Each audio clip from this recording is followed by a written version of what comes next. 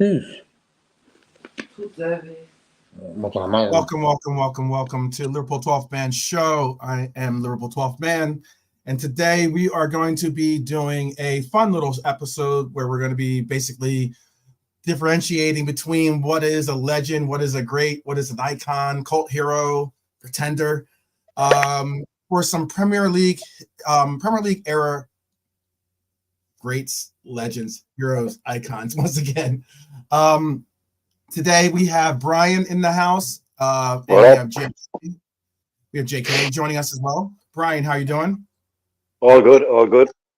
Looking forward to this one now. This is my kind of thing now. Very much. And JK in the house, Jake Kismet. How are you doing, sir? I'm all good, bro. Hope you look well. You as well, Brian. Yeah, good man. For sure. And I hope that the chat's good too. Sorry about that. Just had to make sure I can see the chat's comments. But yes, we're gonna do this, and we're gonna do it well because it's gonna be a fun little time. We put together a little list of players. Possibly, I don't know if Nalante is available or not, but Nalante should be joining us here soon to join in on the fun. Especially since Nalante helped me put together this list, and Brian threw in some names as well. So we're gonna have fun with this list. Some of these players are players that might not been errors, or might not be players that you watched personally, but you might know at least the pageantry and the allure of the player alone. I had to put my hands up apparently. Pretty soon I got Dr. JK gave me some tips on how to get rid of this little sore throat, or at least a little bit of a cough here. Big up to Cedric. See you in the house, Cedric Lopez. Big up. He says big up 12, and big up to the chat, and obviously big up to the panel, of course. How are you guys? How you guys feeling today, Brian? Yeah, I'm really happy because, when you get food from somewhere, and say it's like a Chinese or something, and you find this place and they make this one thing and they make it in a way that you really, really like it. Mm-hmm. And it's just your go-to thing. And it's your favorite thing. And then one day you ring up and it's delivered and it's like, hang on, what is this? This is completely different. Just like new chef or new owner or something. And you're like, this is not my thing. What happened to this? And so you have to start ringing all the other places and getting a load of really bad versions that you want. And eventually you find someone else that does it really, really nice. After about 12 attempts, I finally found somewhere tonight that actually makes food that's as nice as the way the previous guys made it. So I'm really happy. So now I have a new Chinese guy, which is which is extremely important. Singapore fried rice, man, done badly, it's horrible. Done well, it's legendary. Mm-hmm. That's crazy. That's crazy, Brian. Singapore fried rice, man. Yeah, it's just I don't know if they changed the chef, if they changed the thing. I rang the guy. I was like, "Why are you making it different?" He was like, "Oh, we just changed a few things." I'm like, "Oh, no." So yeah, you got to try a lot of the bad ones. Then you got to go on. More than that. Yeah, this one is more than You know what happened to me today? I ordered bread. I ordered some bread and stuff. And instead of bread coming, Chinese dumplings came. Is that mad, Brian? What? Yeah, as soon as you said Chinese, I was like, huh? Crazy. Yeah, I ordered bread and they sent Chinese dumplings, man. What kind of place does bread and dumplings? Oh, no, I think they got the order wrong. It was just too funny, man. I was like, what am I supposed to do? I can't put these in a toaster. You know what I'm saying? Oh, it was funny. But it's just mad that you were on about Chinese food then. I think you got someone else's. I think someone else is sitting there going saying bread. I ordered dumplings, Yeah, I think you got the better end of the deal. Oh man. You got dumplings. Yeah, you got the dumplings. I mean, that's definitely better end. But dumplings taste good when they're I know what you mean. Fried up a little bit. Yeah. Yeah. I was gonna say, I know what you mean. Yesterday I was up late last night and I ended up catching Frank Carlisle's movie review show, which is a lot of fun. And for instance, so I saw this piece on. I like Kurt Russell. I think he's a good actor. He's not a great actor. He'd be a legend, okay? But GQ does a piece where they interview actors and they ask them about their most iconic roles. And Kurt Russell had a segment where he had a bunch of different. They shared a bunch of his different films, and there were some really good films in there. And there were some films that I haven't even seen by him actually, that I was like, maybe I'll check it out. Maybe I'll check that film out. But they didn't include Big Trouble in Little China. I knew you were going to say it. It's a classic. It's an absolute stone cold classic. Yeah. Classic film. Exactly. Big up K-Mac in the house. And that still stands up today, man. That still stands up today. Even like the light, the special effects with the lightning, with the guy, that still looks good today, man. You could watch that movie tomorrow, and it's not like a lot of them that look really crappy. That movie is just, that's one of my favorite all-time films, man. It's just genius. Yeah, absolute. And some would say probably like cult classic, that kind of deal. Because should have been so much bigger. Should have been way bigger. Exactly, because it should have been. And like for me, so in the interview they did The Thing, because The Thing is a great movie too, and it's a really deep movie too, by the way. But John Carpenter's an amazing director, producer, everything. But The Thing made it. I'm trying to think. The Hateful Eight made it. Like he did like New York. Escape from New York made it. Trying to think of some of the other films. He had a couple. Breakdown. No, that didn't make it. I don't think that made it, or that didn't make the list.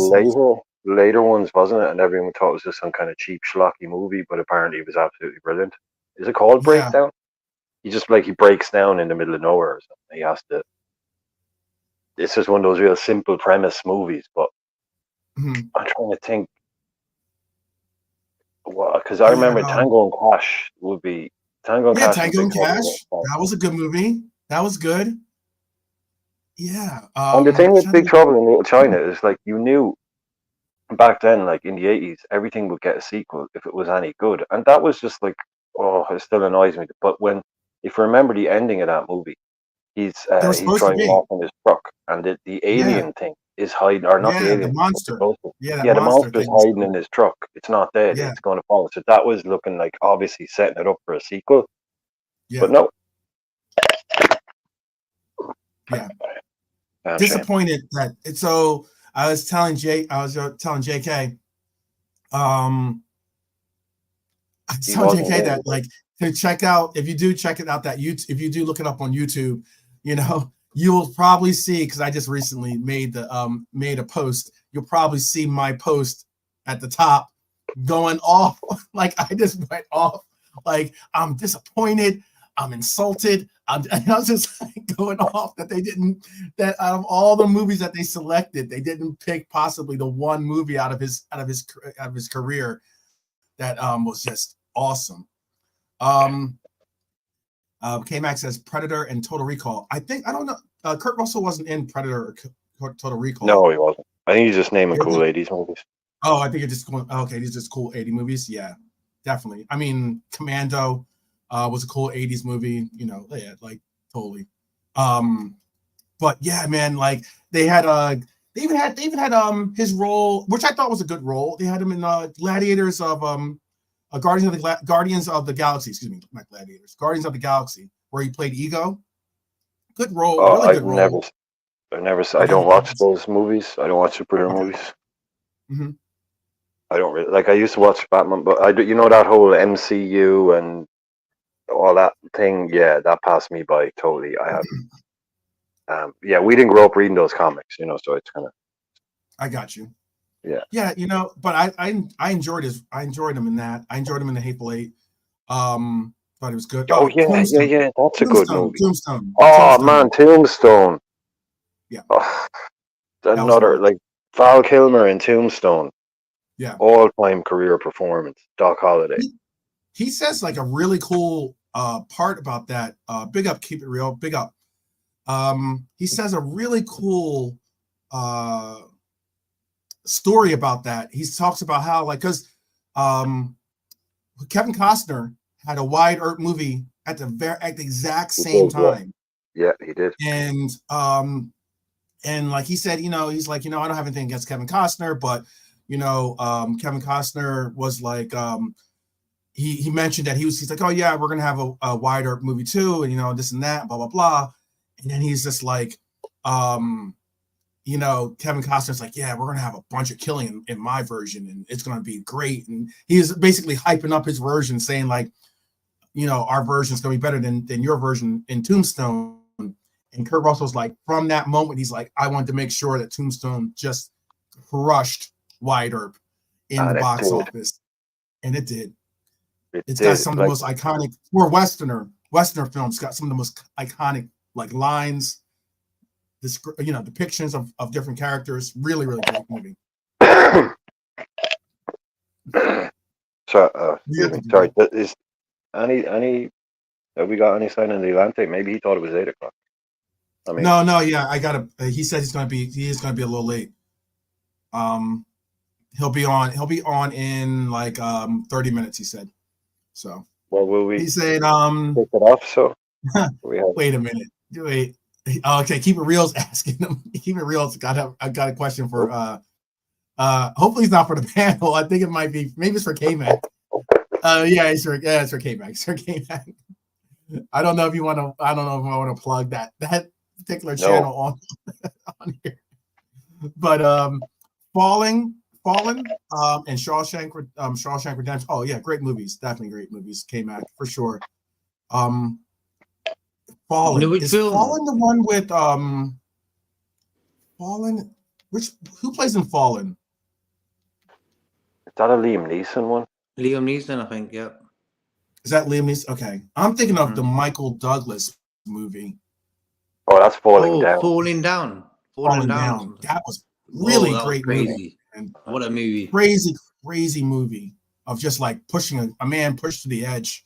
Yeah, there's a lot more people like him around now. Yeah, unfortunately, yeah. In 2024. And you know what's crazy? I don't know if that movie gets produced today. No chance. Absolutely no chance it does, man. Mm-hmm. The way he's confronting black people and Hispanics and all of that stuff, no chance at all. Yep. Like when he's walking around South Central and he confronts those gang dudes up on the hill. The gangbangers. Yeah, gangbangers. That's crazy. That movie is just so, at the time, it was just like, what? And it was Michael Douglas. Yeah. Yeah, it was, everyone knew him. He was a super famous actor, just completely losing his mind. It was that at the time, like, because kind of pre-internet and stuff, it was easier to be kind of a bit shocked by movies. Yeah, you're seeing everything now. It doesn't matter what, but back then, see a guy like him just completely losing his nut like that. And it's a bit kind of Taxi Driver-ish, wasn't it? Yeah. Very Taxi Driver-ish. Very Taxi Driver-ish. And I don't even know if Taxi Driver could be made again in this era, to be honest with you. It'd have to be some French underground film that nobody saw. Like, it won't get big screen release. All of that. Come on, keep it real. That is one of my favorite movies. One of my favorite movies. Here, let me pull this up. Yes, have any of you seen the movie called They Live? Absolutely one of my favorite movies. Absolutely.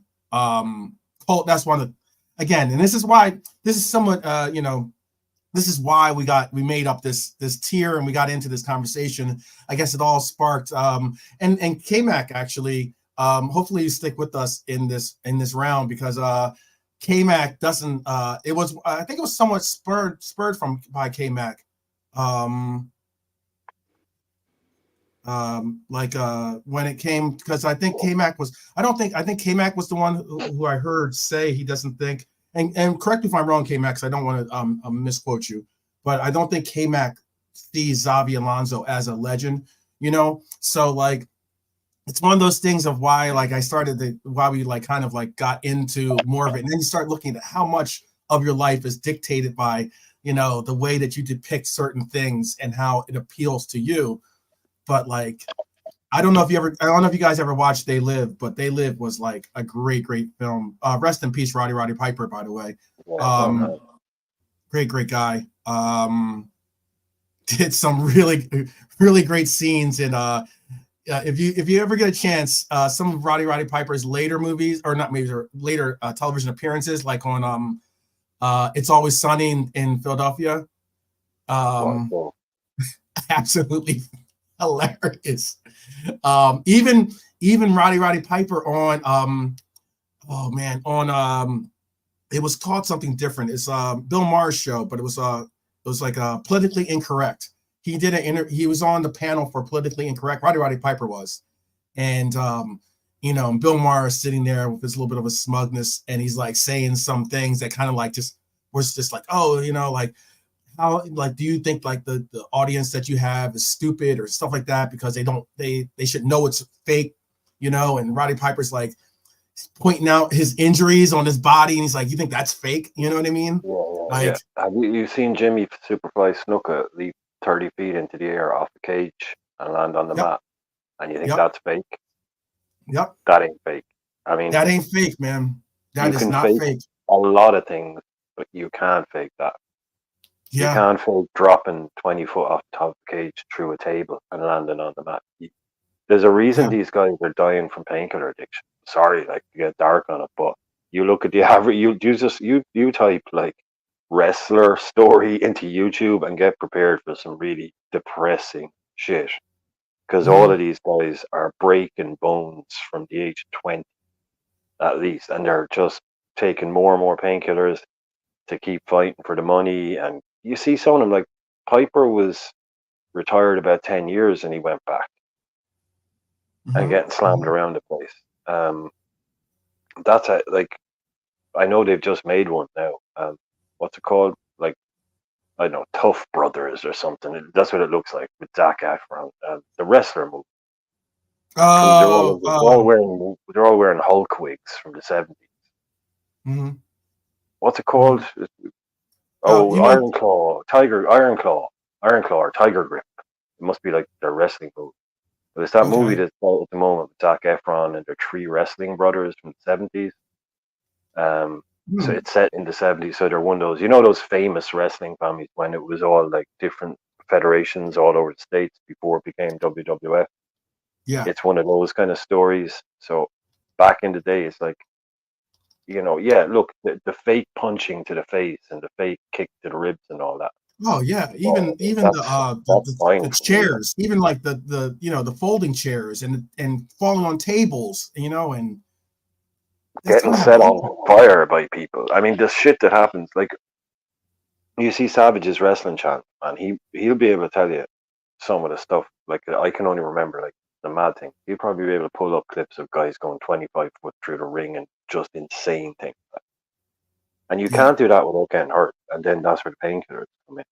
Oh, I mean, yeah, that's where.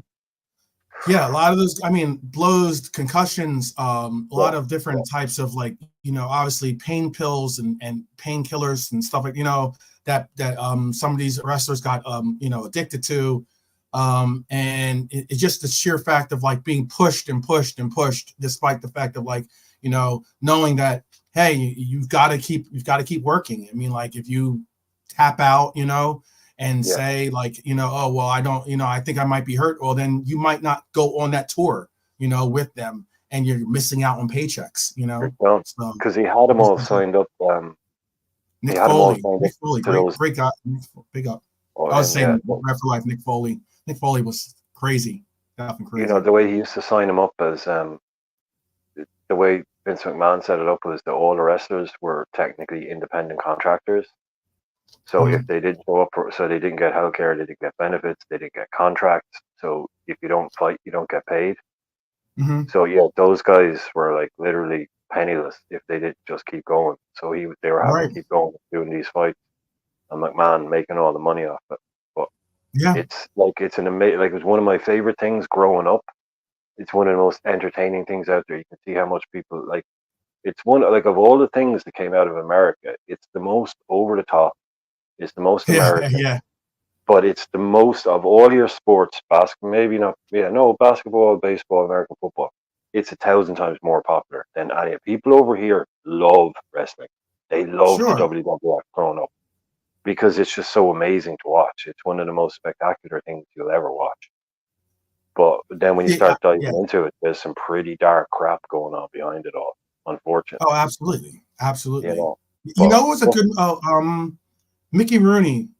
Mickey Rourke, right? Mickey Rourke, right? Is that his name? Right? Yeah, Mickey Rourke, yeah. He does a film about wrestling that was really, really good. Yeah, The Wrestler. It's called The Wrestler, wasn't it? Yeah. Really good movie. Really good movie. It's not over the top. It's not trying to make anyone. It's not trying to make anyone I guess you could say how is it? It's not trying to over dramatize stuff or whatever. It's more so it's like a gritty look at the rigors it takes to be not some WWE style wrestler. I'm talking about a wrestler that shows up sometimes in a little like a VFW, and where you have a couple hundred people in the audience and you're wrestling in front of these people, to make a couple $100 if you're lucky. So yeah, it's pretty crazy. Here's a question for you guys real quick. I know it's asking question. Do you guys know if Joey G is available? I listened to Kloppo's presser and didn't hear him mention him, but some supporters are saying he has the flu. He does, yeah. Does anyone have an update on that? Yeah, I think there's flu going around, isn't there, at the club? Yeah, it's a good thing that we get this out of the way, because if they're together a couple more days, someone else would get it. But he just gave the injury updates, and then he said yada yada yada, and then he just said that Joey is basically sick. He said Bradley with the family. Salah might start training next week, but he won't play this week. Probably won't play the next game. Dom out, Jago out. I think who else? I'm not sure he mentioned anybody else. But yeah, when he said the thing about the flu, I was like, oh hell no! We're going to wake up tomorrow morning and find out someone else didn't travel because they got it. Right, or don't have symptoms. Right? Yeah, there could be someone that doesn't have symptoms, and then all of a sudden, starts picking up symptoms. Nothing worse than illness in the camp, or any kind of sickness in the camp. It's right. You just want to get these people away. Oh, and Endo is back, of course, isn't he? Yeah, Endo. Yeah, this is Endo isolate. Hey, Endo is Endo doesn't have a problem with masks. I know there's in America. There's people that have problems with wearing the mask. I don't think Endo probably has any problems wearing the mask. Nah, they invented that shit. Man. That part. There's people in Japan that wear masks as an everyday all the thing. Time. Yeah, all the time. Since the 80s. You see pictures you see TV reels from Japan in the 80s and 90s. Everybody outside was wearing masks. Yeah. Oh, and big up. It's his birthday, yeah.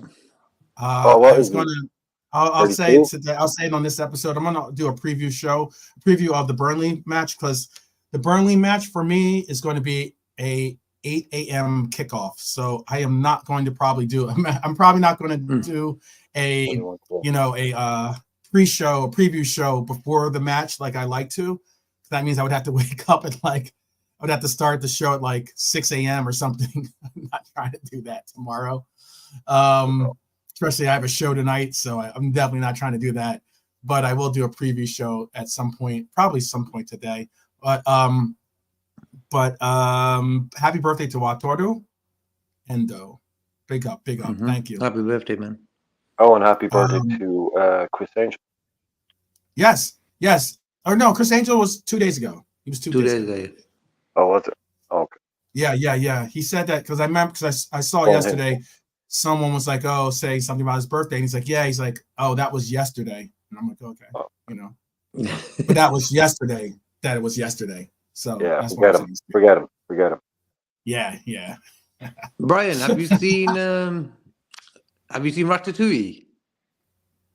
I haven't. I actually haven't. I get why. That is your film. You would love that film. Brian, you're a chef. You would love that probably. Oh, for me, it's a classic. What a film. You see, I don't have kids, So it's unlikely to happen. You know what I mean? It's unlikely to happen. People have tried to say to me before, it's like, oh yeah, sure, I'm sure that's cool, but it'll take me a while to get there. But everybody loves it. Yeah, now that you said it, everybody's like, oh, I love Ratatouille. I bet there's gonna be loads of people now like, oh, it's my favorite film growing up and all that. Is there singing in that? I hope not. No. It's just a good film. Singing. It's how do I explain? I know what it's about. There's a rat in a kitchen, right? And he becomes a chef. Yeah. I was sure there was singing in that. Are you sure you're not going to get me to watch this and then all of a sudden there's going to be singing? Yeah, I don't like cringe. I don't like cringe as well. It has to be good. Yeah. But for me, Ratatouille, classic. No, I get you, man. I've seen it on those lists of like not animated films, just of like best films, and it's always one of like the most highly rated animated ones. Yeah. So yeah, maybe one day I'll get to it. Maybe one day. Or we can do a watch along. There you go. Do a watch along. We do a watch along. I want to definitely do. The more we were talking about these films, I think I'm not trying to steal from Frank's thunder, but I would love to do a film review show or something like that too, because there's some great films. Let's do an 80s movies tier, 80s movie tier list. Oh, that would be great. That'd be great. Yeah. You can get Frank on. Yeah, we get Frank on it, and because he can give some definite depictions. And Lee as well. Lee's good with these films. Yeah. I have seen Keep It Real. I have seen The General. Yeah, and it's absolute hogwash. It's entertaining, I suppose, but it's a movie about one of the most famous Irish criminals. Very entertaining type of character. Very fun character. Guy very easy to make a movie about. Married to he was basically one of the biggest old timey criminals, not like drugs and stuff, you know. But he stole 2 Vermeers, which have never been recovered. He got involved in a lot of stuff, but he was basically married to 2 women, right? He had they one lived in one house and one lived in the other. And they both knew about each other. So that's okay. So that's fair now, and he's a big time guy, right? So he's kind of a high profile thing anyway, and that's all pretty crazy enough. So can you imagine having 2 wives? I'll speak for myself. Yeah, I'll let that one go. Yeah, exactly. I've never been married, but I mean, get this. They were sisters. Oh wow. Yeah, that's the clincher on that one, eh? Now this movie all of a sudden just perked my interest now. That's some weird domestic situations right there. I mean, like, maybe the reason why the 2 eggs or the 2 things that you said he stole, no one can find them, is because he gave one to his one wife and one to his other wife, and he said, keep them in a good place. I mean, you've got to be a hell of a man to have 2 sisters. I mean, that's just weird. That's you don't need, you imagine when you're a high profile criminal, you kind of need a quiet life when you go back home. Hell no, I'll just marry 2 sisters. Okay, Martin, you do you, man. You do you. How about this? Whoever got married first is one thing, but whoever got married second, how do you pull off that wedding? Because I mean, you're basically inviting the same guest, right? You think? Yeah, they're not officially, but like the scenes where the 2 sisters are having, coffee together and stuff. It's like, how is he today? He's grand. It's like, this is so weird. That's crazy. I want to check that out. Yeah, The General. It's very entertaining. It is, but just don't take it too seriously. The Veronica Guerin movie. Yeah, man, I lived in the freaking Veronica Guerin movie. I was in Dublin when all that stuff was going on. Yeah, it's a good movie, but it's a movie as well, But Veronica Guerin was just one of these journalists, one of these campaigning journalists that decided naming names and was murdered. When they criminals killed a journalist to keep them quiet. It happens all the time in Italy. Never happens in Ireland. They did it in the middle of the street in Ireland, and the whole country was just ground to a halt. Like, what the heck just happened? So that was all around the same time as The General and all that. That was interesting time in Ireland. Yeah, but those are good movies. Yeah, Veronica Guerin and The General are interesting movies for like what it was like in Ireland in the 90s. But if you were living here, there'd be a lot more interest. But yeah, The General is a good laugh. If you're looking for something to watch, I would recommend just probably only an hour and a half. It's a good laugh. Let's see. I will say we will be joined by Nolante in about 10-15 minutes. But I'm trying to hold off just as long as I can to try to allow for him to join us. But I do want to definitely knock out one or two. So I will say this. How about this? To the chat that's looking right now, take a look at the actual list that we have here. And JK as well, because I know JK got on, joined us after I made the list. So JK and to the chat, are there any other? These are just the midfielders. And Zabiri, yes, Zabiri. Of course, you got one for one more, brother. Yeah, sure. Let me, Zabiri. I'll send you the Zabiri. Text me right now, and I'll send you the link. Text me right now, and I'll send you the link.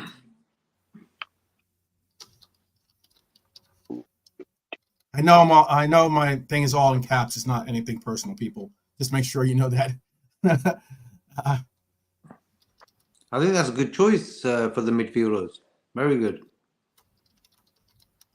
Would you agree with me, JK, when we were on earlier, only about 2 seconds before you joined in? I reckon Luis Garcia was on the list, and I recommended taking him out and putting him into the attacking category. I would have. He's on the borderline. He played a bit of both, didn't he?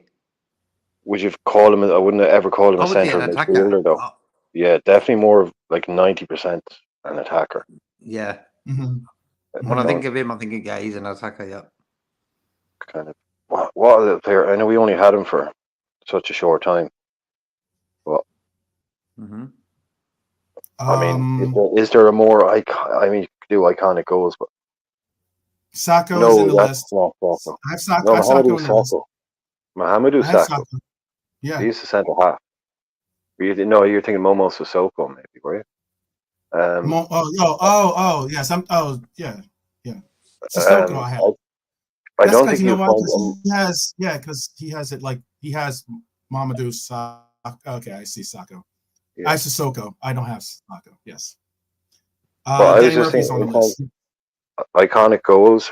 Could you think of almost more iconic goal than the Luis Garcia ghost goal that made Jose Mourinho's mind explode? That's got to be up there. Like, he's here for a short time, but one of the biggest goals that's ever been scored for this club. They say, oh God, Didi Hamann. I knew it. I knew I was forgetting one. Didi Hamann. That's a great job. No, I have Didi on here. Oh, I don't remember. Oh, I see him. You do.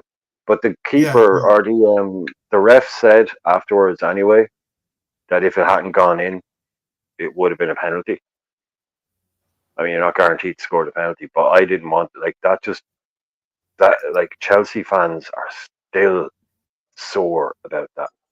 They're still sick about that goal, and that just makes it so much better. Big up to the Colonel Zabiri. Big up. How are you doing, brother? I'm doing well, man. Manners and respect to the panel. Big up the man them. Right, JB. Please tell me you saw my question in the text. I did see the question. But you didn't answer. So are you answering on the screen or are you answering in the text? No pressure. I just need an answer. Whether you do it here or in the text, I just need an answer, sir. I got you. He wants Minamino on the list here. Minamino's more of an attacker. That's the reason why I didn't. No, I'm just asking, is he a midfielder or I just need to know what we're putting him because, seeing he's an attacker. Okay, yeah, I was just asking. Yeah. Definitely, yeah. I just say it. Yeah. I know. I already got it. I already know your opinion of Minamino is better than Xabi. So it's going to be an interesting little ride here. There will be an attacking there. We're not just doing midfielders. We will be doing an attacker as well. Yeah, we're going to do. I'm going to do defenders. I'll do a defenders list. I'll do an attackers list. there's just so many people, so many names that I was like, you know what? I'm just going to do like by actual portion of the field that they played in as being it. So, and then because we started with Xabi, and because I had, obviously you and Chris saying how much who was it? Minamino, and who else was the other guy that you guys said was some crazy shouts. And Chris just started saying all kinds of nonsense by the end of it. No, but I don't want you guys to belittle. I represent Chris today. What we're saying isn't like outrageous, but it's we have to talk what context we're talking about, because Steven Gerrard is a legend for many things, but the one that stood out the most, he's the only captain that scored in every final of it, like basically every competition. We'll get to him. We'll do him. We'll get no, but with the Minamino one, he's also the only player to win Golden Boot in 2 cup competition where he didn't even play in the final. Like, no other players have done that. So, those are the titles that some of these players that we're shouting about. They hold some unique titles. That's all. Yeah. My silence just speaks for itself.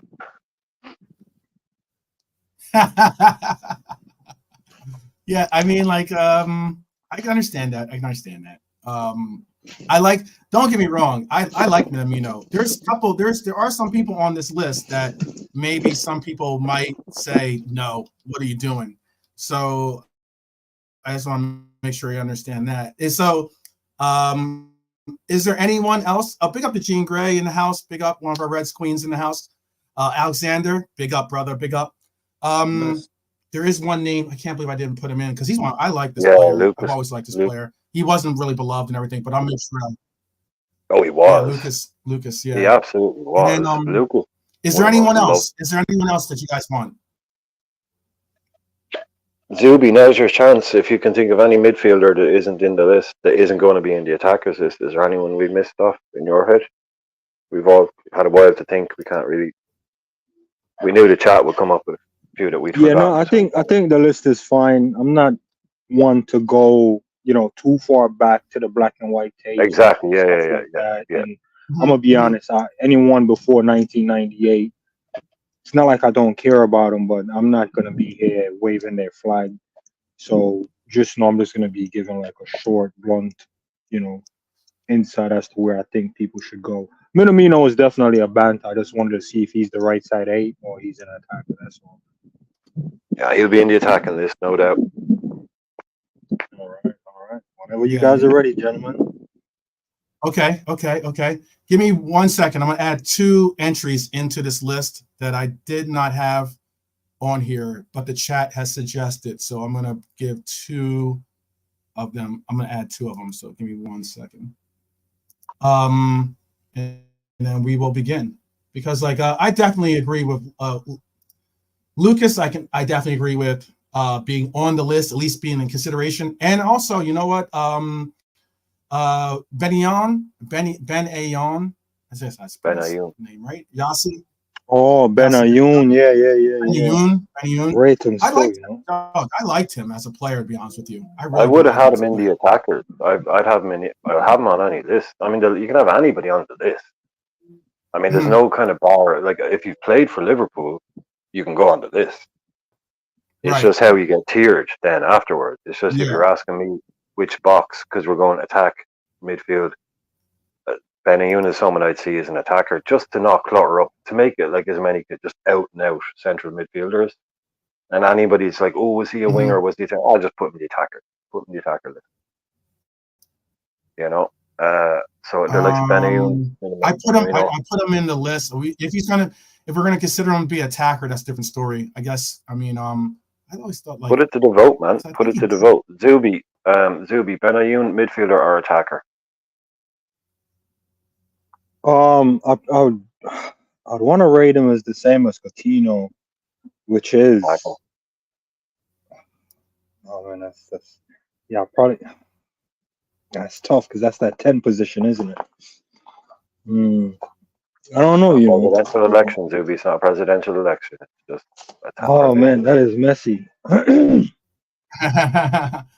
JK. I'll put him attacker. I'll put him attacker. JK. If you go to his, You know what's funny is that, okay, so you guys are all saying attacker, but when you go to his Wikipedia, it says it has him listed as midfielder. Yeah, don't worry about classifications. I can go in and edit Wikipedia tomorrow and call him an attacker if it makes. I get you. I'm just. Let's put it to the vote. We've got 3 votes for attacking. We've got 3 votes for attacking, and you're going with. What are you going? I was going to go for midfielder. So that's 3-1. So even if the chat go with midfielder, it's still 3-2. So he's an attacker. Democracy in process. I know exactly, right? Yeah. Oh man. Yeah. So I did play. Let me take Yeah, I guess you could. Yeah. Or we'll keep. I have them on the list here, but we won't use them. We'll just utilize them for the attackers then. One of Israel's best, actually, one of Israel's best players to be in the club for sure. He was like, I mean, he was good. Yeah, he was kind of because he was like he played cam for us. He played like center attacking midfielder for Liverpool. He played. That's the thing. Yalfa played absolutely everywhere. He played left wing, center mid, center. He played number 10. Played wide right. Like he played for Arsenal. He played for Chelsea. He played for Liverpool, and I reckon he played almost every attacking position on the pitch. He's a scorer, like. But for me, he was always way too lightweight. He was will o' the wisp. Right. There's another name on here that's funny. I might just put him for laughs and giggles here. Who, Dracula? John Joe Shelby. Nosferatu himself. John Joe Shelby. You know, right? John Joe, like I rate Origi in the attack. You know, John Joe he had some screamers still. Put him on the list. Yeah. I guess I'll put him on the list. But John Joe, I mean, John Joe was rated as, I remember, oh man, what was the exact quote that I'm trying to think of? Brendan Rodgers said that John Joe Shelby had, like, he says something crazy, like he has the most like potential or something. He says something like he's like the next big thing or some crazy comment like that. I know he was talking about the ceiling. And Tolman, I'm glad you brought that up because a lot of people, and I've hated it ever since, they talk about the ceiling and potential of a player. Roger sold John Joe Shelby like he was going to be the next Xabi Alonso, you know, playing from deep and controlling the game like Thiago, and the way he was spraying the pass. It was almost equivalent to Guendouzi when he came on the scene. Yep. And I'm just like, I don't see that still. The original Bozo gene, John Joe Shelby. Just as likely to win John Joe. The guy could pass the ball, no doubt about it. But at the same time, just as liable to get himself sent off or just have an awful game. But that's the time we were living in, was big clubs could go out and buy the finished article players, and they'd also pick up these potentially the next whatever players. And we couldn't get any of the big name players, so we were always going to trying to buy the next thing. We were always going out and spending like the most money on young kids because they might turn into the next thing. They never did turn into the next thing. Everyone else was just going out and buying the next thing because our scouting was so bad. But we were always trying, like Joe Gomez, that's why we bought him young. John Joe Shelby, that's why we bought him young. Because if in 2 years' time, if he fulfills his potential, he'll be too good for us. We won't be able to buy him. And we were always trying to buy that player before he turned into the player. And most of them, that's why we got Solanke, to your point. So that's actually a good point. Yeah, we just couldn't go out and buy that the Van Dijks and the Allisons of this world. And Klopp knew that. He was like, you need to stop fucking around and buying these potential. You need to go out and in these two positions, centre half and goalkeeper, buy the real deal. Buy the guy that you know is the real deal. And you're going to have to pay for it. So off goes Coutinho, and in comes the two most transformative players in the last 15, 20 years. None of this John Joe Shelby nonsense anymore, please. No more of that. Thank you very much. Yeah. Hi, Lord. Big up. Vladimir is on the list, by the way. Vladimir is on our list. So, just so you know. All right. Let's get into this. Like I said, I think that Nolante might be joining us pretty soon here, but we'll just start it off right here and now. Smeister is on the list, yes. So all right, I know. I mean, do you want to last but not least, real quick? Do you want to? Should we put Lallana in there too? Okay, last call then. Last call. Last call. Dustin thinks Lallana needs to be there. Well, is Milner there already? Because I can't see it quite well. Yeah, he's in I there. think it's I think it's fair to put Lallana. He won't get a high vote from me, but it's no, like we say, everybody's. I mean, he wore the shirt, so yeah, all fine, and he was a big Klopp player. That first game, remember him coming off the pitch and falls and collapsing into Klopp's arms. Like that was kind of one of the, not an iconic image, but that was like, okay, here we go. Like one of the most high intensity pressing players in the Premier League is coming off the pitch and literally collapsing. It was like this. Welcome to Klopp football. Like, okay, cool. 2-2 against Spurs at the Lane, I believe. That was a hell of a game. That was a hell of a game. Poor little Adam Lallana. I mean, absolutely. I was even put. I'll add. I don't know if I was going to add one player that was like that isn't necessarily Nolante. Big up Nolante, by the way. Thank you for joining us, Nolante. This is going to be a fun episode, by the way. I was going to put one player that definitely splits the fan base for sure, but I didn't know if I want to put him in. That was Naby. Naby could be in there too, but cool. I mean, he was a part of like a title team. He was a part of a Champions League. No, no. That's like saying when I was building the house, the baby was around crawling on the floor. So got to give the baby builders credit now, man. You can put him on the list and then just stick him in pretender. I mean, that's what we're doing. Like, yeah, I know. I just don't want. I mean, like, I don't want him to go through the. He's already trying to make this thing go on with his life. I don't want to. Put him under too much. We all know where Naby's going. He's not necessarily going in any good list at all. Yeah. Hey, Naby's good. All right. So we have the list. The list is locked by now. Okay, this is the list. No more names. Okay. I see that we have Tony Cruz's biggest fan back in the house. Big up. Football Talk podcast. Big up, Ozzy. No Naby for any of us today. Let's just break right into this.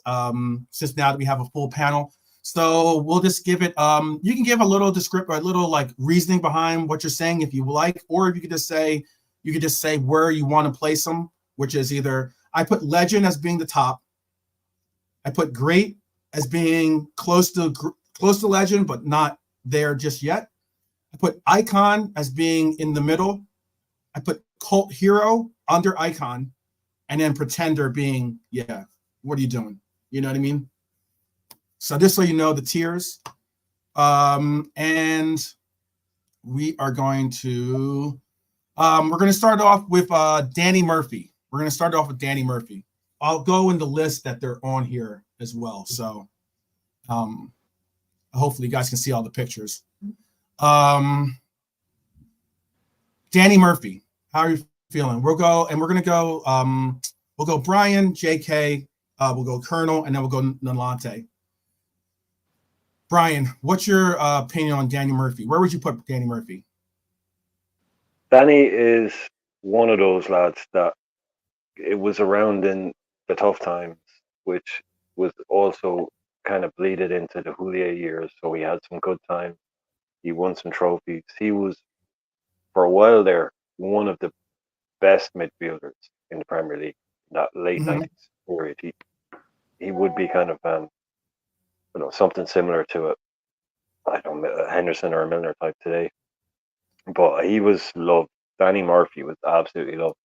He scored 2 free kicks in a game against Man United at Old Trafford, and I think he scored in a bunch of games against Man United, which made him sort of instant cult hero to begin with. Right. Yeah, great quality on the ball. Really hard working player, and was around when we won some trophies. You know, he underrated, definitely massively an underrated Liverpool player because he just kind of quietly went about his business. But he had some great qualities, but not at the upper higher levels like that. But I love Danny Murphy. He's a player, great player, and I would have to put him in. And if we're cheering, so it'd be the third one. I put him in the icon. Icon? Okay. Yeah. Okay. So definitely not in the top level segment, but he's not down near the bottom row. So he's definitely more than a cult hero. So yeah, for me, icon. What how about let's go to JK. JK, what do you think? I think with the Murphy, I reckon he ruined his Liverpool time with what he did after the game, like, you know, presenting and stuff like that, and the way he just favors all the opposition instead of Liverpool. So but for me, I know exactly what you're talking about, because I know that's had an effect on my appreciation of Danny Murphy too. Yeah. So he tarnished his name there. I'm just like, I can't really listen to him talk that long. But as a player, he sort of put a shift in, and he was, what Brian said, he was there at a time where there was a lot of, we weren't a settled team, you know. So, but when he came in, sometimes he went to United a couple of times, scored. So I would say he's more of a cult hero, because, like, I think he's a Scouser. I would say he's more of he's a Scouser, and the fans loved him because of that as well. That sort of helped. So I'll go cult hero. Okay. The Colonel, what is your thoughts on Dean Murphy? Or Danny Murphy? I said Dean Murphy. Danny Murphy. Just so I get the right visual, this was the geezer that was missing a teeth, right? Like a hockey player. Can you put up a big picture? Can you put up a big picture? No, I remember the player very well. It's just, you know. Yeah. So basically, big picture. I'll show you a big picture of him. Don't allow for the card. It's like his playing card. Yeah, it's like his playing card. So don't think of it as that. So my thought about him is this: the time he was at Liverpool, we never really had a great 6 to 8 players in the team anyway. So most of the guys that stood out, they didn't stood out because they were icon or great. I mean, there's a 1 and 2, yeah, but for him, most of the guys that stood out in that moment were just cult heroes.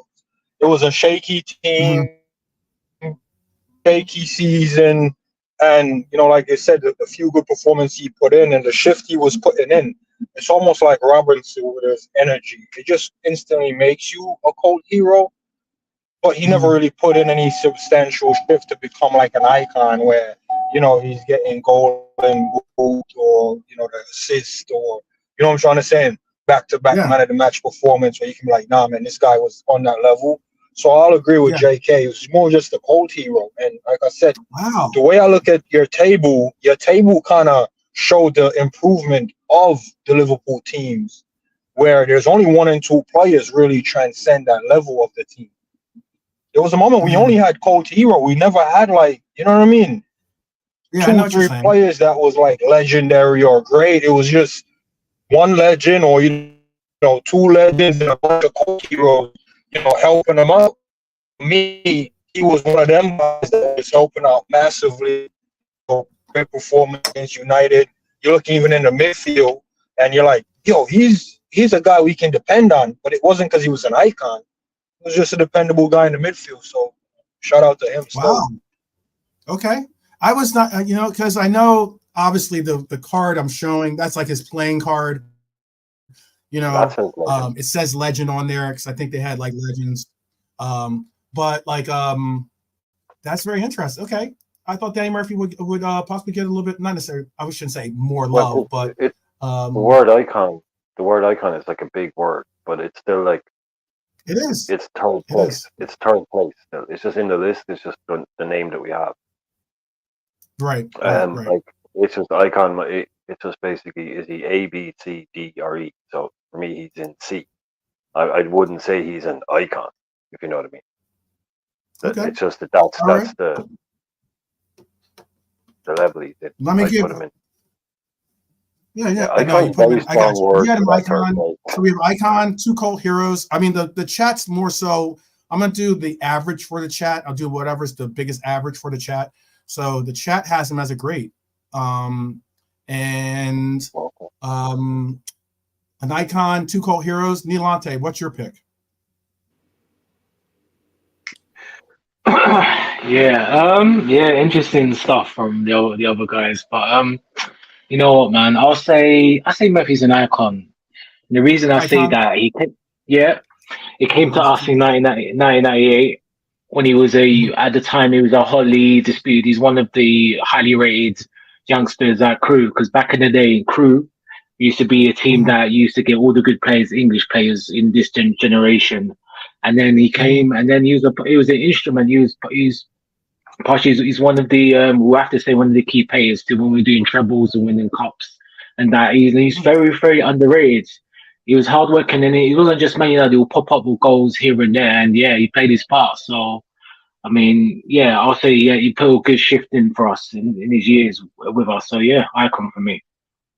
Okay, so I'm gonna put him in icon because we got 2 cult heroes, we got 2 icon votes, and we got the majority of the chat was great. So the one in between, I'll go with the icon since the chat kind of pulled him out of that cult hero status. All right, well then let's move on to Diddy. Piers Morgan, I think, has lost his absolute mind there. Oh, I know. I'm not even paying attention to that. Let's move on to Diddy, or Dietmar is his real name, but everyone pretty much knew him as DD. The Kaiser. Call him the Kaiser, man. Yeah, for sure. He's played with a lot of clubs. He played with a lot of clubs. Played for Bayern Munich. Played for Newcastle. Played for Bolton. Played for the 115. Oh, excuse me, not the 115. I don't know why I keep saying that. Sorry about that. Manchester City. Yeah. He played for Manchester City, and he also played for the Dons too, MK Dons. So, but obviously, we brought him in from Newcastle. Let's see, what else? Has an FA Cup 2001, 2006, League Cup in 2001, 2003, Champions League in 2005, obviously. 2001, he won a UEFA Cup, won a Super Cup in 2001 and 2005. Decent accomplishments. What are we saying? Because we have a lot of guys. So if you have a certain player that you find you want to take, you want to go into depth with, please tell me some info or some history or something cool. Definitely. But we do have a lot of guys. I don't want to keep everyone here for 3-4 hours like our normal runs. So, Brian, what would you say for Diddy? Yeah, Diddy, man, you put it up there. All those cups, all those trophies in that time when we weren't really the top club we used to be. World class. On his day, world class footballer comes in the Champions League final for the injured Harry Kewell, and a lot of the players on the day say that totally changed the game. And I'd have to put him in. Yeah, he's in a Liverpool icon, high icon, but icon. He's icon. Because there's other players. I was waiting for it. All right, icon. Yeah, I got you. high JK. Icon, Icon, great, legend, cult hero. What do you have for Didi? I think Didi's like Murphy as well.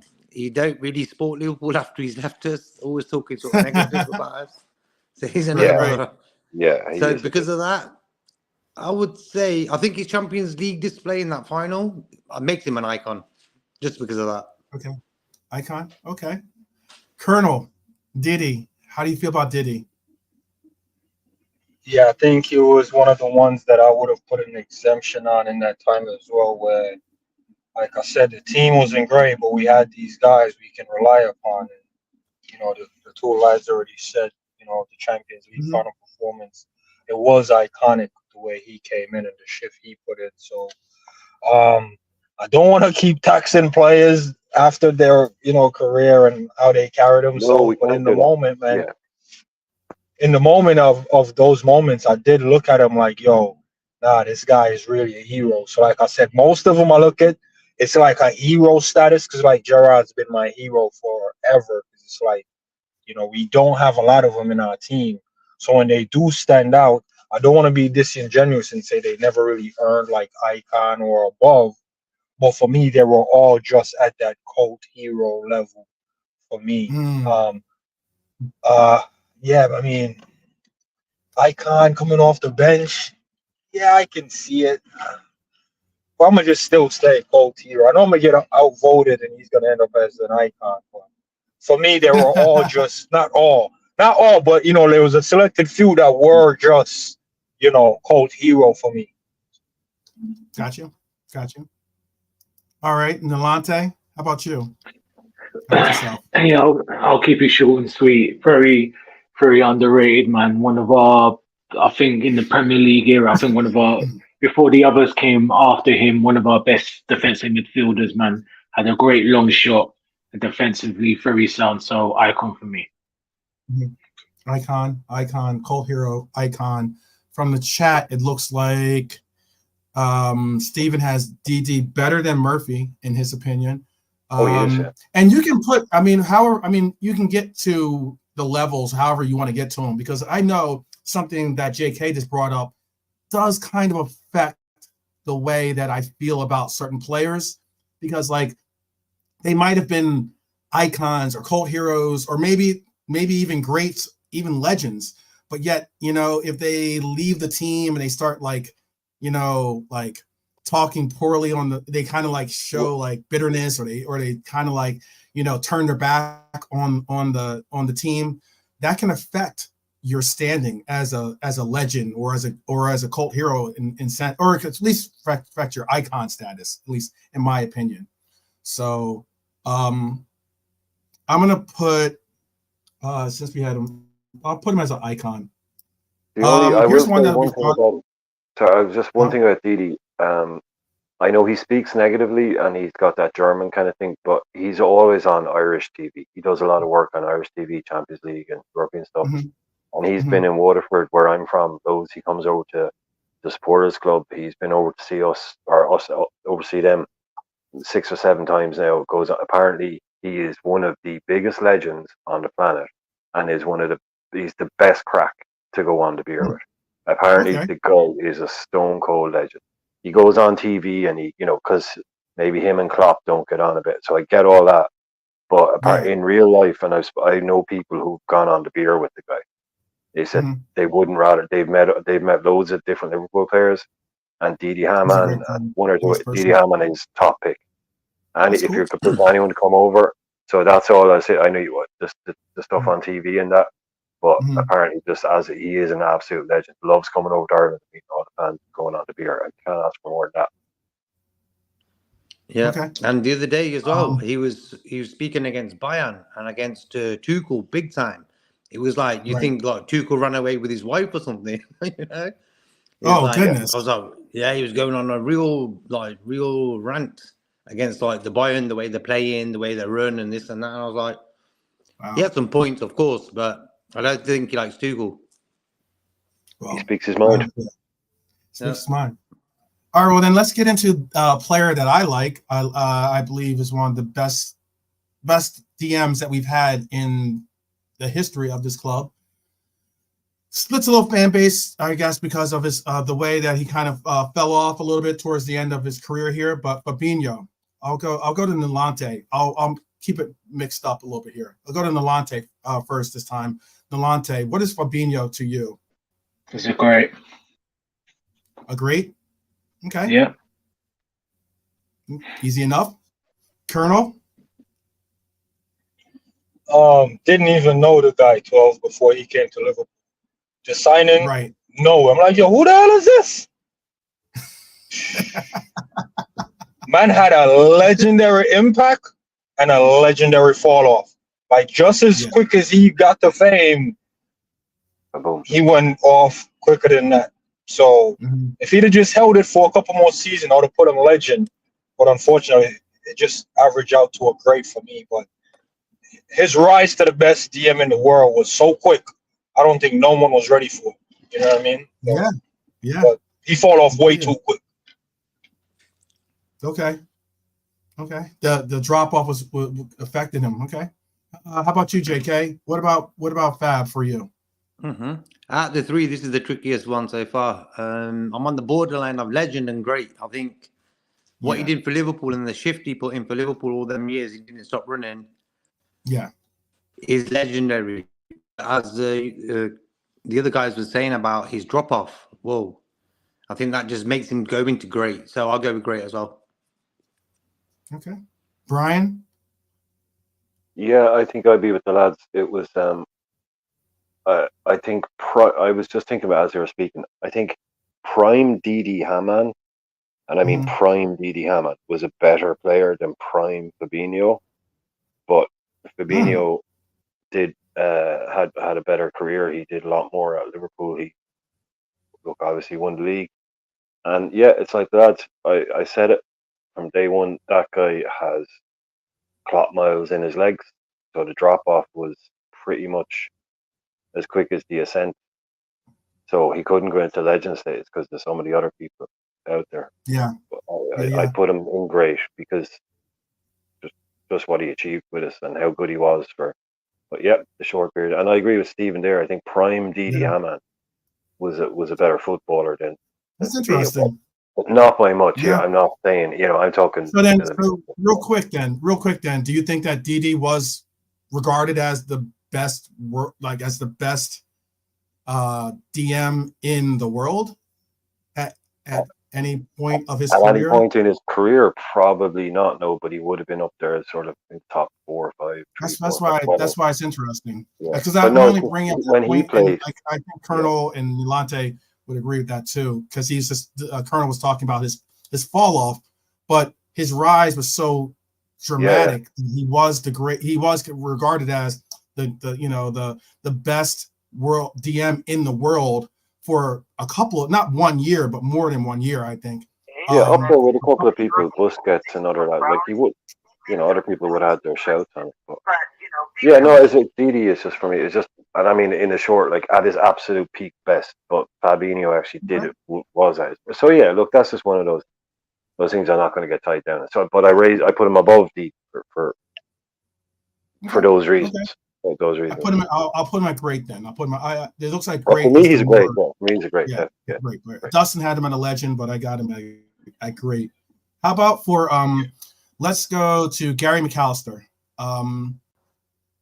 What do you guys feel about McAllister? We can start off with Colonel this time. What would you say is your rating for Gary McAllister, Colonel? I'm kind of torn between legendary and great, because I was gonna use this to caveat the Fabinho thing. In that time when Fabinho was rising, a lot of the legendary / great DMs was actually on the decline. So his ascendancy looked a little bit better versus a guy who was in his prime when other guys are in his prime. That's what I was saying. But for me, I've always rated McAllister as like a legend. You know what I mean? But he wasn't like the best in the world at that time because it was actually neck and neck with other players. But yeah, it's definitely, for me, I don't want to give it away yet, but yeah, this guy's like top 3 midfielder for Liverpool for me, man. Wow. Yeah. Okay. Yeah, like I said, I rated the guy highly, man. Could have just been one of them favorite thing, like Klopp had his favorites. I will put that out there. It was just something about the guy. I just rated him, man, highly. So, apologies, man. You know what I mean? He obviously touched your soul, man, somehow. Yeah, whoa. When you say it out loud like that, man, I just said it's like Klopp having his favorites. You don't say Bobby touched Klopp's soul. Just know he's one of Zabiri's favorites. Hey, Steve, man, you're a deep guy, man. It's all coming out today, yeah? Yeah. Let it out, man. It's okay. Let it out. It's okay. McAllister's the man. Okay, so you have him as a legend. I would take it if he's top 3, then, right? Yeah. Okay. Nalante, how about for you? Where do you put Gary? For me, he's a cult hero. Oh, And wow. Yeah, cult hero. Yeah, cult hero. Yeah. It's Now, don't get me wrong. Yeah, he's only at our club for 2 years, and the impact he made, but it made today was good. But again, and it's not his fault. He was near the end of his career. He's a quality player as a player in his whole career. But yeah, he's like I said, I'll just say, just cult hero. He done his bit. He didn't start games, but when he did his bit. So yeah, cult hero from me, man. But salute to Gary Mack. okay. Brian, what's your feelings on JK? Oh, it's on JK. I'm all over the place. On Gary. On Gary. Not your feelings on JK. Don't say it on live, bro. Don't say it on live. What's your feelings on JK? Brian, let it out now. God damn it. Pretender. Pretender. Okay. A pretender. No, JK. I'm sorry. Oh, JK's a pretender. I thought you yeah. I mean, okay. Right, I was gonna call you a legend. You might be someone's cult hero. I don't know, but no. JK's a great. Don't be ridiculous. Gary Mack. Yeah, I wasn't expecting that from Xabi. So, but I totally get it, because for that free kick against Everton alone, damn. I mean, that's something. Anyone that saw that is never going to forget it, especially if you're an Everton fan. He's got like iconic moment written all over him. But I would have had him as like the archetypal cult hero. But yeah, Xabi, I totally get where you're coming from. If you get a player like that, that you just fall in love with.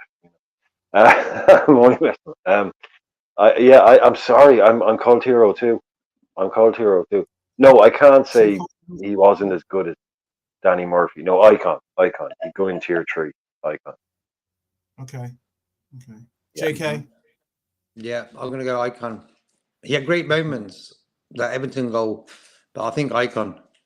Very short career. Okay. Very short career. Legend. We have 1 vote for legend, 2 votes for icon, and 1 vote for cult hero. Okay. Wow.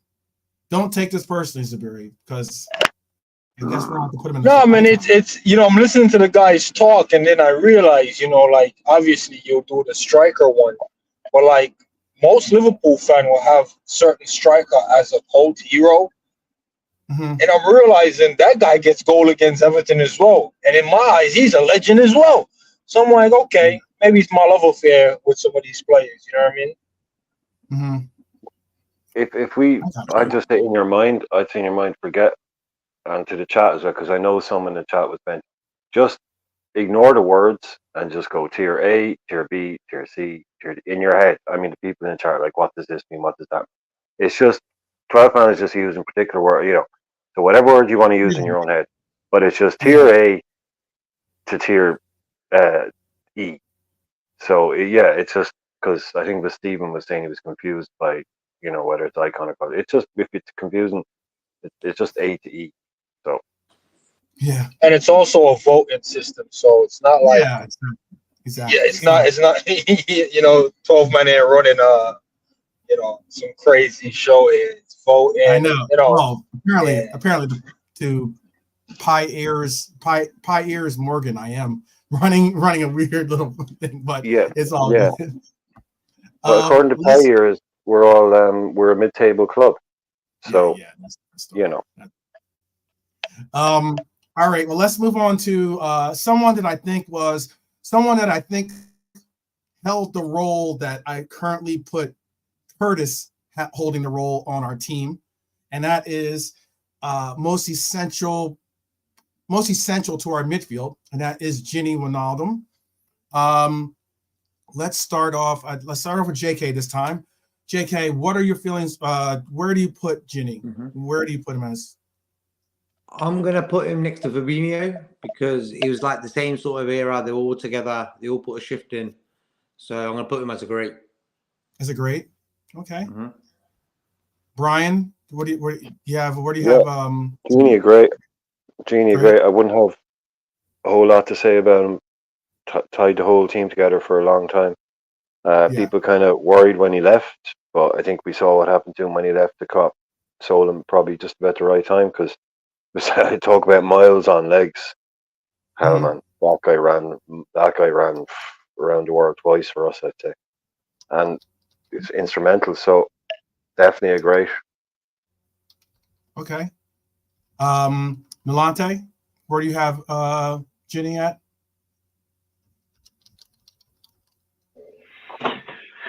You know, all I'm going to say is Genie is one word, and again, some people are just thinking very, very underrated.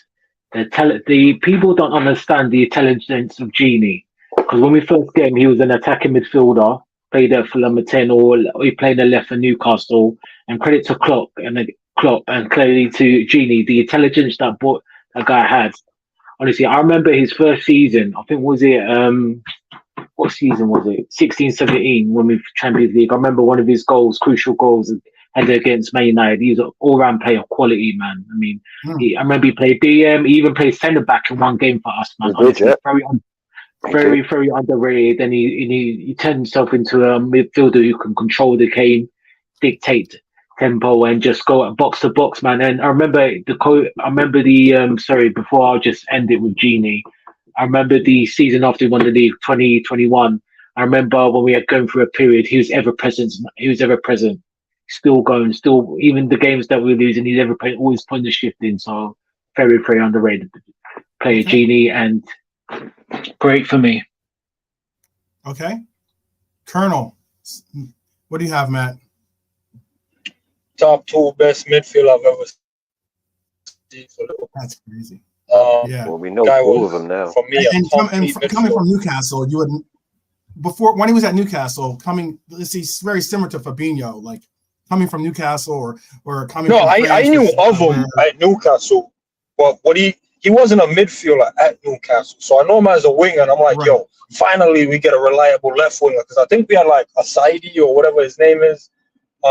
He was like playing off the left. Yeah, he's dead fit. Oh my God, horrible. No, but that's what I'm saying. So that's what we had. And I think we went and got Genie, and then he was over at the left. And I was like, okay, better than that guy. But then, Klopp came in and turned him into this complete midfielder. We're talking left side 8, 6, double pivot, right side 8, center attacking in that Barcelona game, defender, Man U game. And I'm just like, there's only one other midfielder that can do that stuff. We'll get to him when we get to him. So for me, and Genie was press resistant. Name me a game where Genie was pressed by 2 men and got dispossessed.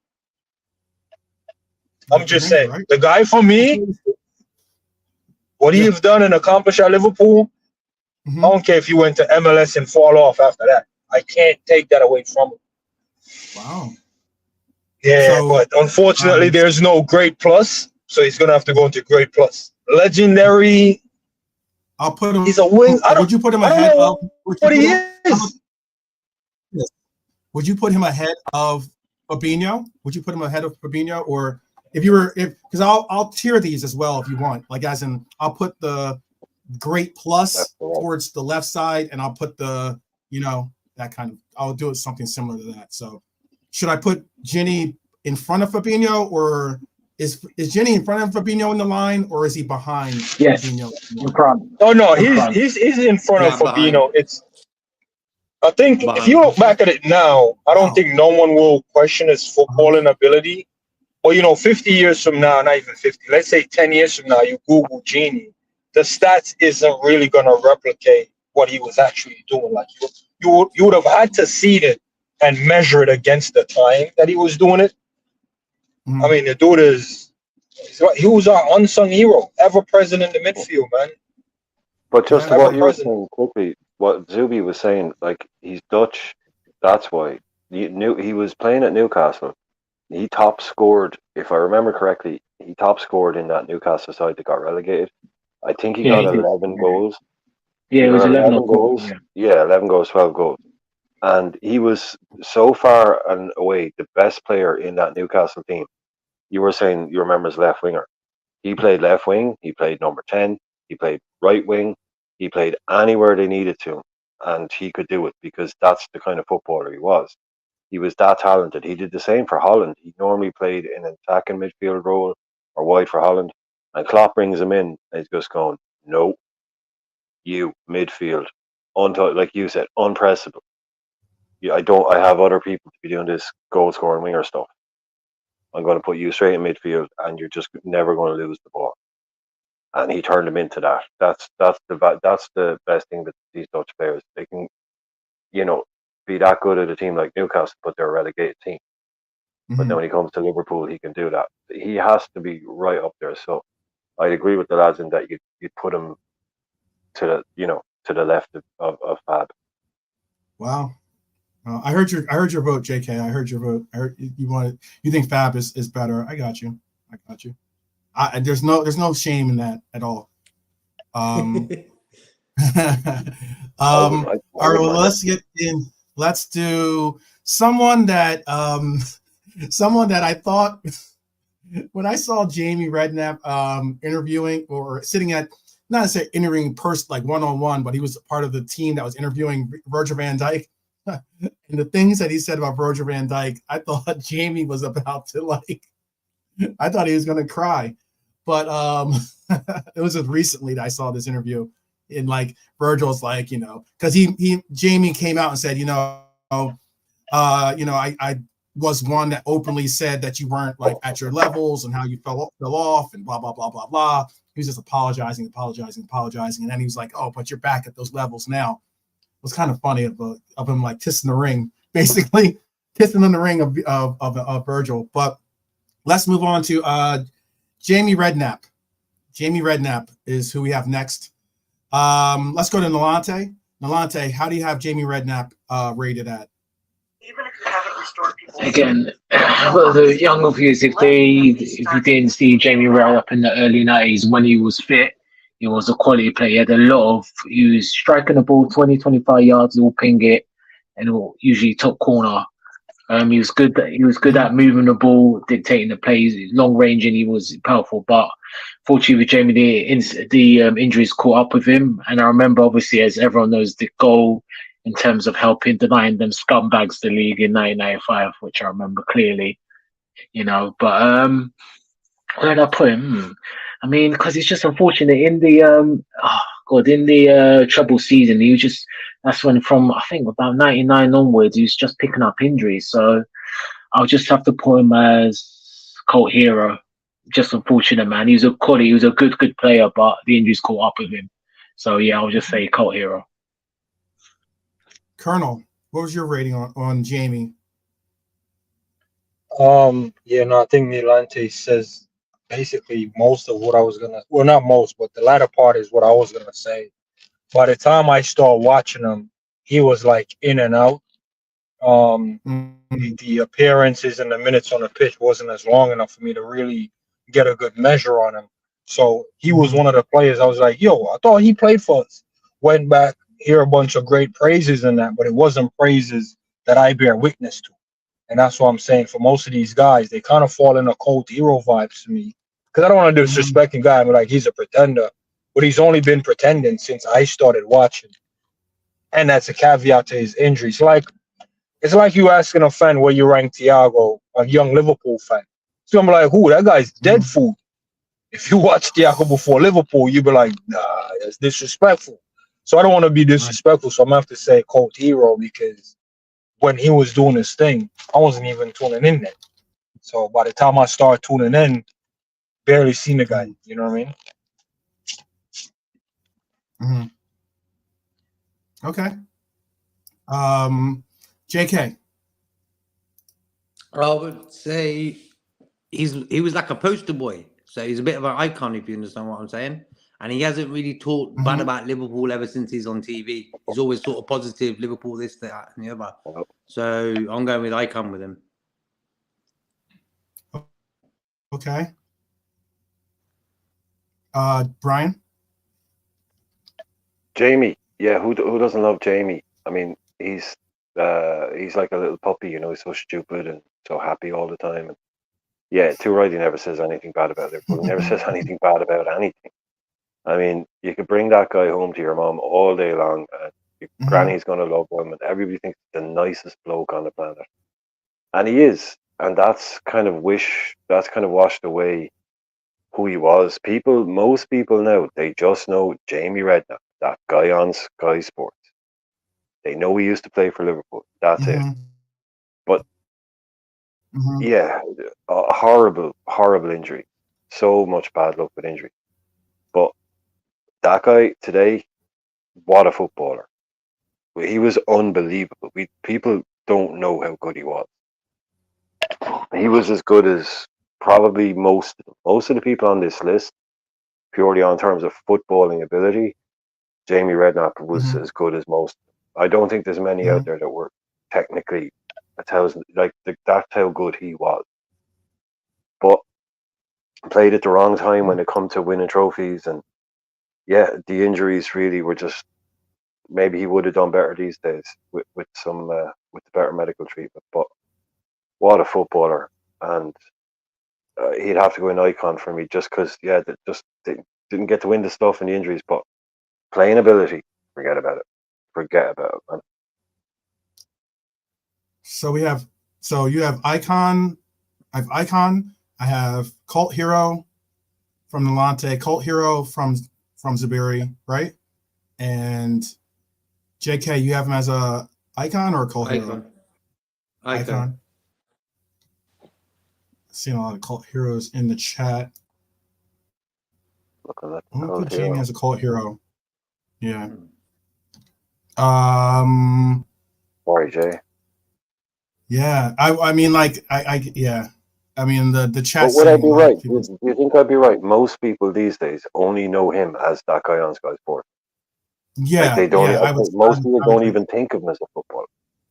Yeah, I think he retired in 2005. Like I said, when I started really tuning in, bro, man was he 20 years ago. He was done, but I think he retired early. Like back then, players was retiring as early as like 34, 35. No, he was done by the time he was 28. To be his knee, he had a couple of really bad ones, and the science just wasn't there back in the day. He had 2 really bad knee injuries. It was just his thing. That was his thing, was nothing but talent, but nothing but bad luck with injuries. So he was done by the time most players are in their peak. This next player is someone that I personally loved as a player. Like I just loved his intensity, his commitment, his presence on the pitch. He actually, I was watching one of my favorite players of all time, El Nino, talk about he gave his all-time 11 basically of players and people that he's played with at least. And this player was on his list. Javier Mascherano is the next player that we have. So Javi, what do you have Javi at? And I'll start with Colonel this time. What do you have Javi at? To be honest, man, I tax him heavily on your show. There's some other men that's gonna get heavy tax from me, man. I'm talking about, the taxes they put up on these oligarchs type of tax. This guy, man, I rated him so highly. When he left, bro, I taxed him about 90%. So talent-wise, this dude is legendary, man. Yes, legendary talent-wise. You know what I mean? But when I tax him to 90% to him, I'm like, for Liverpool, he's just like an icon, man. We didn't see him, you know what I'm saying, for he wasn't even here 3 years. I think he came in for like 2 years and dipped. I was just like, bro, ain't no way you get me this excited and leave. Nah, Steve, he was here for free. He's here for free. Yeah, that's what I'm saying. Dude, dude, he came in. I got warm. I got all fuzzy. You know what I'm saying? Like a baddie. I'm like, yo, he's about to get it. And then he just dropped me, fam. He just left. So, I was in my feeling. I was emotional youngin'. Don't judge me. I was emotional as a youngin'. Wanted to kill everybody and everything. Open there. You know what I'm saying? Man left me, fam. I was like, yo, nah, we were cooking. And he left. So, It was a legendary though. He was legendary, but I don't think he was legendary for Liverpool. Maybe he was. I don't know, man. Man broke my heart. That's all I know. Oh no. Yeah, I'll I put can him in see. great. I can see. I'll I put can him in see. great. Yeah. That's I mean, Barcelona. Liverpool break a lot of hearts. It wasn't just the Yeah. team. There was some players that caused heartaches at Liverpool as well. He was one of them. Yeah. That's what you learn as you get a little bit older, man. You don't attach yourself to these guys too much because they will.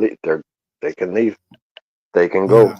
You know, they can Yeah. turn around and a little bit of an offer, a little bit of batted eyelashes from another club, and the next thing you know, that guy that you swore blind was, going to be at Liverpool for 10 years. They're going on down the road to Barcelona or going on down the road somewhere else. Yeah. You I mean, gotta that's keep You know that what? I little bit think of him.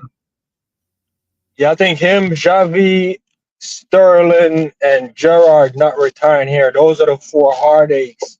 Suarez as well. That was the 5th. Once I get a handful, I shut off. I become numb. Even the manager can go. Anybody can go after them 5. Right. But definitely one of the first heartbreaks, man.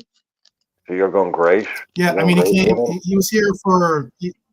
He joined in. What was it? February, I think. I think it was February. He came to the team in 2007, and then he left in 2010. So so not very long. I don't think we really won anything of note during his stay here. Nothing. So. That's the fact. That's a sad thing. I don't think we won anything during his stay. No, we got to the Champions League final. That's it. Yeah. Part of our. Well, we'll go on. Sure, we'll talk about it. Yeah. But let's just get the. Yeah, we got so many players. We can some of the players we can get in depth. Obviously, some of these players that touch our hearts. But I mean, like a good number of them have in one way or another. But yeah, so we can get through the list. What were you? So Colonel, where'd you have him at? Did you have him as a contender then? Ooh, that's a good shout. You know what? I like that because when I broke it down, clearly I was going back to past trauma and emotions. Definitely a pretender for me, man, because he came in. Pretender, man. Talent alone, I get you. Legendary talent for sure. I mean, at Barcelona, he thrived. But I mean, yeah. And it's not that one is working and the others are on standby. How about for you, Nolante? Yeah, I mean, echoing what you're saying, man, let's see back. Echo what you both saying about Mask. He wasn't long enough. He's a world class player. He played well for us. Don't get me wrong, but fortunately we didn't win anything, and he left at the right time because obviously Benitez, his last season was terrible, as you know, and then he saw a Royal Hodgson. he took one look at Woy, and he thought, nah, I'm dipping. Barca, come get me. And then he speaks some Espanol, some Argentinian language over there, and he dipped. So all I can do, to be fair, icon. Okay. Can't go higher than that. Can't go higher than that. Brian, what are you rating him at? I'm seeing some Dustin has him very high. What do you have him at, Brian? Just the fact he's one of the best part of one of the best midfields we've ever had. The Alonso, Mascherano, Gerrard midfield three is absolutely ridiculous. But we never won anything. He was here for a short time. But I would still put him in terms of the level of a player he was. He's got to be high icon level. So either to the right of Fab or to the left of Danny Murphy, who should be to the right of Hammond, by the way. But I can fix that up for us. Yeah, we can fix I that would up. put him in. I'll put him in icon. I won't speak to Dasmic just yet. Icon done. Finished. Next. Okay. JK? We're trying to keep it moving here. Mm-hmm. Yeah. Because we have a lot of. I'm gonna get them all through. I'm gonna try to get us through. So someone said a couple of names and it made me think of some other players. But JK, what do you have for Mascherano? The thing is, Fabinho and Gini, they both gave us their best years to the club. So for me, they're great. So, but Javier, he went to Barcelona. So for me, he's an icon, top player, no doubt, but icon. Okay. I like for this list alone, Yeah, I can understand Zabiri's vote, and I'm almost, despite my high praise, I would almost say pretender for LFC standards. For LFC standards, but that's just me putting my vote. So people don't think I'm trying to duck. It's being the host here, trying to duck away from the harsh, or like the tough evaluations. Only because like he played such a short time, and the fact that he left. If he had the tenure here that he had at Barcelona, different story. He played at Barcelona from 2010 to like 2018, I think, or something like that, or 2019. So he played there like 8-9 years, On the lock. So, that's why. And to see him be great for them really hurt. That's what it hurt for me. That really hurt a lot. It didn't hurt as much as that time he, and this is the medical term for, tore his anus going in for a tackle for Barcelona. Do you remember that one? Typical wow. And he went in for the world's biggest slide tackle of all. You can see it on video. He goes in for this slide. I'm not gonna lie. I remember seeing that, right? Yeah. And I'm like, yeah. I'm glad they touched you up in the locker room. Like I said, I was a bit bitter. I'm not gonna lie. Exactly. Karma. There's karma there. How would we go as because I mean, like, geez, I don't want to. He's not really a cult hero. I'm about to put him for right now, pretender. We can bump him up later. I'm flabbergasted. I know, but that's okay. We move. It hurts. And we move. Let's go to a player that's beloved by a lot. Some player that's brought people to this team. John Barnes. I know that the Premier, we're talking just about Prem history, like as in the Premier era. So I know people probably could possibly say something like, with John Barnes, he was more so at his pinnacle before. Yeah, Prem. all that stuff. Don't worry about that shit. He's into this. Yeah. Okay, so we'll just rock through this one. Brian, what where would you put him at? Oh yeah, he said Dustin says legend. Move on. Where are we putting him at? John Barnes is an icon. He's a great. He's a cult hero, and he's a legend. The only thing on that list that he isn't is a pretender. So straight to legend status. No more questions. Okay. JK, you there with him with the legendary status? I'm going straight up legend as well. Okay. Easy enough. Colonel? Say no more. No comment. No comment? No comment. You don't, is he okay? All right, you want to pass on this round, basically? I prefer not to speak. Okay. Nalante, I mean, like there's nothing, you know what I'm saying, to say. Nothing to say. I got you. Nalante, I'm assuming you put. I see Philip Bedwell. Big up Philip in the chat.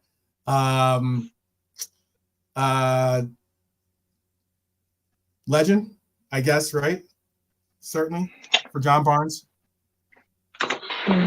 Yeah. I don't know, man. I'm torn because he is a legend, but we're talking about these Premier League years because he had a few of us before he went, and he was good, but obviously he's not on the peak of his power. So, and I'm thinking about everything combining with the players about winning stuff and all that. So,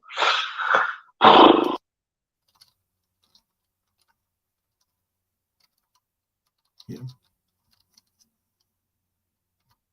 Okay, you still there? Oh. Yeah, I'm still there. Icon for me. Icon. Okay. Yeah. Wow. Okay. Icon. I'm gonna put him at legend. It looks like legend is more so I get what you're saying too, because that's why I made the preface to say what I did about he was more of a legend before the Prem era, but during the Prem era he was definitely an icon, if not he he'd already kind of like come down a couple levels in performances, but he was still, I guess, once a legend, always a legend, I guess. How about this player who was considered a legend at some points? And we'll go through this one real quick too, because I know he can be divisive. Mr. Henderson, Jordan Henderson, our former captain. Ooh, I do not speak. Flexibility, I do not speak. Okay.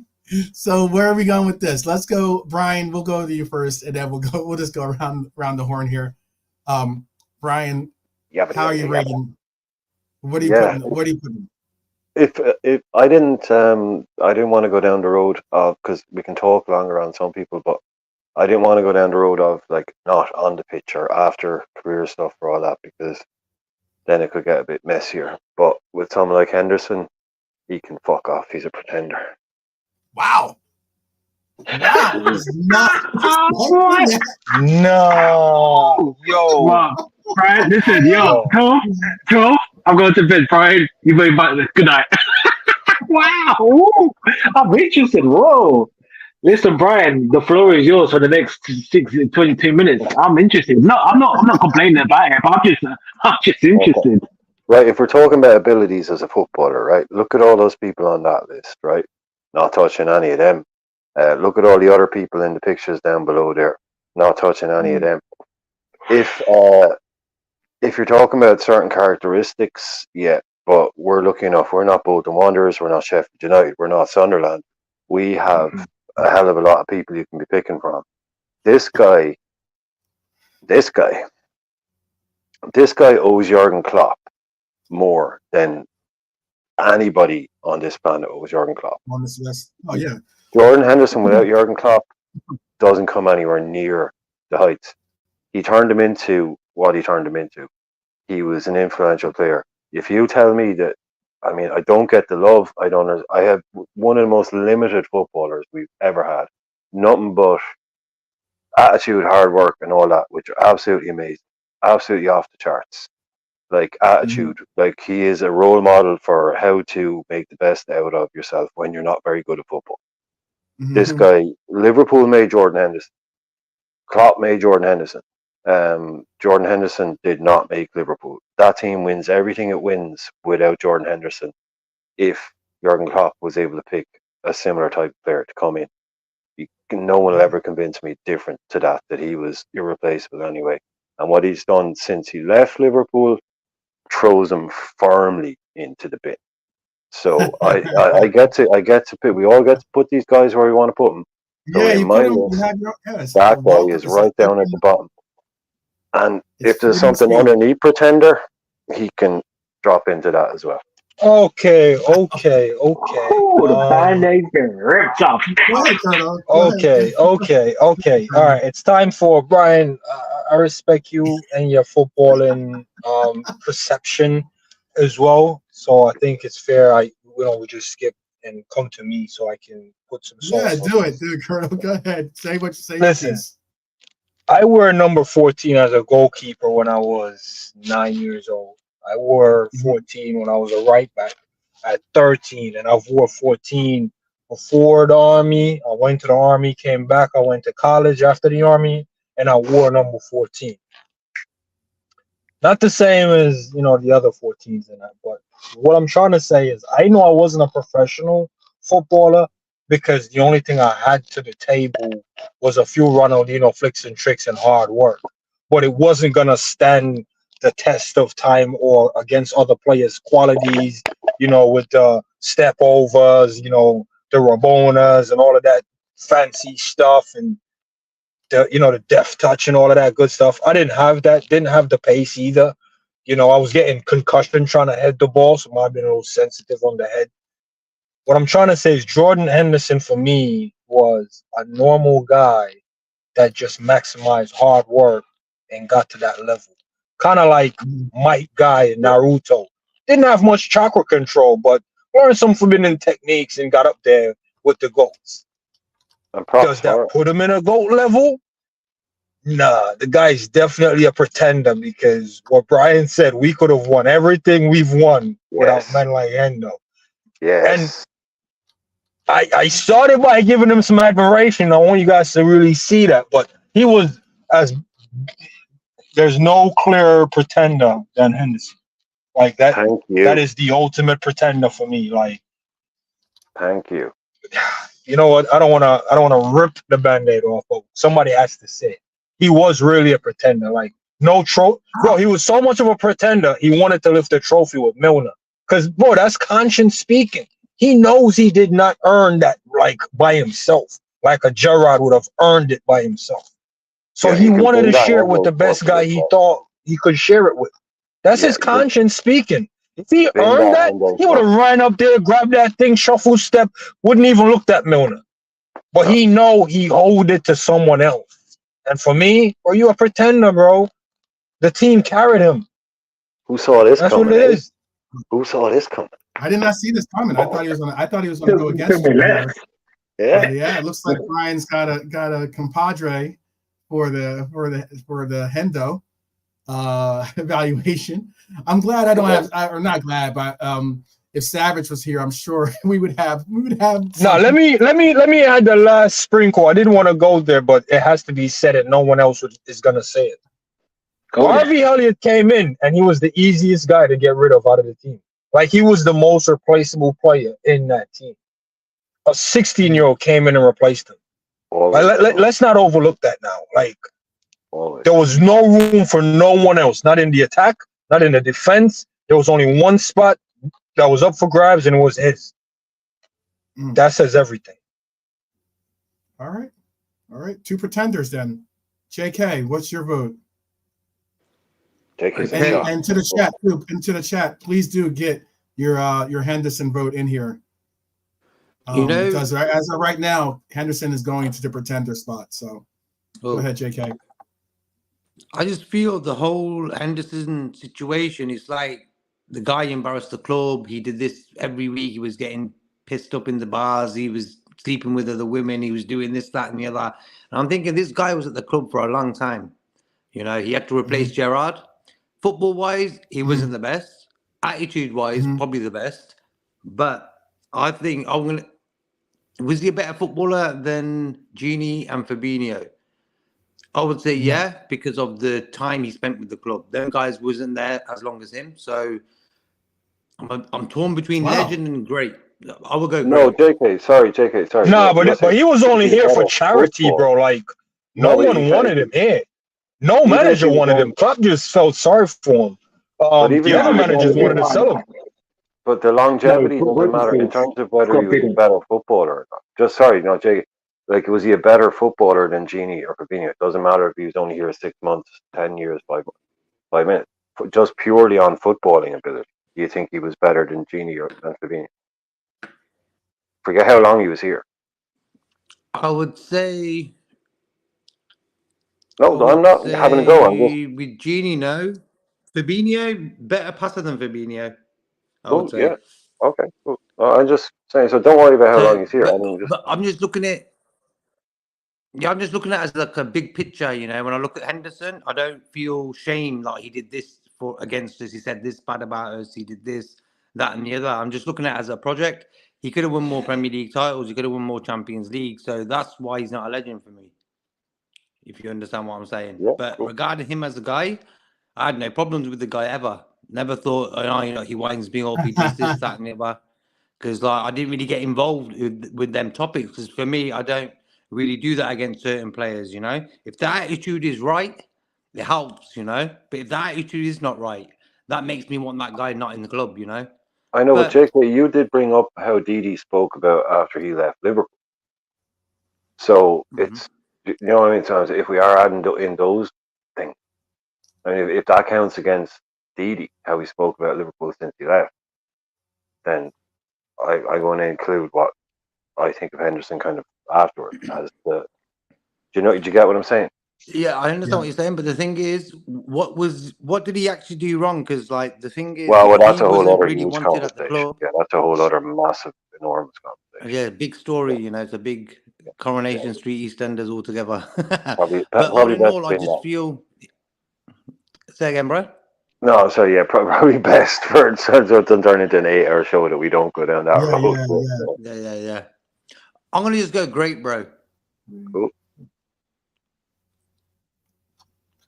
Nalante, what's yours? He's gonna say I do not pretenders speak. today to get a headache. I do not speak. If I speak, I'm in trouble. I'm in trouble. Yeah. Yes. I do not speak. I do not speak. Okay. I know where your vote is then.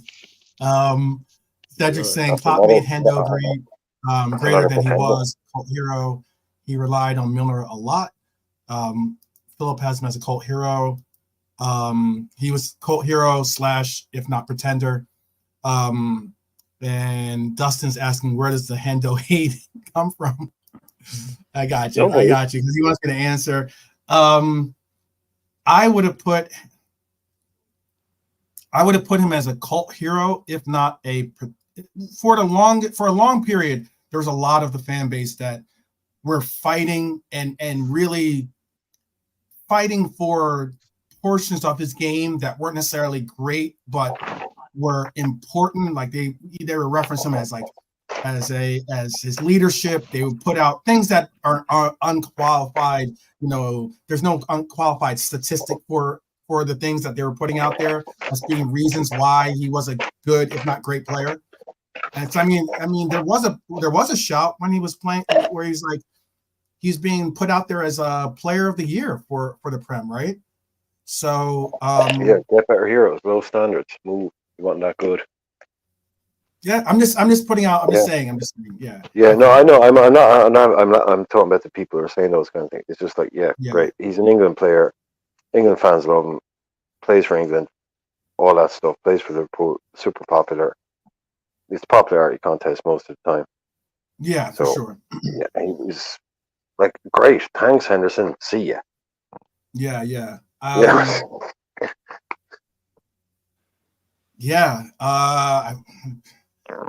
So I'm going. The chat has him as a cult hero. I know JK put him as an icon, I think, right? But we have 3 votes for pretenders. JK had him in a great. I didn't vote. I said I do not speak. I do not speak. Yeah, I know where you're putting it, man. Do not speak as pretender. That's definitely going down as a pretender, unless you decide That's going down as a pretender vote, man. Mourinho. Chat looks like JK chat. We're all getting outvoted. Three pretenders votes on the panel for Mr. Henderson. Has to go in pretender, I guess. You see? Wow. You're going to get some. You're not going to get some bland nonsense tonight. Yeah. You're going to get some. Well, different opinions. Yeah, definitely. I know. Shock and awe is what we're bringing right Danny now. Murphy's on top of Hendo. Oh, that's so funny. That's and he's not on top of him. He's 2 levels above him. Yeah, 2 levels, not just 1, 2. Yeah. Crazy. How about for this player? I thought he was. Injuries hurt him. I thought he was some people might associate him with Arsenal, but I think more so this player. I think this player had love for. He always had love for Liverpool in his heart, even when he was playing for Arsenal. And I also believe that he had love even when he left. He still had love for Liverpool in his heart, and that's Ox.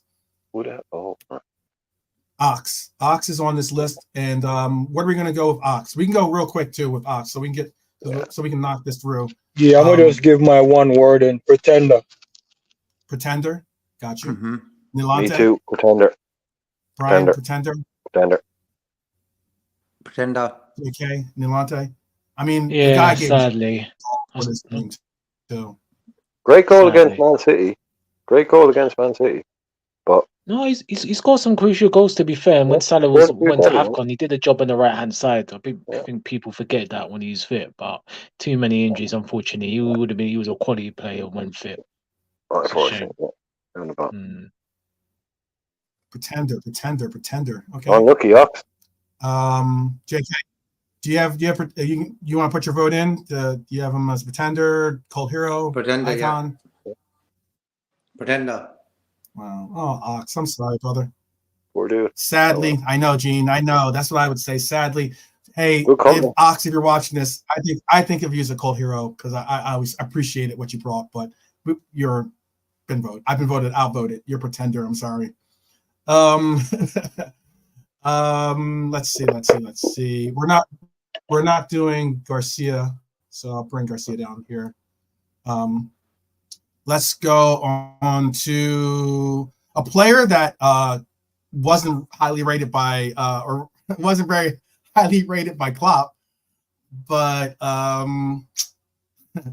let's go Sissoko. Mamadou Sissoko. How are we rating Sissoko? We'll go with Who's up?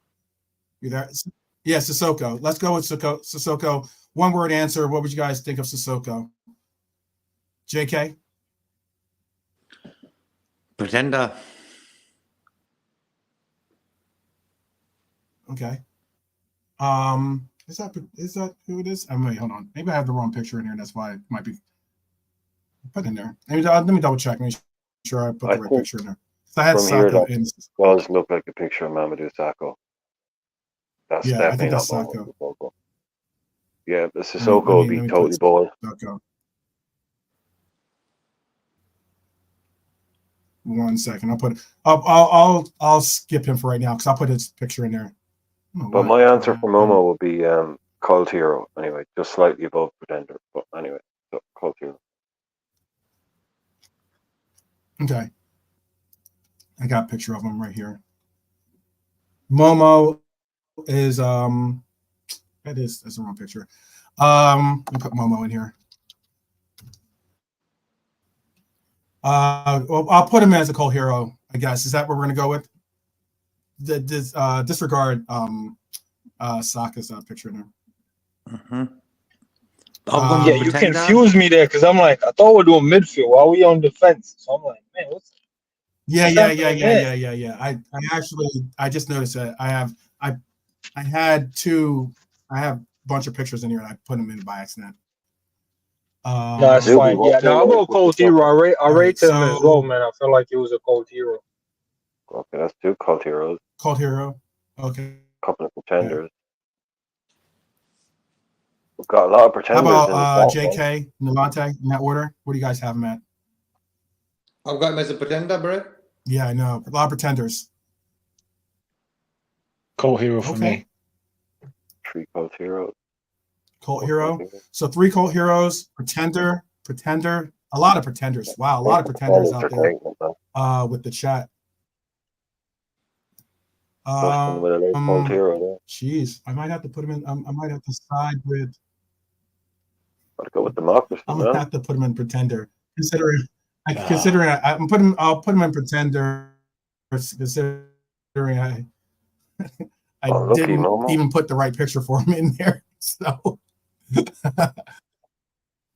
yeah. What about for Momo when he ends up in pretender? Let's go. Yeah. Let's go with. Let's see.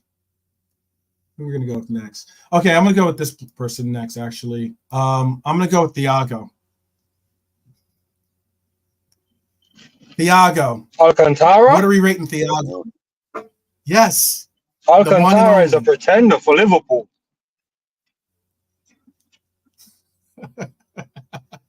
I knew this was gonna be, yeah. I knew this was gonna be interesting. So, this is the guy as pretender. JK, tell me what you think of him. What is Thiago? Pretender as well, and it hurts to say that because that's one guy you just wanted to be fit all the time, you know. Yeah, he's a pretender, bro. Yeah. Okay. Do you know how serious him being a pretender is, 12? He pretended to be fit in a final, and he wasn't fit. He pretended to come back from injury, and he can't tell me he was fit. So he's pretending in real life.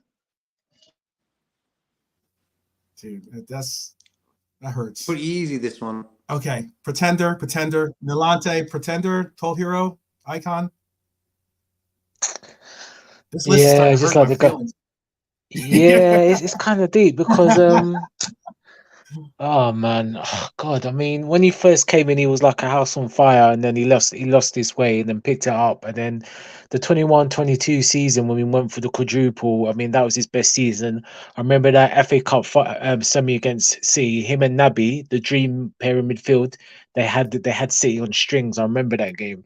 And then, as Sabiri said, Klopp bottled it in the final. He shouldn't have started. Naby should have started. It's one of the finals. I'm so angry with Klopp because he bottled it with certain players. So. Yeah, man. Unfortunately, pretender for Mr. Thiago Alcantara. Okay. Brian, I know he's one of your favorite players of all time. Yeah, like I get labeled. That's no joke. I know he is one of your favorite players, but No. I get labeled as a Thiago. Well, I'm not a hater, all that stuff, and only because I'm so realistic about him. But if YouTube had been around and I'd been on YouTube when Bayern bought him from Barcelona, I would have been crying on YouTube because we were being linked with him, and I was like, this guy is. If we can get a player like him, it wasn't just the player; it just proved that we could sign a player of that profile and that ability. And it was also how good he was, and the fact that he kind of he swerved Liverpool a little bit, and went because if you look it up, those interviews, the classic interviews, he's like.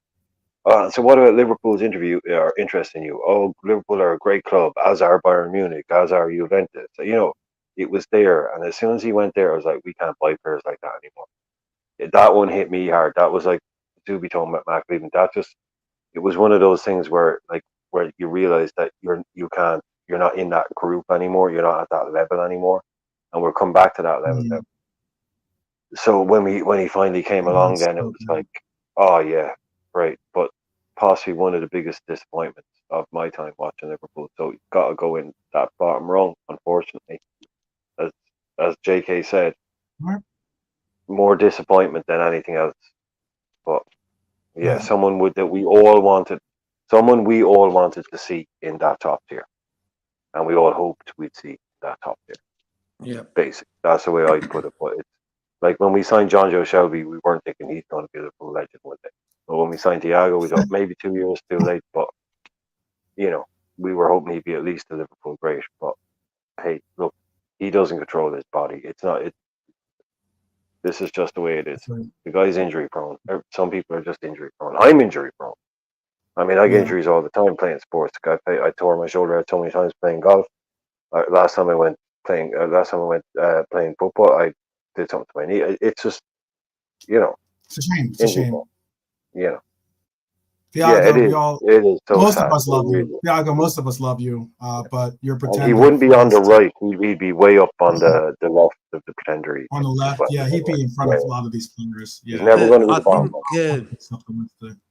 I think that Thiago has that cult hero status as well. I think there's not one Liverpool fan who don't like him. So maybe he could be cult hero, if you understand what I'm saying. He's a cult hero. He's a bit of a pretender, but him he's as a cult person, hero. He's got cult hero status. Yeah, he's a cult hero in real life, but in the tier of the one, he's unfortunately not. I think. Let me make sure that this. Let's.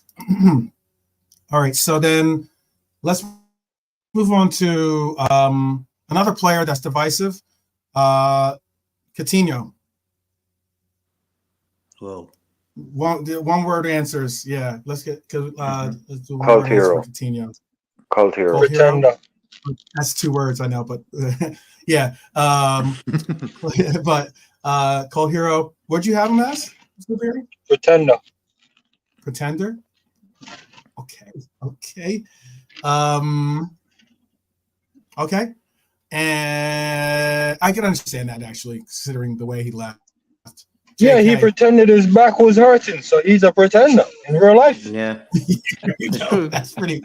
I'm just trying to keep it honest here, man. Man pretended his back was hurting. You're being a pretender, bro. Yeah, that's taking pretty, it very literally. He pretended. Taking it very literally.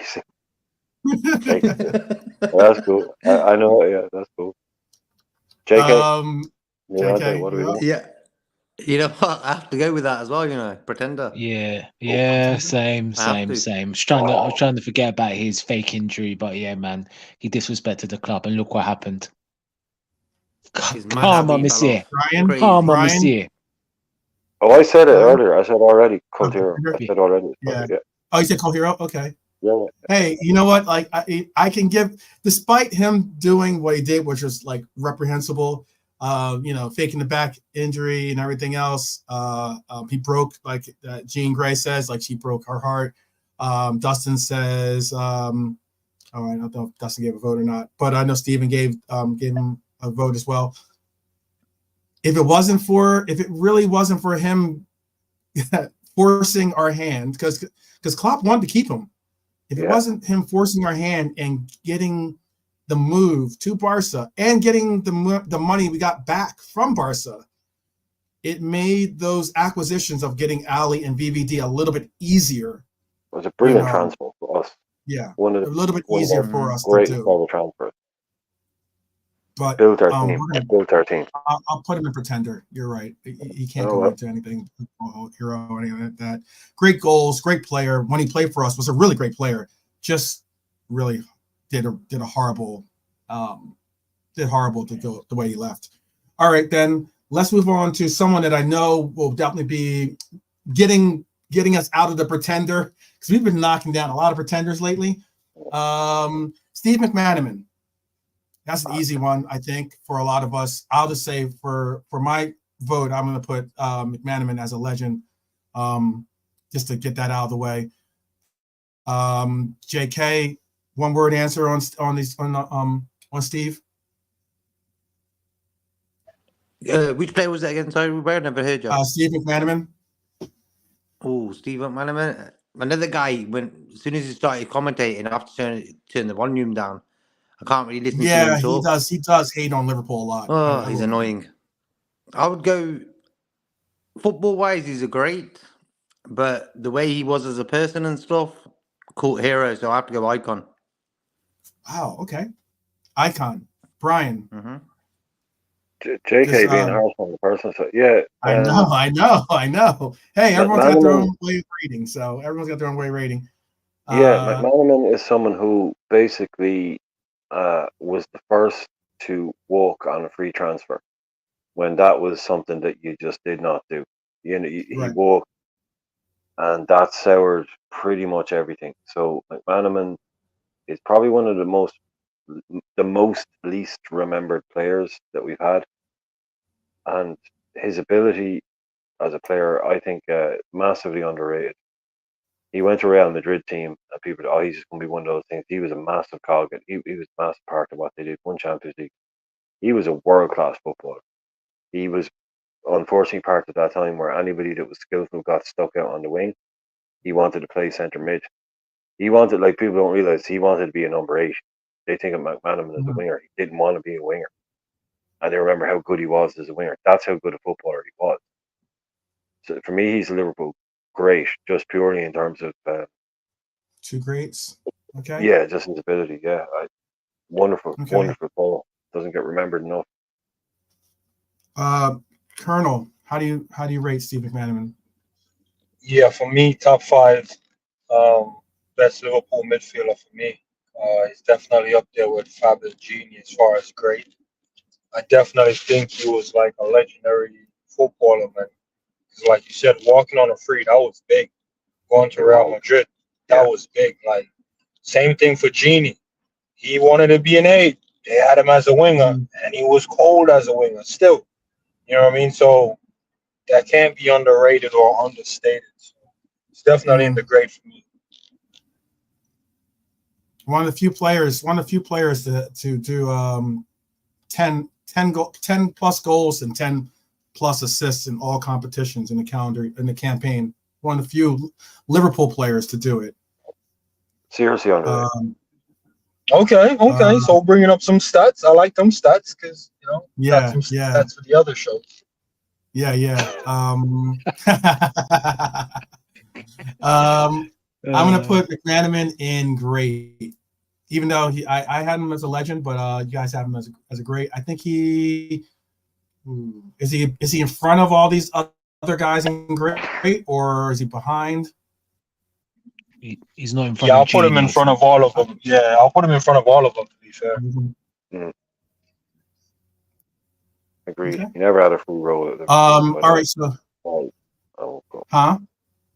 So What'd I'm you say? sorry. What'd I'm you just no. I was just responding to comments. He never had a free role at Liverpool. Oh. He may have had a free role at some point, but he didn't have a free role.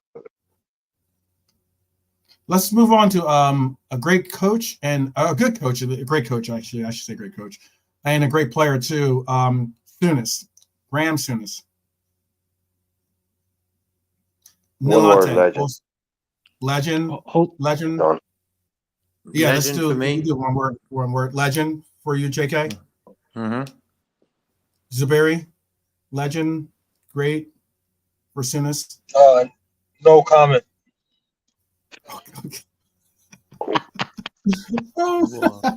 Okay. Lante, we'll just move away from that. Are we talking about are we talking about Souness as a coach for Liverpool? No. Players. I just said he's a good coach. Yeah. Oh, I thought we were doing just Premier League football players. No. Yeah. Players. Yeah, we're just doing players, not even Premier League. Just players. All right. Okay. Yeah. Well, yeah, player. Yeah, of course, legend, without doubt. Legend. No, one word job. Doing this easy, done. Legend. Yeah. Guys got more trophies than God. Let's move on to since we're talking about some of these more legendary players. Let's move on to Jan Mobley. Mobley, not Mobley. I said Jan Mobley. I said Mobley. Mobley. You were calling him Mobley earlier. I let you do it. Yeah, sorry about that. I said no, it's just there's a character in Borderlands 2. I don't know if do you know the Borderlands video games? But anyway, there's a character in that called Mobley. The character then called him Mobley. Yeah. He's very funny. I just absolutely very good by that. Wow. Hey, Nature Boy. I knew it wasn't gonna be safe when Nature Boy saw Hendo at the Pretender. He's gonna be trying to gun it for us all. Sorry. I'm here for it. But what do we have Jan at? Where are we placing Jan? Let's go. Colonel, what's your vote for Jan? No comment. All right. Nalante. Icon. Okay. Brian? Jan Mobley is a Liverpool legend. Yeah, Jan Mobley. Liverpool legend. JK? Great. You guys making it really hard, really difficult for me. All right. So we had no comment. We've had two no comments in a row, by the way. So I'm vetoing no more no comments from Zubi. I know. You can't keep cutting. You can't just No, that's safe. That's a good veto. I'll second that veto. Where are we gonna put Jan at? See, this looking like a great. He's got to go. Looks like legends are getting. He needs to be higher, and Hendo needs to be higher. I knew Nature Boy and Enz were gonna come. Were gonna come for the panel as soon as they saw Hendo in the Pretender League. They didn't hear our amazing arguments. They didn't hear our. No, they didn't. They didn't. You guys got to go back. You guys got to go back to the arguments that they're at least the contentions of why he's there, where he's at. All right, how about we do for Vladimir, since Vladimir's next on our list. Vladimir Smyser. What are we rating Vladimir at? For that Champions League game, I'm going to give him a great. A great, okay. Nalante? Cult hero. Cult hero, okay, great. Cult hero. Zuberi, no more. No, you can't do. You can't do no comments. No. No, he's cult hero. No, he's cult hero level, man. Okay, cult hero. Okay, Brian. Smeater, yeah, he's obviously not a legend or a great. He was a nice little player, but we're talking about some of the best ever here. He's got to be a cult hero for me. he doesn't even quite get into the icon level. You know. Wow. Okay. So for me, yeah. But again, like just like what Sav was saying there, like Savage, I don't know if you're watching, if you're listening, or whatever. But like, ignore legend, great, icon, cult hero. That's just the world. It's just A, B, C, D, and E. So it's just level A, level B. Like, yeah, I'd call some of those players that are in cult hero, I call them icons. I call some of the people that are in icons cult heroes. But it's just A, B, C, D, and E. So you know, don't. I mean, if we're going to get stressed on the word, and okay, yeah, let's not get. Yeah, look at how they're tiered. I guess he's like icons, definitely like a middle tier, if anything. So,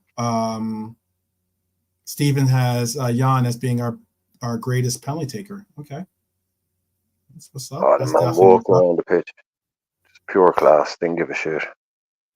How about we move on to the man that actually spurred this debate, and that's Xabi Alonso. Xabi Alonso.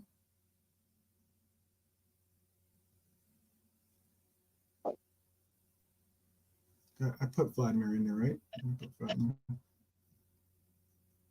What are we feeling? Okay, so let's go.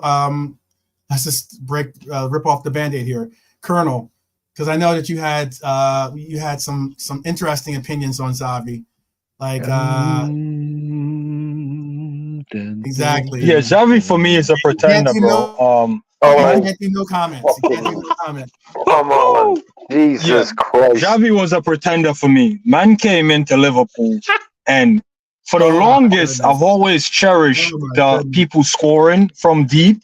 But man started scoring in his own half, and I'm like, hey, yo, we got that. And I'm like, nah, we're finna kill this league, bro. Man left, bro. I'm like, nah. I put all the chips in, bro. That's why I don't gamble. I was talking shit about how man can just score from anywhere. And then man left the team. He can't score from leaving the team. So man's a pretender, bro. Man got me all hype. And that's why Liverpool have belief and trust issues that Klopp had to come in and fix. It's because of man like Xavi, Mascherano, and them man, bro. They get our hopes up and they broke our hearts. It took Klopp to come in to fix all of the years of trauma. Because every time we get excited, we always clutching our purse and our wallets like, I don't know if I should invest because of what Xavi and them man did to us, bro. Man's a pretender, fam. That's all I'm saying. Traumatizing that. I'm good now. I've went to therapy. Okay. Klopp sorted me out. Trophies out. Okay. But nah, bun Xavi, man. Wow. Okay. I just want to make sure that you know that some of your fellow Avengers are making sure that they give us some context, apparently. And Ansman is repeating that for you just in case. I don't know if you can see if you're yeah, no, I can see the comments. So the beauty of the Avengers is there's no two Avengers with the same power. You know what I mean? So there you go. Yeah. I mean, we're not an Avengers because we're just in unison. We're Avengers because we each possess our own unique strength. All right. Well then, how about for yourself, Nalante? Where do you have Alonso?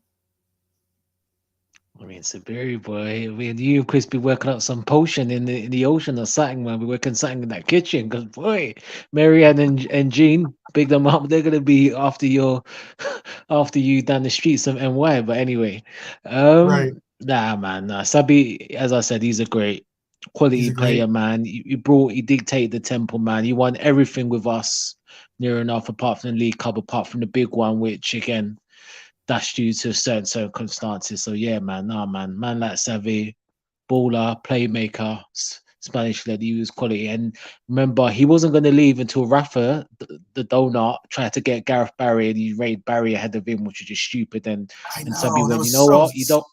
You're right, man. That was and he said, "You know what? I'm gonna give you one more season. I'm gonna bounce to Madrid." And if that, I'm not saying he would have stayed at Liverpool for the rest of the career, but he would have stayed a little bit longer before he left. So yeah, man, he's a great. If he would have won that Premier League again, because my equivalent is trophies, then boy, he would have been he would have been a legend. But long enough. But yeah, great for me.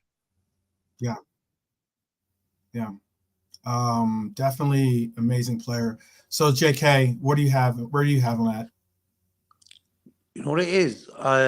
It's the way certain players, Coutinho, he's at the bottom because the way he wanted to go, And I think as soon as they want to leave Liverpool, I can't view them as a legend straight away now.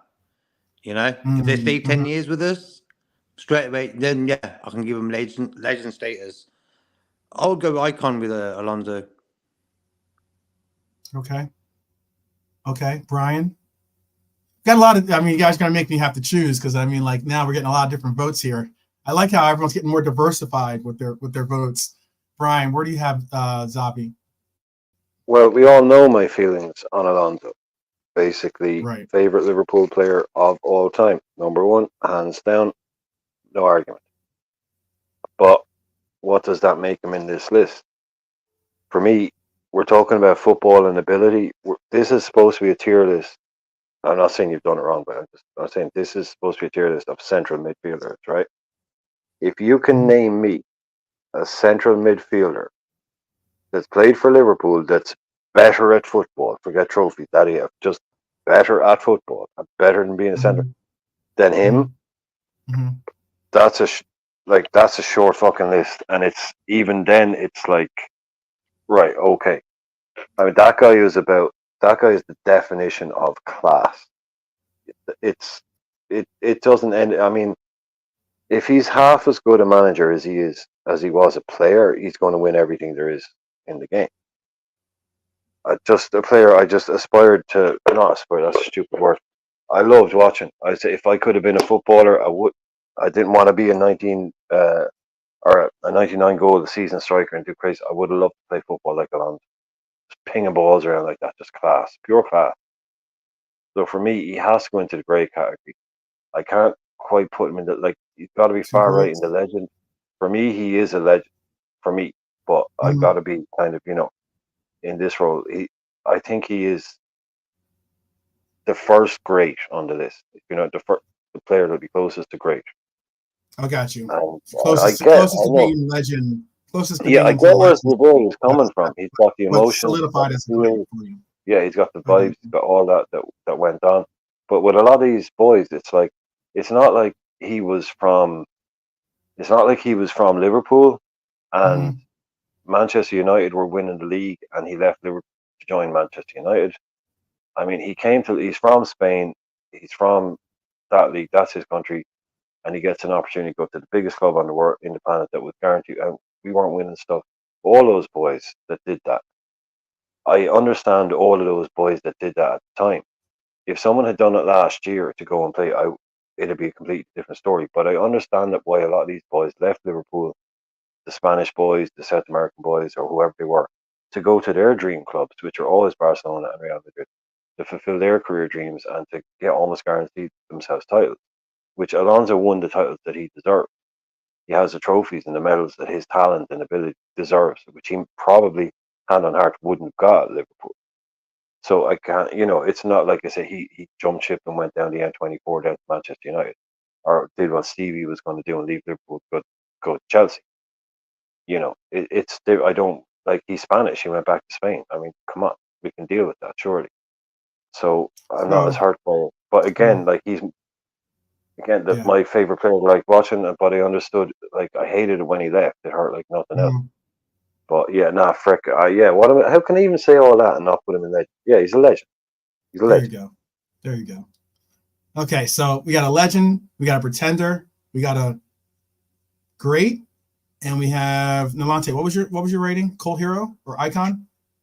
No, I'll put him as great. I think JK put him as icon. Oh, this is great. Okay, JK put him as icon. Okay. Jeez, you guys are gonna make me have to do this. Do you realize that he has possibly one of the greatest goals in Liverpool Premier League history, possibly? He scored. He's one of few players to have ever scored from his half of the field. So he scored. He did it twice, exactly. He did. He played. I'm trying to. It was the FA Cup game against. It was against Luton. 5-3. Newcastle. Yeah. Yep. And then what was the other one? Was Newcastle, right? Yeah. Steve Harper was in goal. That one's regarded as like one of the greatest, like, one of the greatest strikes of all time, I think, or something like that for Liverpool. In the sense of scored from 75 yards out. That's freaking ridiculous, dude. To have the cojones to think you can score from that far out, that's impressive. That's certainly impressive. And he was very, very influential in winning us that 2005 Champions League title, by the way. He's got to be trying up there. to bring down our ratings here because the pretender. Oh man. I'm gonna do my one executive privilege or executive order of putting him in a legend. Because he's just so good, man. I get that he didn't spend here that long. I get that he didn't. There's definitely points out there, but you know we can discuss later on. Let's get through all of these. I know I'm going to get criticism for that. I know, I'm sure, but let's move on to let's see who else. Let's do Lucas. Lucas is next on the list. I'll let Nalante do Lucas or answer for Lucas. Pretender. Okay. I don't rate Lucas at all. I'm sorry, man. I was not expecting. Sorry, man. Because Lucas is one of those players that grew on people. He was not loved or beloved at all in the very beginning. I appreciate, but I just didn't rate him. And yeah, he's there for 10 years, and I'm sure some people call Hoover, but for what we bought, what we got, and what we saw, he was just he was just basic. I could have done a job. I could have done the same job he did, if I'm honest. But I'm honest with you, man. Lucas, not for me, man. Yeah, he had some good games, but Pretender for me, man. Didn't rate him at all, man. And did he even win anything when he was at us? No, he didn't. I don't think he did. So, man, Pretender. Pretender. Zuberi. What do you give him? What are you rating Lucas at? Pretender for sure. I remember buying a FIFA after raving about the midfield, and the FIFA card had man at 68, bro, or 72, something like that. And I'm like, bro, I just raved about you, bro. Open up the game and this is what I'm seeing. Like, maybe I don't know football. Maybe FIFA got all the stats or something. Because I rated him highly, bro. And I saw that, and then sure enough, in that season, man was just doing up Pretender stuff. Like, yeah. Bro, he was the Hendo before the Hendo, bro. Hendo shits them suit, man. Hendo makes Lucas look like a small boy. No, because Hendo had professionalism to it and more of an image to it, like, you know, the way he carried himself. You know, Lucas was more like low key, you know, not too much in the spotlight and that, but if Hendo had stayed out of the spotlight, it would have been another Lucas, man. Okay. Gosh, I'm not sure. So Lucas just basic. He was like a fake Brazilian. Oh, don't say that. Don't say that. Sorry, Tom. I'm sorry. He weren't great at all. You weren't. Okay. But sorry, it's not my time to talk. Apologies. No, you're good. You're good. I just want to make sure. So I know you have Pretender in the Lante. Zubiri, you're putting him as a Pretender too? Yes, sir. Okay. Jay Kismet, what do you have him at? Lucas, Cult Hero. Yeah, okay. Cult Hero. Can understand that. Brian, what do you have him at? Oh, Brian's on mute. Okay. I'll vote for Sorry, I'm on mute. Sorry, I'm on mute. Oh, sorry. Yeah, no, I wouldn't have him as anywhere near as low as the boys do. I mean, Lucas, yeah, again, came in at a time where we weren't winning stuff. And again, I get it. Like, there was a bit of an idea that we were signing a player that we didn't get. We were buying a defensive midfielder, and I think some people thought because he'd been playing more attacking that we were buying a different type of player. And I was similar to that.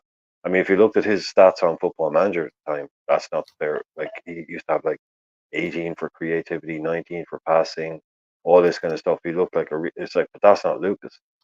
But for someone who came in and won over the fans, 10 years ago, I know that guy is the original kind of Jordan Henderson in terms of just hard work, determination. And by the time towards the end of his club, he showed how good he was. you know, again, I'd have to have him in at least tier 3. Again, I'm not calling him an icon, but I'd have to have him in at least. Yeah, I think Lucas would go in the icon, like tier 3 for me. I'm getting. I don't have. See, I don't like calling the icon. It's just sticking in my head. I'm sorry, I know I shouldn't, but I'm going to call him tier 3. For Lucas, tier 3. definitely not bottom or second bottom. No, he was really. We got two pretenders, two. I think. Wait, JK, you said cult hero, right, or icon? Cult hero. Cult hero. So 2 cult heroes, two pretenders. What's the chat putting him at? I think the chat's putting him at cult hero. I saw a bunch of cult heroes. I would have him as a cult hero. I think that I like Lucas. I don't want to go. I don't want to say unlucky. You know, unlucky. It'd be unlucky to put him in pretender. Right. Savage says cult hero. Philip Bidwell says icon, and I can't see anything else from the chat. You know what? Ans is asking why I didn't use my executive order on Henderson. You know what? That's because I just thought about the executive order. I just thought about that when it came to Xabi. I was like, you know what? I'm gonna have to start using this executive order. I didn't want to have to use it, but yeah. I'm gonna put him at cult hero. I think that's safe to say cult hero. I think cult hero is good because he's more so beloved because of like of the similar to Henderson in that it wasn't immediately, but yeah.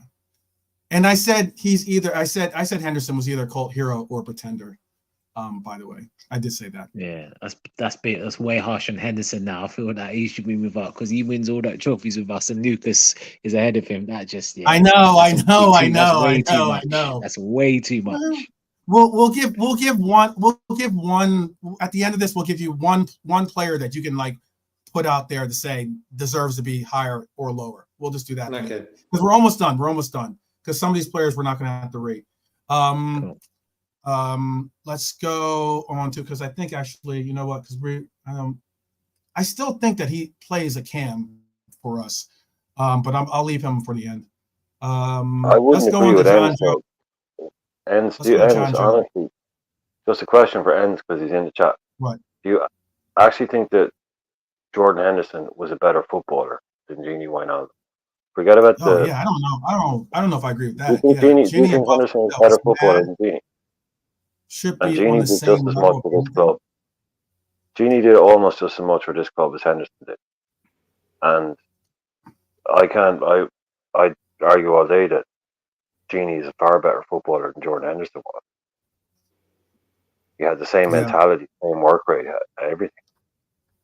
So just because Henderson was the captain, or I don't get it. Like it was my personal thing to put him in pretender, and I fully expected because I was asked first, what's my rating, and I put him in pretender because I just kind of don't like the guy, basically.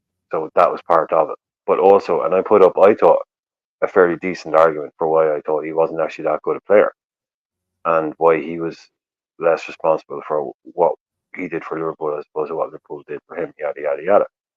Like, but I wouldn't in any way say that he's a better player than Gini Wijnaldum was, better footballer. But there you go. That's how we end. And I didn't expect, but I thought everyone else was going to put him in legend, and everybody else would put him in. Or I was going to put him in pretender, and everybody else would put him in legend. And so, lo and behold, a couple other people agreed, and he gets down there. So maybe not everybody thinks he's as good as everybody else does. Oh wow, getting critiqued by Nature Boy. No, we spoke about it. We spoke about it. We expanded on it. No, everyone's welcome to their opinion. The words are more so just like a label. It's just an easier way to, like, you know, whether you say icon is above a great, or whether you say cult hero is above icon, or icon's above. That's neither here nor there. I'm just trying to say legends the top level, great. Just look at as Brian said earlier. 1, 2, 3, 4, 5. Where do you have them in that list? That's, you know, are they 5th place, 4th place, 3rd place, 2nd place? You could do something like that. The words mean something to me because that's how I would reference. That's what I'm referencing. I think that personally, I've been saying so often people say legends, and I'm like, okay, that's not necessarily. It's difficult. Like as in, I think you can have iconic moments, and that makes you an icon, but it doesn't necessarily make you a legend. But you could have, but there are certain players that are legends. That's what I'm trying to get across with the word. No, no. See, Sav. I'm sorry, Sav. I know, Sav. You know what you're doing. Basically, ignore the words. The words mean nothing. Yeah, it's just A, B, C, D, E. Call it sandwich. These are more so my. It could be sandwich, sausage roll, coffee. It doesn't matter. We all know what number 1 is, and we all know what number 5 is. So it's 1, 2, 3, 4, 5. Right. Well, then, how about this? Since this is possibly maybe this is one of Nature Boy's favorite players. Hey, listen, man, don't let the Wanda Maximoff get in your head, bro. Let's run the show, man. Everybody got their own opinion. Put your opinion in the chat. If it doesn't align, it just doesn't align, bro. We're Liverpool fans, but we got our own mind. Like, you know what I mean? If you don't like it, then, just say you don't like it. Tell us why you don't like it, and that's it, bro. Don't try to come and twist up, man, and do the Wanda Maximoff thing, bro. Allow it, man. How about this then? I don't know if this is Ensman's favorite player or Nature Boy's favorite player, but John Joe Shelby. How are we rating him? I know that he's a pretender for me. So it's what it is. He pretended to be a footballer. What about you, Brian? Where are you putting John Joe? JK, I take you're putting pretender too. We can all move on. Should we just all move on from? We could all say. Can I be safe to say that we're all putting John Joe in pretender? Even chat agrees. So yeah. How about Lallana? Call in, big man. That's all. This is gonna be a difficult. Call in, big man. This is gonna be a difficult one. For me, I got love for Lallana. Yeah. Never liked the guy, right? Never liked the guy. Has nothing to do with his ability. I hated the fourth third. I thought it messed up the run of play. Yeah. I thought the fourth third messed up the run of play and all that good stuff. So for me, I always had him as like a pretender. But I know like in England, he's rated highly. A lot of Liverpool fans rate him highly. I just never liked the unnecessary fourth turns. That was just too unnecessary for me. It was just like, bro, just play the football. And for me, he was a pretender. Okay. Nolante? Because keep in mind that Lallana was he wasn't a captain, but he was definitely influential in the locker room for sure. Nah, man, nah. I get you, but nah, man. When we signed him, man, I was happy we signed him because I saw him at Southampton. He was killing it, man. He was a quality player, man. It was an Englishman. Had a little bit of flair with him, and with the quick turns. But let's be honest, man. Some of the quick turns worked, in certain crucial games. But man, he's part of our squad winning the league. Obviously, injuries kind of hit one or two, but man, he's definitely not a pretender for me. As respectfully, Lallana gets cult hero for me. Okay. JK? I'm going to go with what Zubri said. I think he's a pretender because, I never seen him actually play good on a consistent basis. Like, he came with this hype, but he was never like a top player for us. Okay. So that's certainly a pretender. Yeah. Okay. Brian? Lallana, definitely in the lower end of I'm not putting him in pretender because he was someone that Klopp would have said kind of was built to play for him, knew how to do what he wanted. It was almost kind of doing it already, He was kind of pressing and chasing people down without even being told to do it. And I just I brought it back to earlier on that first game, that Klopp game, 2-2 with Spurs, Adam Lallana coming off the pitch and basically collapsing into Klopp's arms for the first kind of Klopp hug. Someone who had literally, talk about leaving it all on the pitch, and that epitomized Adam Lallana for me. It epitomized Jurgen Klopp must have been looking at him going, "Thank you, Brendan. Of all the absolute shite you brought to this club, at least you brought this guy." Yeah, because he's built for me. He may not be the elite end game player that I'm trying to get to, but this is the one I need. This guy right now. and there's no way I could put him down. And I just think it's hilarious because it might be winding up a couple of people. Just putting people in above Jordan Henderson now. The people are getting in above him is just hilarious. So, no way I'm putting him down the bottom. Like low end cult hero, maybe, but yeah, cult hero, definitely. So we had 2 pretenders, 2 cult heroes, right? Looks like the chat is putting him as a cult hero, saying he's underrated. I guess he's going to be a low-end tier cult hero, possibly right close to being pretender, but definitely cult hero. How about let's move? This is someone that Brian suggested. Igor Biscan. Igor Biscan. Yeah. What? He's got a Champions League medal. He's got a Champions League medal, and he played in centre midfield for Liverpool. Oh yeah, so he's on the list. He's like, what? This is getting way out of hand now, but I will not speak. I will not speak. You should. No. You've done that twice already, man. So speak up. Come on, who's going to get offended by your opinion on Igor Biscan? Yeah, no one. I don't think there's any Igor fans out there that are going to get really, really hung up if you end up saying your piece. I'm going to assume that we're just putting him in the pretender category. Yeah, obviously. He's in it as a joke, basically. Not as a joke. I just had put him in because I didn't know what the list was going to be. So to me, it was like we're looking at people, and it's like Igor Biscan is the ultimate cult hero type of player. He's just the ultimate, like he's basic. What is a cult hero?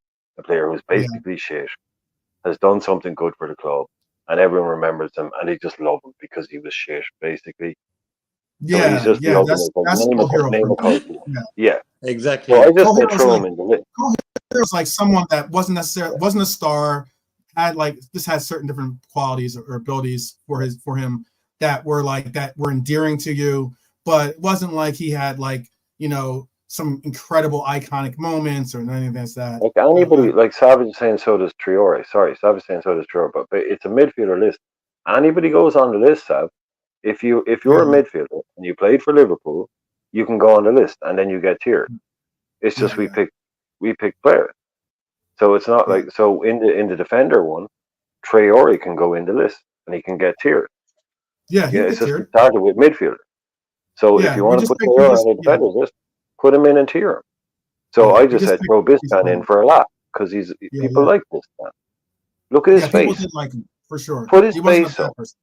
Yeah. Look up, like just Google image Igor Biscan right now. He looks like somebody who just played Frankenstein and didn't quite take all the makeup off and then went out and played football. It's absolutely amazing. Like he looks like he's stoned. He looks like he's half asleep. You're not surprised that his name is Igor. You're not surprised. No, exactly. And his name is Igor. I mean, if that's not a cult hero because he won a goddamn champion, like he's won do you know how many people have won European Cups compared to how many people have played professional football? It's not many. And Igor Biscan, like Savage has said, so does freaking Jimmy Traore. Yeah. There's not many people out there with Champions League medals. Yeah, if he's not a cult hero, if he's not a cult hero, we'll put him in. Come on, man. Brilliant fun. He's great fun. Football needs to be fun sometimes. And Igor Biscan is just fun. How about for Patrick Berger? We get a couple of these last ones. Patrick Berger. How are we feeling about that? We can go with we'll go Brian, JK, Nolante, then Colonel on this one. So Brian, JK go first. JK, you go first. Then. Okay. I think JK, you go first if you want. Yeah. I'm gonna say he's an icon. Icon. Okay. Yeah. Top footballer. He did well with Czechoslovakia as well, but yeah, I would say he's an icon. Okay. Nolante, you want to give us your pick? I'm thinking Fender needs to move up. That's what I'm thinking because, boy, some of the people ahead of him, boy, it's been a bit of a disservice. It's funny. I know. I mean, we're going to do this one thing where we'll allow for you to. Now. Yeah, you can pick one player to move up or down. But, we'll give you. In terms of Patrick Berger, cult hero. Cult hero. Favorite for the ladies. And yeah, man. Yeah. That left foot was a wonder. Yeah. A wonder. So yeah, cult hero. Okay. Sabiri, we're gonna put Patrick at? Cult hero. Cult hero. Okay. Okay. Brian, you're the last vote on here. We have 2 votes for icon, right? Let me make sure. I'm not writing these down. I'm trying to remember them. 2 votes for icon, and we have 1 vote for cult hero. How about for yourself, Brian? I think we've 1 for icon. I think we've 1 for icon. Do we? Oh, we have 1 for icon. Yeah, that's me. Yeah, 1 for icon. Yeah. Yeah, I put him. Yeah, like the guy said. I mean, the kind of guy you want to go out on a night out with because, yeah, let's just say there's going to be a lot of ladies around. Going to be a lot of ladies around if you go out with Patrick Berger. You know, so you know he can't take them all. That's all I'm saying. He's he was the proper Spice Boy. You know what I mean? Him and Jamie Redknapp. You know, there's always going to be some. You know what I'm saying. So a beautiful left foot, like the boys said. But he was playing like that. We were joking about it last night. That Legends game that I went to watch. He was playing in that, and he still has the long hair. I mean, he still looks like Paddy Berger. Oh, come on. But no, you couldn't really put him higher than High Cult Hero because as good as he was, he wasn't that good. You know, he wasn't really that good. A great player, but I mean, in terms of the list here, You know, okay. I just think again he's above Jordan Henderson. This is still getting more and more hilarious. I know. Can I just interrupt? We're almost done. I know, but because we're doing the thing, right at the end. Yes, if you want to throw it out there, if Savage, each one of the panelists, I'll give each one of the panelists a shout to for whatever player they want to move up or down in the tiers. Michael, I don't know. I'm just throwing it out there. Savage, call in if you want to make that Henderson thing. Call in, man. Yeah, call in. Mike. Getting angry about it. Yeah. Michael Thomas. Let's go, Nalante. Michael Thomas. What was your feelings? Keep in mind, Michael Thomas did win an FA Cup in 1992, and he won a League Cup, I think, in 95. He won the League. 95, he won the League Cup, right? 1995, he won the League Cup. Yeah. I like Michael Thomas, man, and yeah, I know he did what he did to us in '89, man. You know, the hearts, you know, but yeah, I think he was a good player for us, man. Very again. The entire dude on the raid could get goals. I mean, the goal, if you watch that in the 92 Cup final against Sunderland, the volley goal cop that. But yeah, man, I thought Thomas is decent, man. And then when he, at the latter stages of his Liverpool career, he played a more defensive role. You know, he started to, you know, hold back a bit like Barnes. And yeah, man, I thought he's very good. So I'll say cult hero for Michael Thomas. Cult hero? Okay. Zabiri? Do you have a vote for Michael Thomas? I know Michael Thomas might have been overlooked by some people because he was I think he left in 1998. I want to say. It was very very short time. He wasn't there long.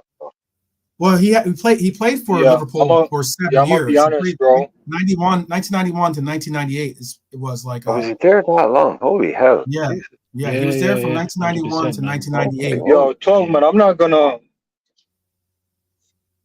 pretend like I was watching a lot of this guy. Like I said at the beginning, before you start, I'm not gonna pretend like I was watching Men in Black and White and look up man's stat, because the context of the sport in 1991, I was like 2-3. So did I get the context of the game? No, I'm watching it back. No, I don't. So can't really comment too much on Man, because Man wasn't kicking ball in 2000. So I'm gonna have to leave a no comment. Call him a cult hero, and I guarantee you he's a pretender. He was a pretender. Michael Thomas is a pretender. Yeah, I mean, he scored that goal for Arsenal. It's crazy. He scored a goal, I thought, in the FA Cup final, didn't he?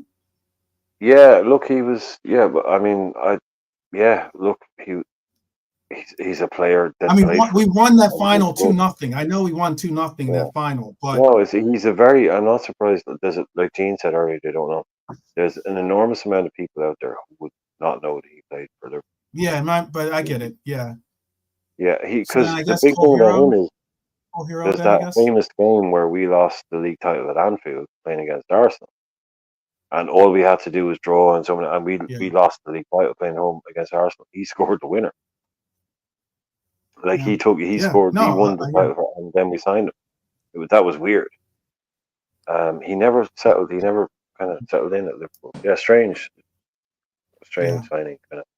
Strange signing. How about this man's going to be controversial in that where we rate him? I know some people have him as a legend, some people have him as a cult hero, some people have him as a great, some people might even have him as a pretender. Who knows? You know, especially with some of the votes that we've gotten today. Who knows where people rate some of these players? But James Milner, our number 7, who has him? Where do you have him on this list? We'll start with Xabi on this one. So for Liverpool, he had one legendary campaign. I think it's the one where I think we lost that Champions League final, to be fair, where I think he had about 8 to 10 goals on pen. He was doing the old man walk, and then he still joint assist leader in the Champions League campaign. But that was his only like legendary, moment for Liverpool. Anything beyond that, it's definitely in the, I guess I could say, iconic type of role, because he was like the second leader. He did come to a slate. I'll put him as a cult hero.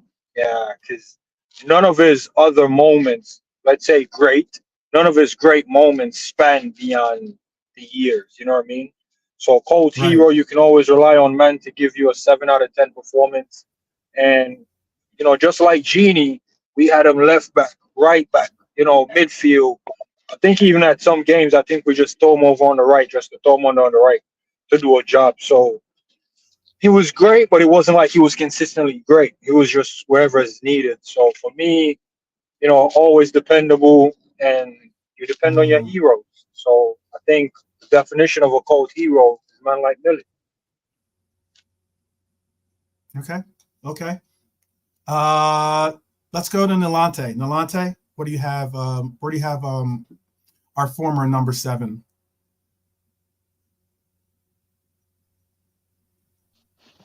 Mr. James Workhorse Milner. Yes, absolutely. Ribena boy. Yeah, indeed, bro. Getting a lot of grades. Don't give him props, man. Milner got as Subi said, boy shifting everywhere, man. Played that season, I think Klopp's first full season, 16-7 as left back, was imperious, and he done the job and scored some crucial penalties. And yeah, man, I'll put him as an icon. I'm gonna go with icon. Yeah, man. He won again. He part of the team. Hero, squad icon. Gotcha. Okay. I'm making sure I'm remembering all these votes because I know you guys definitely. Some of these. It was funny earlier. A lot of the votes were everyone had a lot of similar votes. A lot of these players towards the end have been like definitely all over. Cult hero, icon. How about for you, JK? What are you giving Millie? I'm gonna give Mitchell Thomas the mentality monster, as Dustin is calling him. I'm gonna give Mitchell Thomas a pretender for them goals against Liverpool for Arsenal, and then James Milner I'm gonna give icon. Okay. Brian? Yeah, I'm gonna talk about just a tiny bit more because you know what I'm like, and there's a couple of people in the chat. So what I'm doing is I'm splitting this between ability as a footballer, and what they did at the club, and then also look at the players that we've had at the club. Also. I know. We're gonna get to that round. I know. Yeah. We only have like maybe two more players to ring after this. That's what I'm doing. So with Millie, again, forget the words. I'd put him in the icon tier, but high up in the icon tier. Okay. But his ability as a footballer, in terms of the players who have played in midfield for Liverpool over the years, I couldn't put much higher than that. So we have two. We have a great. We have two icons, and we have a cult hero, right? And it looks like a lot of the chat's going with great. I'm gonna put him as a low tier great. I know I'm gonna get pushed back from the panel on that one, but this. Yeah, no, actually, sorry. Yeah, no, I'd go with you on that. Sorry, I would up. I'd up. I was at high level icon, but yeah, I just purely on the intangible a bit. He'd be, yeah, I'd go low level great. Sorry, change it later, but I would. Well, then how about for, we're not going, I guess I wanted to put Beniun in here, but we're not, I guess we're going to save him for the attackers. Who else was on here? I wanted to put also Luis Garcia on here, since he does play cam, but we're going to save him for the attackers. Yeah. So I'm not even going to ask you guys where we're putting Steven Gerrard. That's a pretty even, that's pretty easy question as to what it is. All right, so let's just get into this real quick. In the chat, please do put in, I see, put in your hashtag. If you want to put a hashtag, put in your hashtag who you want to be your play hashtag and where you want to see them get moved to, where you want what player you want to get moved to. But we're going to go through the panel one by one here. If you can have one player that you want to bump up or down, I'll allow for you to do it. I'll allow for everyone to have an executive order so that everyone, so we don't think it's just me being a power hungry guy or something. Let's go, Brian. Is there anyone on this list that you want to see bumped up or bumped down on the list? Yeah, is that Mascherano in the Pretenders? Yeah, Mascherano is in the Pretenders. I believe so. Yeah. Yes. He's at the first. He's the first person in there, but yeah. My vote anyway would be to bump Mascherano to icon. Oh wow, you did it. Just in terms because it's not. He's an icon. If you want to, I'll allow that. I'll allow for that. I'll allow that. Tier C. No, I don't think he's an icon, but I think better than Danny Murphy. I would say more than Danny Murphy, possibly. Yeah, I think he's better than everybody that we have in the cult hero thing, apart from Jamie Redknapp, which is also unfair, but that's what happened. But I think he's, but that would be my call anyway, because I'm not doing I'm the guy to put Henderson. I think Mascherano is as good as all the other DMs in the level. He's like third, third on. Yeah, he would get if he's on a podium, he would get the bronze basically. Yeah, and I think the cult hero guys, some of them like Lallana, totally different player.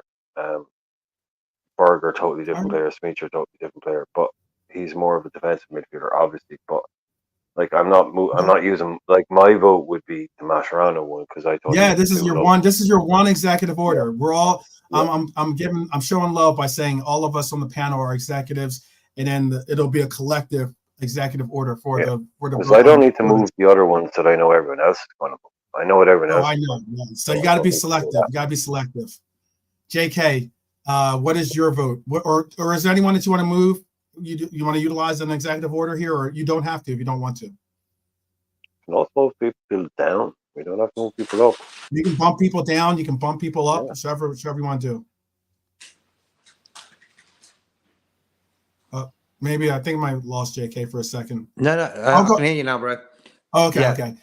I'm gonna do what the chat are saying. I'm gonna bring Henderson into a great because when you look at the midfielders there, you got Gini, Fabinho, Milner, Henderson. That was the 4 midfielders we had when we won the Champions League, Premier League. So I'm gonna push Henderson into a great. Well, the chat is going to want to move him higher, you know. Oh, they might move him to legend the way that the chat's moving. You may have wasted a move there. Yeah. You may have wasted a move there because the chat was going to move Henderson anyway. Yeah. Well, shout out to you, JK. I guess I'll see you on the next one because you what you was looking at, I think, hinted you to put Hendo up. But what I was looking at was hinting me to put Milner down there where Henderson was originally. So it made it more of what it should be. Because the two best midfielder in that era was Gini and Fab. Milner and Hendo was more like, utility man that came in. And to be fair, now that you bring them up, it kind of makes sense, even though it would have made sense the other way as well. Because Hendo wanted Milner to lift the trophy with him. Every other captain just grabbed the thing and said, I did this. You know what I'm trying to say? But yeah. So the fact that you did that, I'll allow you this one. Next show, if I see you on the next one like this, yeah, I'm not gonna let you have that. So the player I'm gonna move. No. That's opinions, bro. It's opinions. No. But No, like I but when said, you if look I at the move picture Milner now, down now, it's gonna look weird. But I wanted him to join Endo in the pretender list. I'm gonna move Lallana down. Like I said, that's how much I don't like the guy and his unnecessary course turns. Yeah, and let's not kid ourselves. Right there, yeah, right next to Ox. Nope. Right next to Ox. Okay. Yeah, right next to Ox, right there. Momo? Is he better than Momo? Well, it's not about better than Momo. It's about where him and Ox line up. The availability of these men couldn't cut it. You know what I'm trying to say? Maybe it was a body thing. Maybe it was an overhyped thing. Maybe fitness wasn't at the highest level for these men and they body in that. Okay. Availability killed him out, man. Even at Brighton. I mean, I don't want to bring after Liverpool stuff, but even at Southampton, he always had them little niggles and them little knocks, and it's like, sure. Probably seen more game than Naby, but still, man, not one that you can really rely on. And Heroes, once again, is somebody you can rely on. Who we relied on Lallana. You know what I'm trying to say? That's a swing and a miss. So that's why I'll bring him down. Okay. Okay, so the chat. You guys had the chat was putting votes in for Henderson. What is that who you're gonna stick with in the chat? I get one vote for Ginny as a legend. I saw a vote from Jean Grey for Mascherano to be in Icons. I think Jean Grey said the same as Brian, so okay. There's a vote for Coutinho to be in Cult Classics, in Cult Hero, excuse me. He says Cult Hero because when we were in the mud, he was the guy who took us by the hand and led LFC after Suarez left, in his opinion. So Coutinho and Cult Hero, that's what Honesty has to say. Ansman had Henderson as a great. Nature Boy had Henderson as a great. Yeah, I think that's it. I think that's all the votes. So I guess the vote. Henderson bump they wanted. Everyone wanted. I think we got the vote. The majority of the vote. Yeah.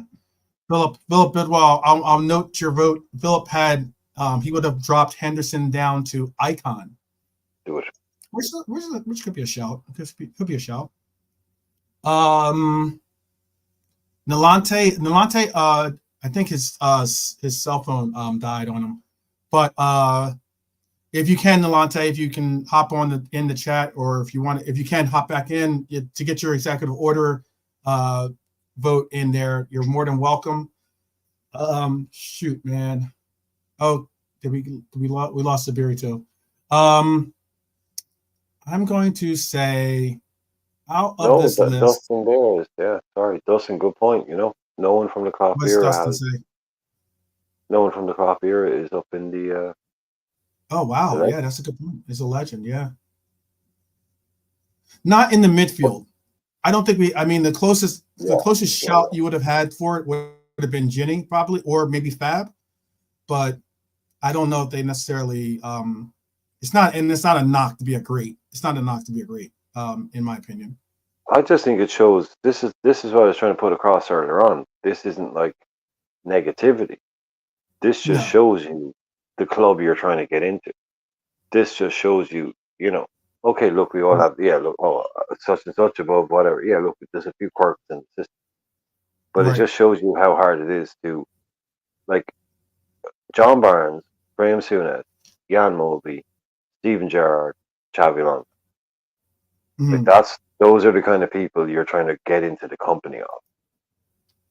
Yeah, like I said, once you see who's in those tiers, it does kind of impact where you're going to put the other players for sure. Yeah, and you can go left, right, like we're saying. Like the guy that's furthest left on great is the closest to legend, whereas the guy that's the furthest right. So there's also scope within that as well. But this just shows you, with regards to the cop stuff, when we do the attackers list and when we do The the attackers list is defenders gonna be fun. That's gonna be a fun. That's gonna be a really fun yeah, list. and when we do the defenders list, there'll be a lot more Klopp in this, without a doubt. There'll be a lot more Klopp. It's just some of the Yeah, very best midfielders have been, especially in the Rafa yeah, Benitez easily, era. easily. Yeah, the Rafa era, Gerrard, Alonso, Mascherano. The previous era then with the likes of Souness and just Ronnie, all those the older boys. But yeah, when we do the later ones, Yeah, there'll be a lot more yeah, Klopp players, definitely, I'd say. yeah, But for it's just sure, interesting. for It just sure. shows you, like, that's how good our club is. You know, if you're a small time club, No, everybody's a agreed, fucking agreed. legend if you win a couple of titles. You know, it's just like medals on the table, boys. Yeah.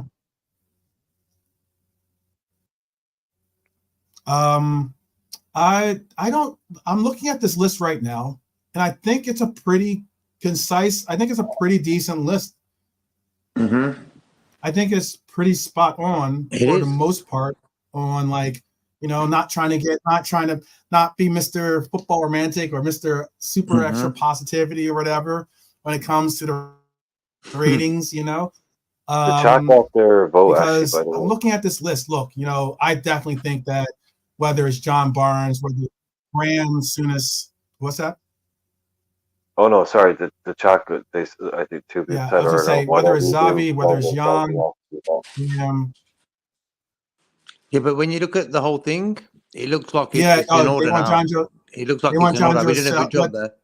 Yeah, Did a top job. it's all. Yeah, it's in All together, order we did that. somewhat of like, Mm-hmm. yeah, like how close you are to getting to that next tier is in order. I think of what we put Mm-hmm. in there.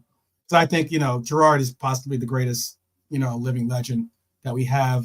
Maybe John Barnes is a very close, if not in some people's minds, maybe even surpasses Gerard in that status. But John Barnes certainly an amazing legend. Souness the Barnes same balls way. and Souness when is we're an born. incredible player. What's that? The Barnes and Gerrard thing, it just basically depends. Were you born in the 80s or were you born in the 70s or were you born in the 90s? It's just like Yeah, if you saw Barnes, he's your guy. If you grew up on yeah, Gerrard, he's your guy. yeah. It But could if even you're be. looking, It could even.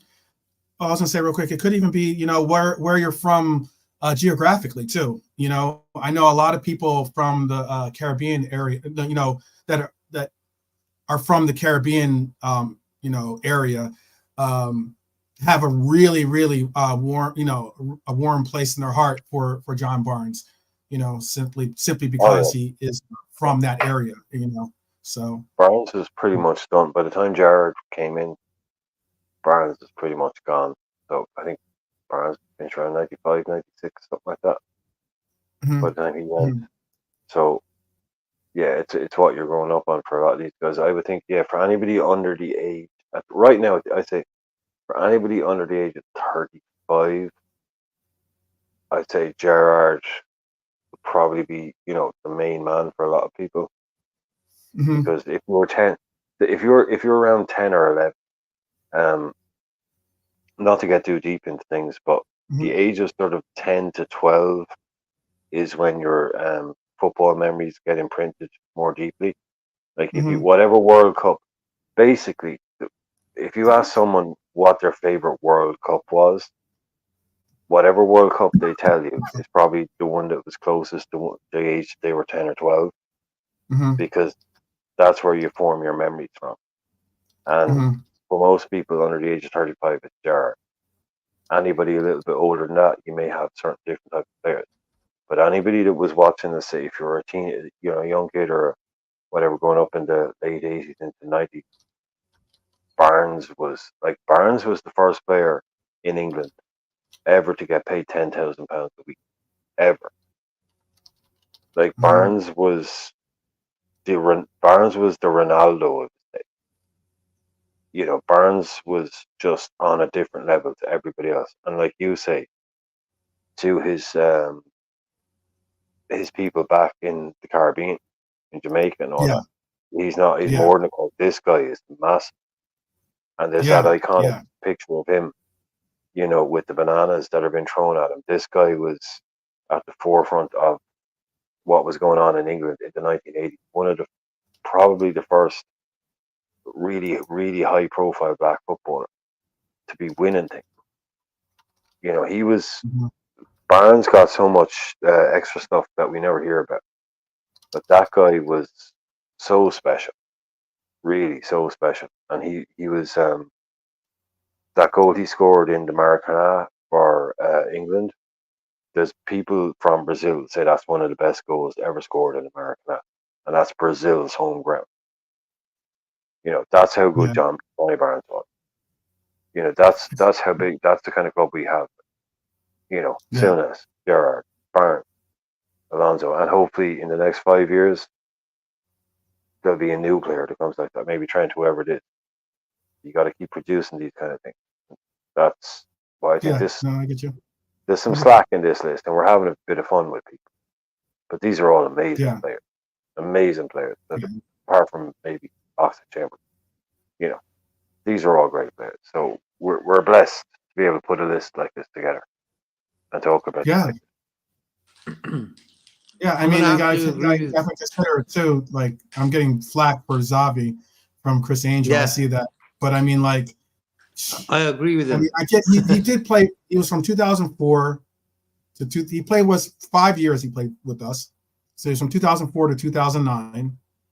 But just the sheer fact that, he's won a Champions League, a European Super Cup, he won an FA Cup. I know that Ginny won a lot, but I just don't get. I think people are really undervaluing Xabi Alonso and what he meant. He meant to that midfield. Every time you listen to whether it's El Nino speak, whether it's Gerrard speak, any of those players that play on that team, every last one of those players mentions Xabi Alonso. Gerrard was heartbroken when he left. Absolutely heartbroken when he left. Because not just because his mate was leaving, he knew what it meant. Yes. He knew what that meant. He knew it, yeah. That was a personal thing. And Chris is saying, no way Gini isn't higher than Xavi. Why? You tell me Gini Wijnaldum is a better footballer? Yeah. Tell me that. Brian, Chris Angel is saying, no way Gini isn't higher than Xavi. Mm-hmm. You telling me look, and I'm not a better footballer than Xabi Alonso? Underrated. He's in. We just put him as a great. I'm just not saying that. I just don't know if Ginny's a legend, but he's a great. You know, like, how can you say Gini Wijnaldum is underrated when he's just below Graham Bloody Souness? Come on. Yeah. Stop using underrated as a weaponized word. We've literally put him above some of the best players. He's sitting next to Steve McManaman. Like one of the best players in Prem history. Yeah, but you can't say he's underrated because you like him. Dustin's saying because I rate him like that. Well, he's not underrated. Yeah, like he's the definition of rated. He's literally rated. Everybody's just spent all night talking about how good he is. He's not underrated. Yeah, I know. I get that people really, really rate Ginny. I just like, if you were to put like just personal accomplishments alone, that's one thing. Okay, like as in if you're trying to rate between, if you're trying to say whether Steve McManaman or Ginny, you know, when you're trying to rate the two, okay, look, Steve McManaman's got he's got an FA Cup. I get it. He's got a League Cup. I get that in 92, 95. He went through the era that wasn't exactly the greatest for, or that portion of the 90s that, again, the 90s was not an ideal era for, it wasn't a really ideal era for football when it came to Liverpool. Okay. However, I still think that if you look at just ability and just goal scoring, assists, like Steve McManaman's numbers are pretty incredible when you look at those kinds of numbers that he actually put up. and the kind of like contributions he put. Not downgrading Ginny's accomplishments, but I don't know. I maybe I'm alone in thinking that Steve McManaman edges out Ginny in that list, but I could be. I know Chris got out on the wrong side of the bed, man. Chris I Angel know. on the I see wrong that. side. I see that. Like, it's basically, we wanted to make a tier list, so we picked some players, and everybody got a chance to put what players they wanted into, and we gave it even up until the last 2 minutes in the chat, where people could add in what players they wanted. So it's like, we have to pick from a group of players. So here's a group of players, but we're that's just players we're picking from, and we're tiering them. So I know Chris. I can't, Brian. I cannot wait till we do the attackers.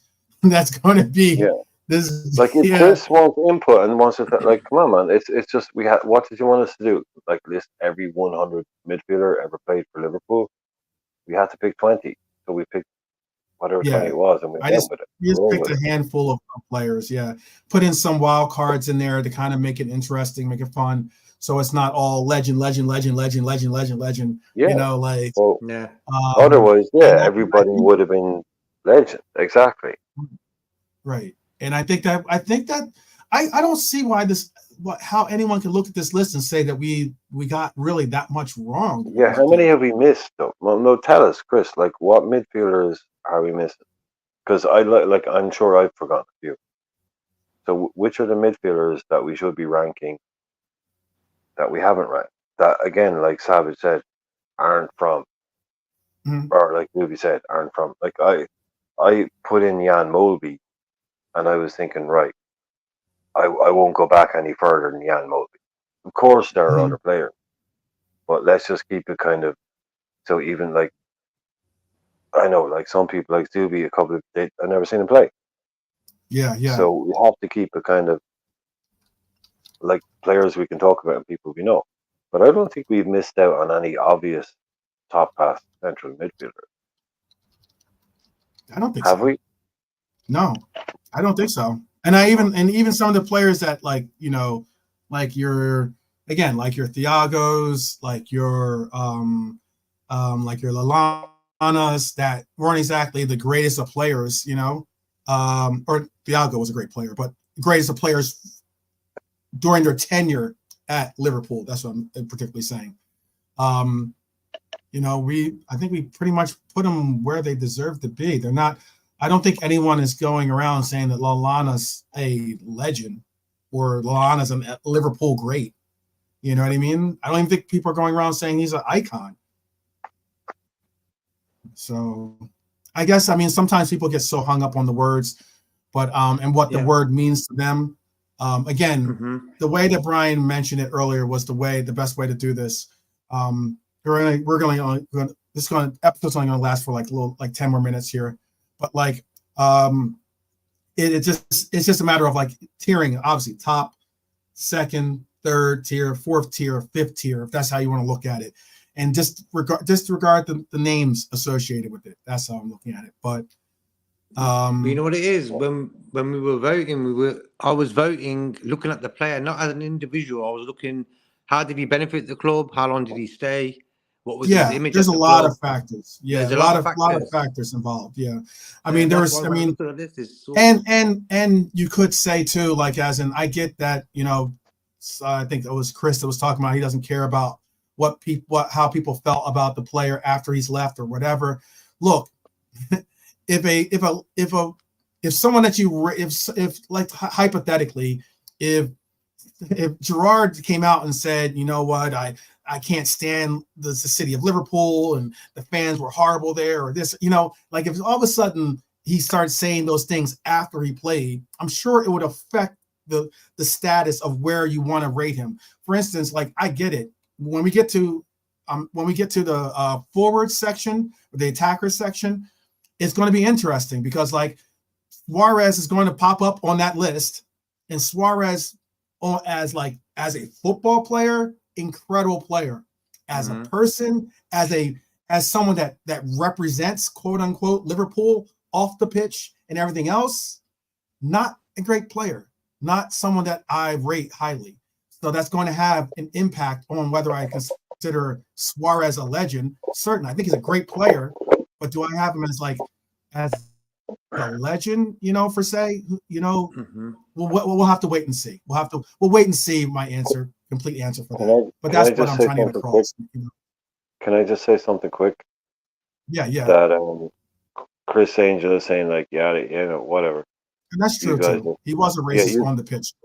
He was. Well, there's that thing. You guys are so easy to pitch. Yada. And he said that my voice went up 2 decibels when talking about Alonso. Chris, my voice hasn't gone up 2 decibels in about 20 years. Seriously, that hasn't happened. That's it. It doesn't happen. I wish it would, but it hasn't. I mean, you're if you want to talk, say you're fishing. Okay, you're fishing. But if you want to talk, then talk. If you're going to say all your comments are fishing, then they're fishing. So I'll just ignore it. But if you want to make proper comments, then make proper comments. Am I just fishing? Maybe. That's a good point too. If we do the list, Nature Boy. Oh man, Nature Boy is funny sometimes. You know what would be a good idea? If we do this list of attackers, LFC attackers, the way he said it is perfect. I don't know. It's Black History Month here in America, so it would definitely be a smack in the face.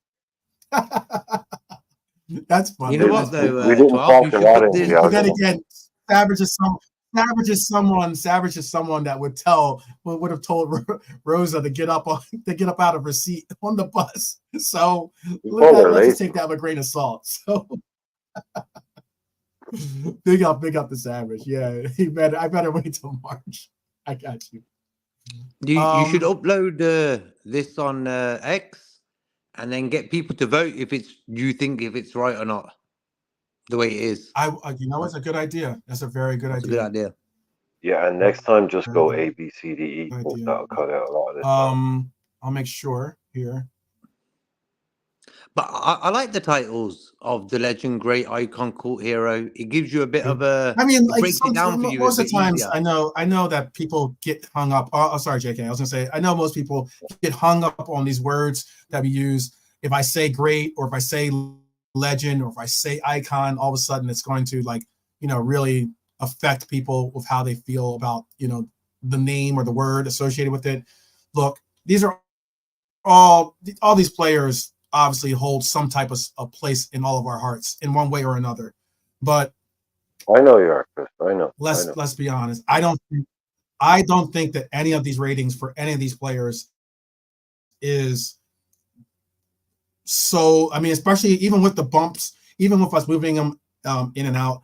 I got you with Jenny. Even with us moving players up or down on the tiers, I think this is pretty spot on with the tiers here. I think maybe apart from Chris with Xavi being a legend. I don't think, and this is like, I was watching Fernando Torres speak about players when he was talking about great players he's played with. He put Xabi Alonso and went into depth about why he thought Xabi Alonso was so important, was such an incredible player. And he made his all-time, and I'm talking about all-time 11. He put Xabi Alonso in his all-time 11. And he was just talking about players. And when obviously he played with them when he was at Liverpool. So he's regarding him from his play at Liverpool. And he was referencing his play with these players when he actually played on whatever team he was on, his play with them. And I mean, all Torres talked about was at his peak. Torres was at his peak at Liverpool. Yeah. I mean, when he had Alonso behind him, Jared behind him, that's one of the most, because it didn't do anything.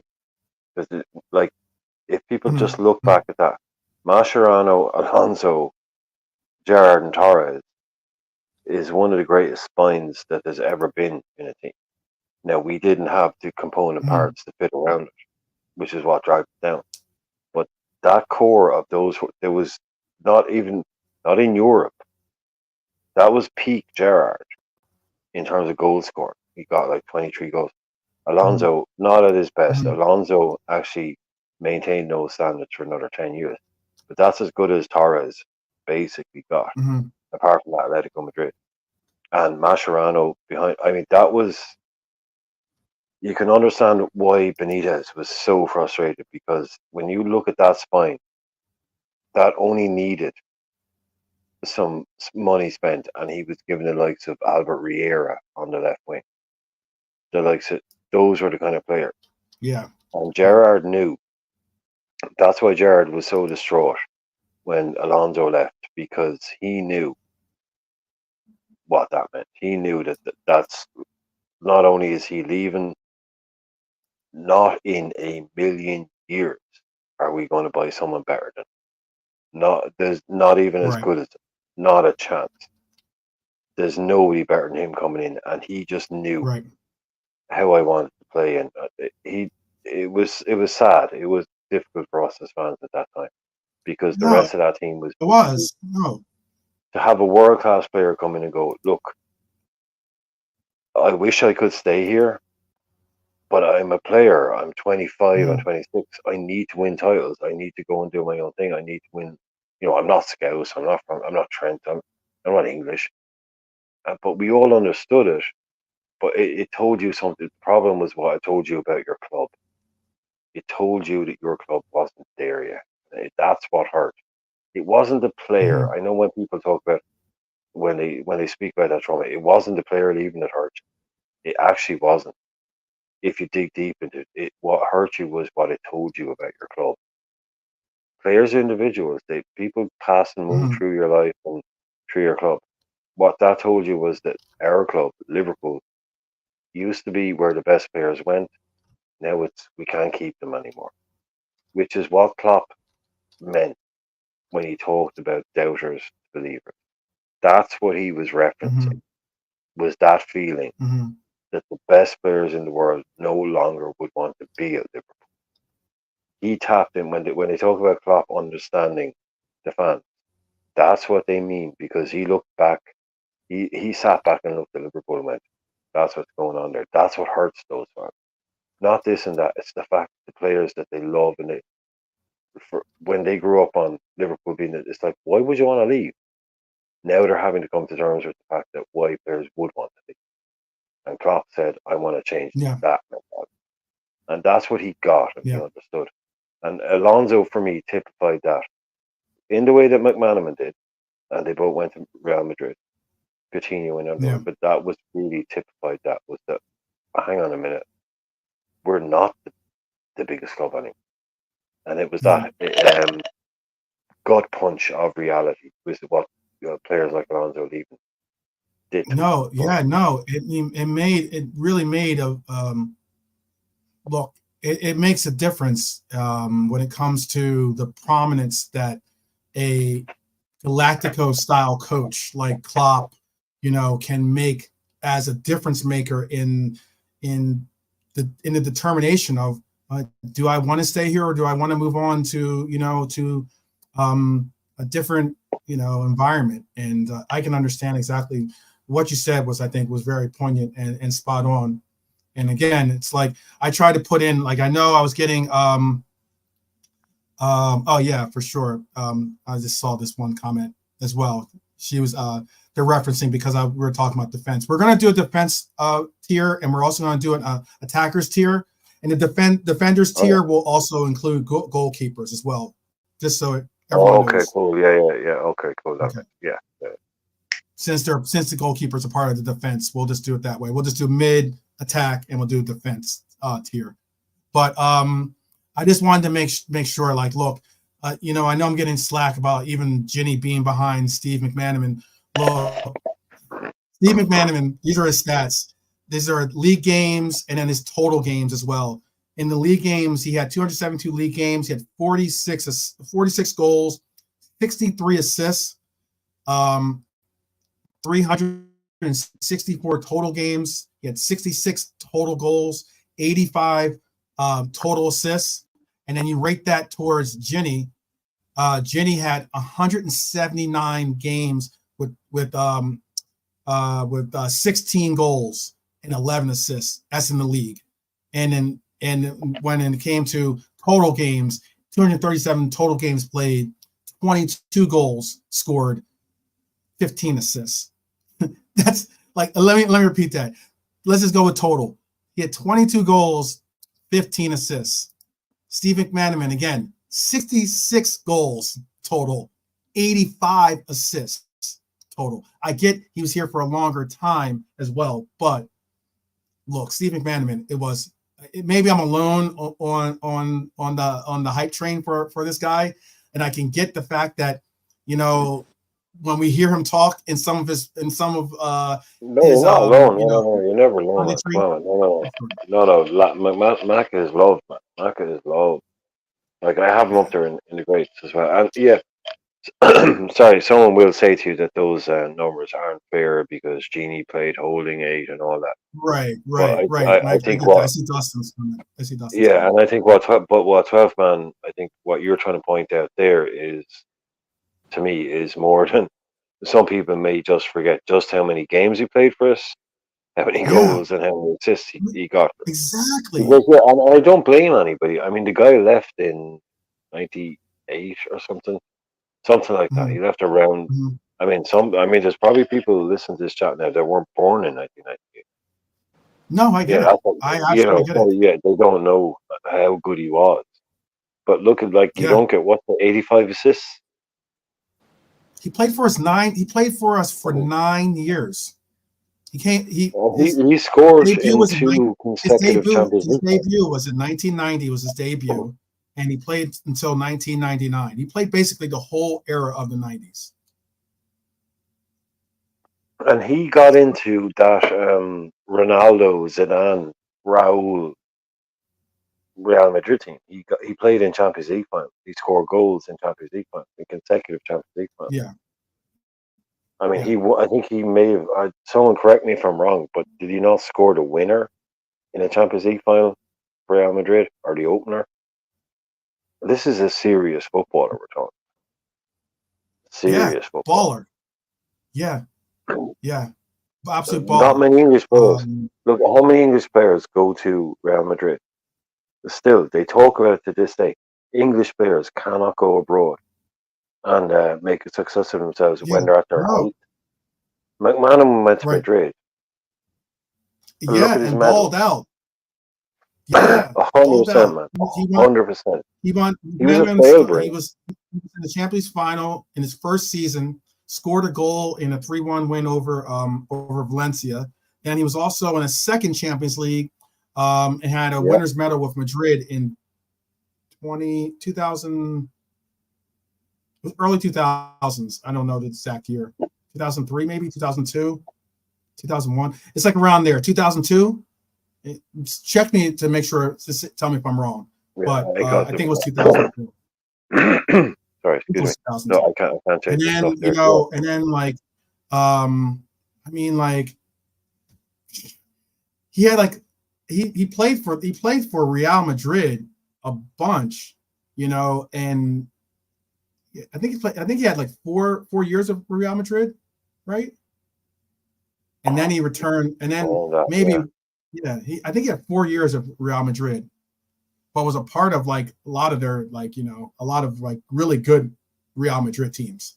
Any player that, especially during that era, any player that moves on from Liverpool and is an English player especially, because I think this goes to the comment that we had about like if McManaman's name was I don't know, was Pele, or Ronaldo or something where it's just his first, if his shirt that said maybe even Stevie, and that's just it, then chances are you probably would have had him ranked a lot higher than we Well, I don't know. JK, are you there? Yeah. JK, how old are you? I'm old enough. What are you? Yeah, old enough. I know. Let's not put babies Are out you there. older than I know 35? people my age. Are you older than Yeah, 35? yeah, yeah. Yeah. So you're older than 30. So you remember me. Yeah, of course. Yeah. Because some people don't remember him and they just hear about it. Like, you remember how good that guy was. He was like when Giggs and him were on the scene, they were all like, because Yeah. Giggs is like number one winger in the Premier League. And it was always a comparison between them two guys. Mm-hmm. You remember Like, that? he was no joke. He was that good. Now, he was good. He was quality.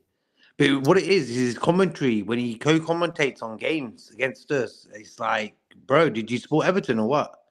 Or Man United? Yeah. It's like... Yeah, they go. I think they go too far down the edgelord route of, nothing is good enough for Liverpool because they want Mhm. the best for Liverpool.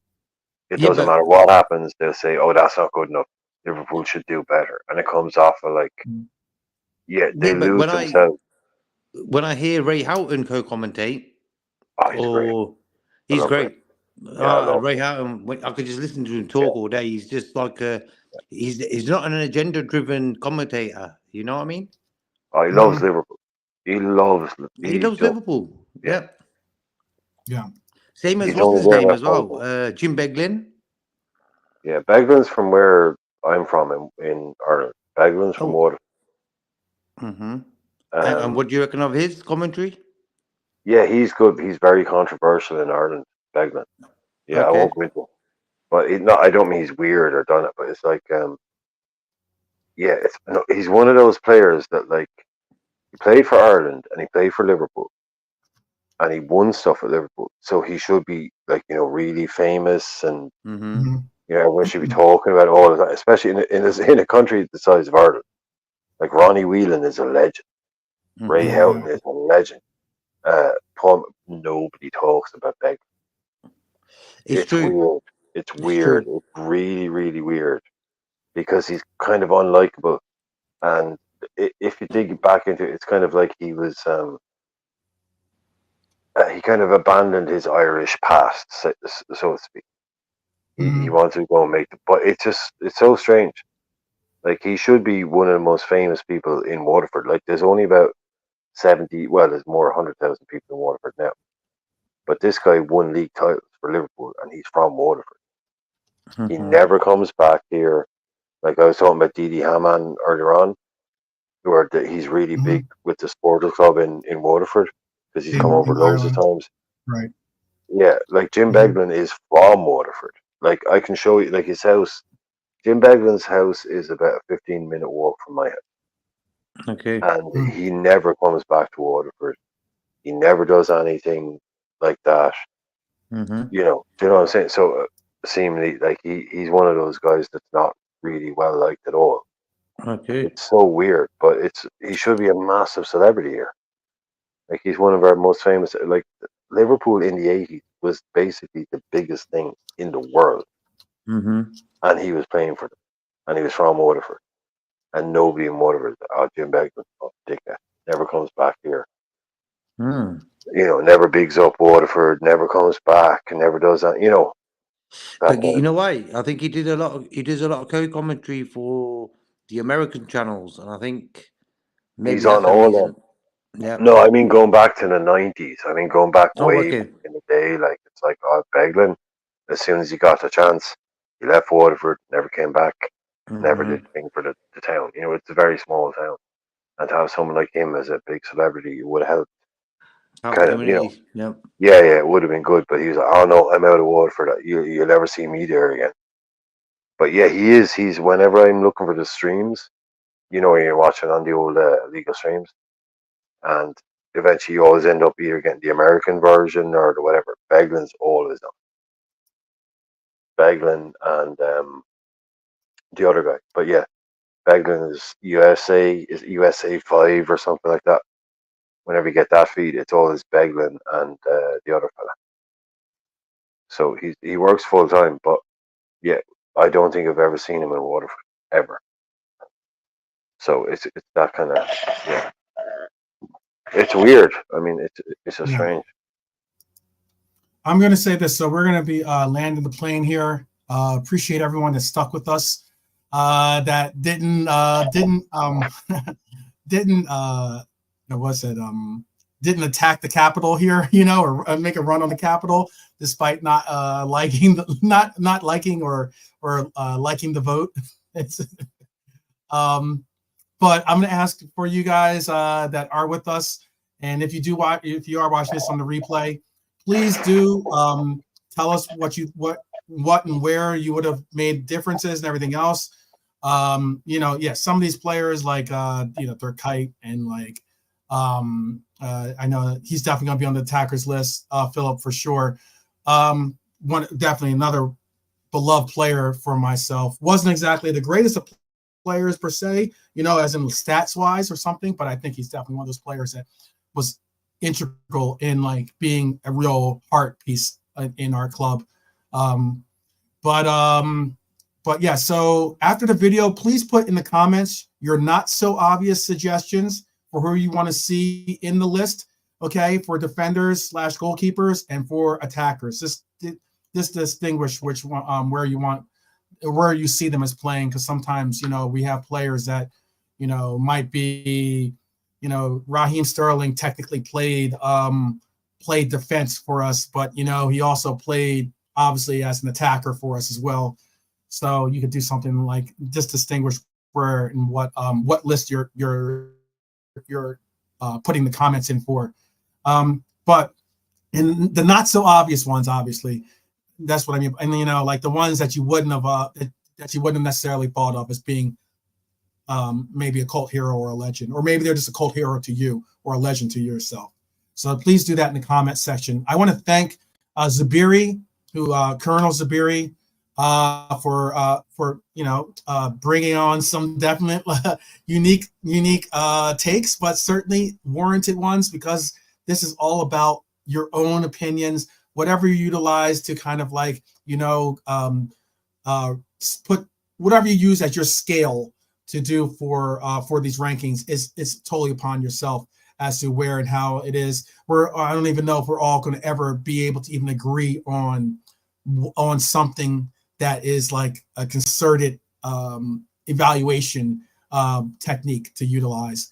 So again, thank you for Zabiri showing love by participating today. I want to say thank you to Nilante, one of the Mighty Red's Army's officers for sure, for showing love and participating today. Big up to him. Hope everything's working out with what you're dealing with back home right now. And also, hey, JK, thank you so much for participating today too. Jay Kismet, you'll never walk away. Great being on, guys. Brian, 12th, Zubiri, and Nilante. Yeah, great show, man. Definitely, appreciate it. Yeah, I mean, without your help, you're a big part of the reason why I think it was a great show personally. And Brian, aka Laszlo, thank you for joining as well. I thought it was another fun stream. Definitely got a lot of people who were riled up and raring to go. We had one of our queens in the house, Jean Grey. It would have been, we had Marion in the house too. It probably would have been a lot of, that much more of fisticuffs maybe popping off in the chat a little bit. But big up to everyone in the chat as well. But big up to Brian. Thank you, Brian, for joining us. Brian's a part of the channel now. So, but thank you, Brian, for participating today. No, thank you, and everybody that got involved, because that's what it's all about, really. At the end of the day, it's just there to generate that bit of talk. Yeah. That's all it is. Yeah. And okay, little bit of controversy, a little pepper spice, and it was fun at the end. It was good when people were getting a little bit, So that's what it's there for. So come back. That's what it's there for. Yeah, there's going to be another 2. So if you were offended by this one, as they say, get prepared to be offended by that one. Wait till the attackers, man. Yeah. Wait till we get to the attackers. The attackers have some names on it that I already have going on in my mind right now. I saw one just get put on there about Michael Owen and everything. Like I said, if you had some feelings about some of the players listed in this list, wait till we get to the wait till you get to the attackers list and even the defenders list, I'm sure. But yes, thank you, Brian, for participating. But I'm gonna tell Dustin already. And we're not and I'm sorry, what'd you say, JK? What'd you say? I said I'm gonna tell Dustin already that Owen is a pretender. Okay. Just already ripping that Band-Aid off. Spoiler alert. But yeah, it's going to be a lot of fun. Definitely going to be an interesting time. I'll hold off on the defenders and attackers for an off day or something like that for us, so we can, when a day that we know that we just have we don't have to necessarily think about what Liverpool has on store. Because I know we're going to get into pretty much the part of the season where games are going to come fast and furious. Game tomorrow. Game tomorrow. Yeah, games tomorrow. That's why, I'm going to do a preview probably like in an hour time or something like that, because I have to work tonight again. So I'll probably do another preview. Big predictions for tomorrow, Burnley. I'm going 3-0. Okay. Mine 4-1. I'm writing it down. 4-1. Yeah, 4-1 for me. 4-1. Okay. Yeah. Okay. Big up. I'm gonna save it for the preview. Okay. I will give it permission. He's a pro. He's a pro. It's like, There you go. Getting better at the craft. Yeah. Okay, cool. But both of us haven't beaten them by 3 goals anyway. So. Yeah. All right. Yeah. That would be the general consensus. General consensus is a win. How about that? General consensus is a win. Oh, yeah. Look, let's not even go there. Let's not even go to that side of it. It's like, how much are we going to win by? It has to be. Yeah, I mean, it has to be. I don't even want to think about something else. Burnley at home, for God's sake. Burnley at home. Definitely. Don't get easier than that. It doesn't. I'm sorry. What's his name? Mr. fucking Vincent Kompany smacking things in from 35 yards, denying us league titles. No. I'm sorry, man. I'm sorry. Yeah. I'm putting 6 or 7 past you if I can. I'm relegating you twice a season, every season if I can. Full house. Yeah. I'm hoping to make Vincent Kompany look like Tony Cruz as a manager. If Tony Cruz ever became a manager, this is what I would do. It's open tomorrow, isn't it? It? Tomorrow. Yeah, that's what you were saying. Full house tomorrow. It's open. The new stand is open. Yes, full house, 61,000 going to be in the house, ready and rocking. In what is the Bon Voyage, the victory tour, I guess you could call it. Hopefully it'll be the victory tour for. Can I just bring up something about that 12 man? You're going to love this, right? Let me hear it. I know that I'm on this site, right? There's a lot of mailboxes every day, so a lot of back and forth, and a lot of people taking the piss out of Man City for upping their fake numbers, attendances, and all that. You know how they overinflate their numbers and they say we have this and that, and they never have so many empty seats. And this Man City fan comes back in, he's like, yeah. Blah, blah, blah, blah. My mate was at Anfield last week, and there was 2,000 empty seats. What are you talking about? And it's just man. What your mate was looking at was the unopened part of the stand. Yeah, exactly. You couldn't get 2,000 empty seats at Anfield if you try. No, you can't. No, you try to get two tickets, and this goes. On average every season. On average, every game this season, there has been 2,000 empty seats at Anfield. And it's like, no, that's like literally the bit that's not open. At the Etihad for Manchester City for the last 8 years, they've been dialing in numbers for season tickets. So if like 40,000 people showed up at a game, they would say there was 50,000 people there because that's how many people bought tickets on season tickets. But people get into basically what happens is you get the fire service. Like the fire marshals basically run outdoor entertainment. in England. No, If a absolutely, fire absolutely, marshal, yeah, yeah, if a fire marshal says there's too many people or whatever, yeah, it gets shut down. that's that. So they That's that. access Either yeah, you listen to them or your event is getting shut down. yeah, exactly. So they access the fire marshal numbers, and Manchester City over-reported their attendances by, on average, 25% every single game. Wow. Yeah, they just said there was 60,000 people at the Etihad because 60,000 people bought tickets. Right. Very different. Very different, for sure. Very, very different. So they got into the marshals numbers, all the safety numbers, over-reported by on average 20%. And Brian and JK, you guys, being that you've been to games before, you know, I know how the way that you can get tickets has changed somewhat over the different eras. The way that you can you know, be able to get tickets and be able to sell your tickets if you have season tickets or stuff like that, or give them how you can give them to friends and family and such. It's not set up like that for City, though. I don't believe, right? City doesn't have the same constraints on how you can, what you can do with your tickets, right? Do you know what I mean? Yeah, I know what you mean. In terms of how transferable there. Yeah. Yeah, maybe. Yeah, like Maybe getting Mm-hmm. getting it, like they've over the last maybe 18 months, 2 years, all these grounds have now introduced this new electronic system that caused a lot of chaos at the start. Whereas before, and there's absolutely, like, I really don't understand what the problem is, where if I have a season ticket for Liverpool and tomorrow is Saturday and we're playing at home at 3 p.m.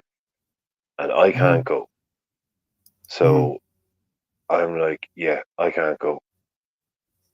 I'm going to give you my ticket so you can go. What's wrong with that? I don't see what's wrong with that. Exactly. I get, like, if I'm telling you my ticket, I can only reference from an American perspective, but I'll let you finish your point. No, I just mean if on the most base level, now forget about selling it and or whatever, but basically if you go on the most, like someone, it's basically, if I don't go, there's going to be an empty seat, right? So I'm going to give it to one of my friends. Yeah, I'm going to give it to my niece or my nephew, or look, here you go, you can go watch a match. I'm lucky enough to be able to afford a season ticket and I'm on the list.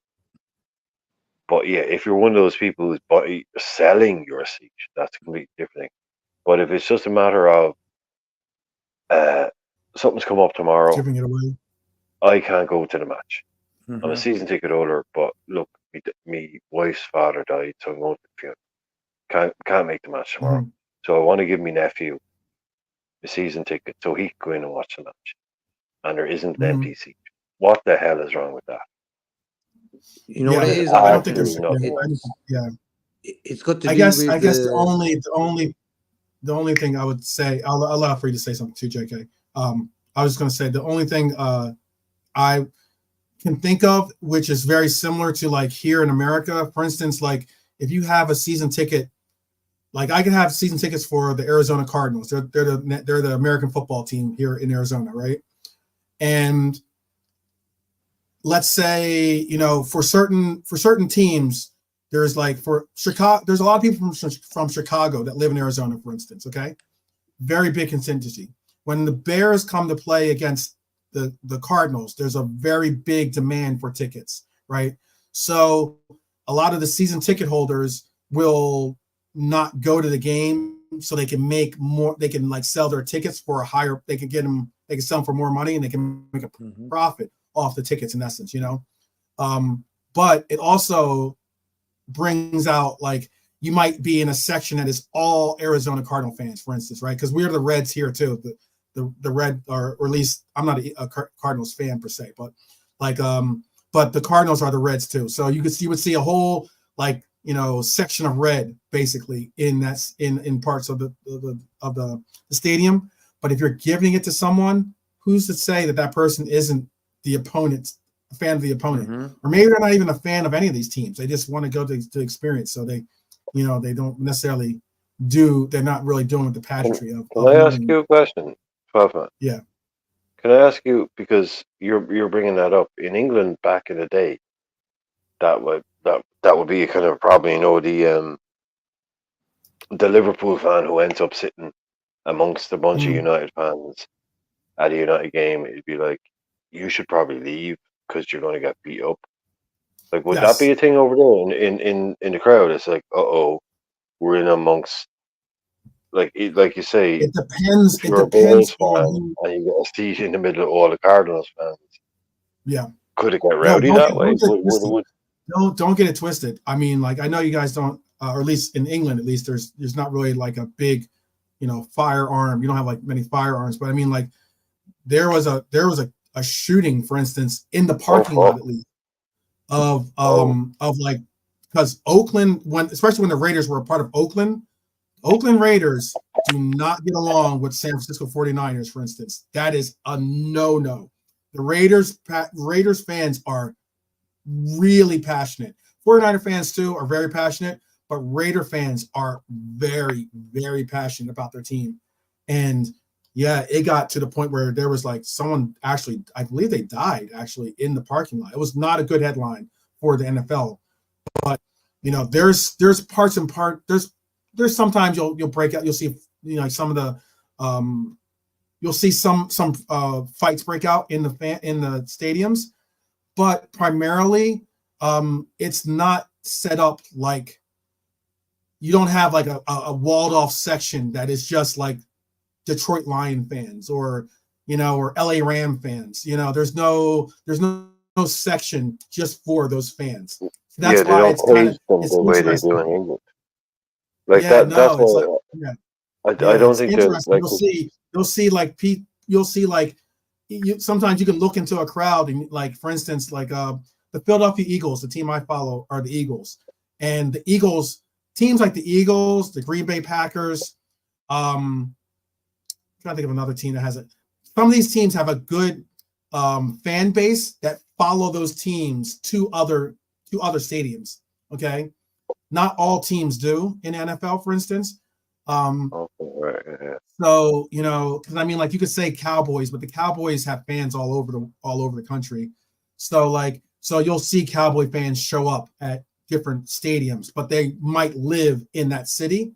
But for the most part, I know that's kind of weird, but for the most part, like for the Eagles fans, we travel really, really well. So you'll see I went to the last Cardinals game when they played the Eagles, and you're looking out into the crowd and you can see like green and red patches all over the stadium, as opposed to just all red, all green. You know what I mean? Yeah, because I just think when we look at English football culture, especially football culture, and growing up in, like, because we're all around, like I said, we're all within sort of 5, 8, 10 years of each other age-wise, so we know the same kind. Like, we're aware of the fact that there was a hooligan culture in football in England. Yes, that's never something that you ever associate with American sports. Is that kind of hooligan culture? That kind of fighting out. It's always been sort of so big in razzle-dazzle that it kind of But like you say, obviously, societal things impact that, and like you said, like there is that real hatred between, because that's something I would never have known that. Like, Green Bay Packers fans hate Bills fans. Probably is it Packers probably hate Bills maybe, or Colts fans? No, people in the same area maybe. Packers have like there's more of a rivalry between Packers and like the Vikings. Packers and Vikings are no. That's why when Brett Favre went from the Packers and he played he went to the Packers to the Vikings. That was like a big like, wow. That's a slap in the face. Yeah, you don't think it in like that English kind of skinhead football culture kind of thing. It's like you'd never imagine American sports getting that ugly, but it actually kind of in that way that it certainly can. Like, and I get that thing as well. That like the Dallas Cowboys don't are get it almost like twisted, Man United. Brian. Yeah. No, yeah, they're Man United. If there's ever a comparison, it'd be Man United as in popularity wise, globally popularity wise. Man United, it's like there's Yankees, more Man United, Cowboys are all the same level. Yeah.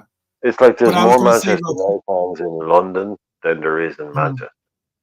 It's that kind of thing. Yeah, most Man United fans live in London, especially if they're born in. Like that's the Dallas Cowboys thing. It's like, oh, I'm a Cowboys fan. It's like, have you ever been to Texas? Well, no. But, oh no, there's so many. There's people here in Arizona that never lived in Texas one day in their life, but they're Dallas Cowboy fans. Because for a while Arizona didn't have a football team, and that was the team they followed. And that's why some people in Arizona like the 49ers. But if you look at rivalry, the Arizona Cardinals rival are the Dallas Cowboys and the 49ers. They're the biggest rivals for the Cardinals. Or for instance, I was going to say there's a little bit different for the Eagles. It's kind of weird because in the NFC East, it's called the NFC East because it's supposed to be East Coast, but Dallas is in our division, which makes no sense really when you look at it. But it's more so because of like they're one of the original teams that were a part of the NFL when it started. So like but it's Washington, New York, Philadelphia, and Dallas are in the NFC East. And let me not get don't get it twisted. There are games. So when I was back on the East Coast, a lot of my friends moved to New York. Some of them were originally from North Jersey anyway. So they were Giants fans. They were New York Giant fans. Okay. And one of my best friends was a New York Giant fan. And obviously I'm an Eagles fan. So what we would do is I would buy tickets. I would buy tickets for me and him and some of the other guys for the games in Philadelphia, and they would buy a ticket for me to go see the game in North Jersey, because that's where even though it says New York, they play in North Jersey. They don't actually play in physically New York City.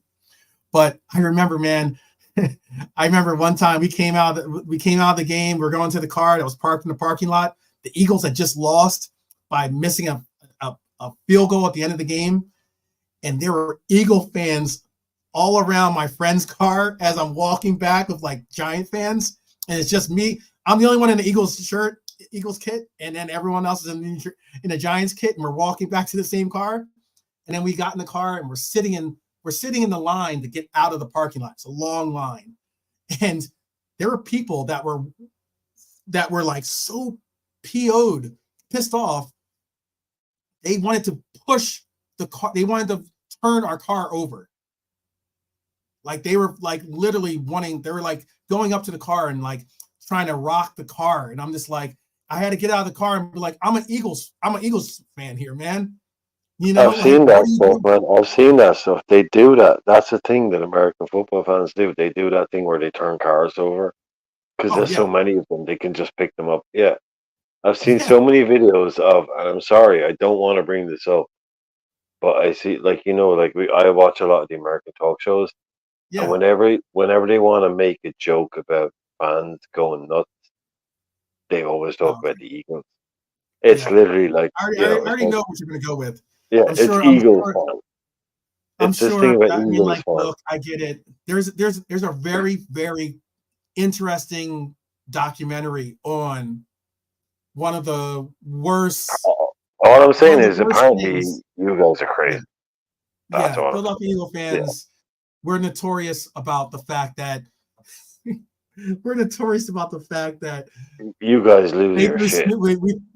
I'm not saying we, because I wasn't there at the game, nor would I have done this.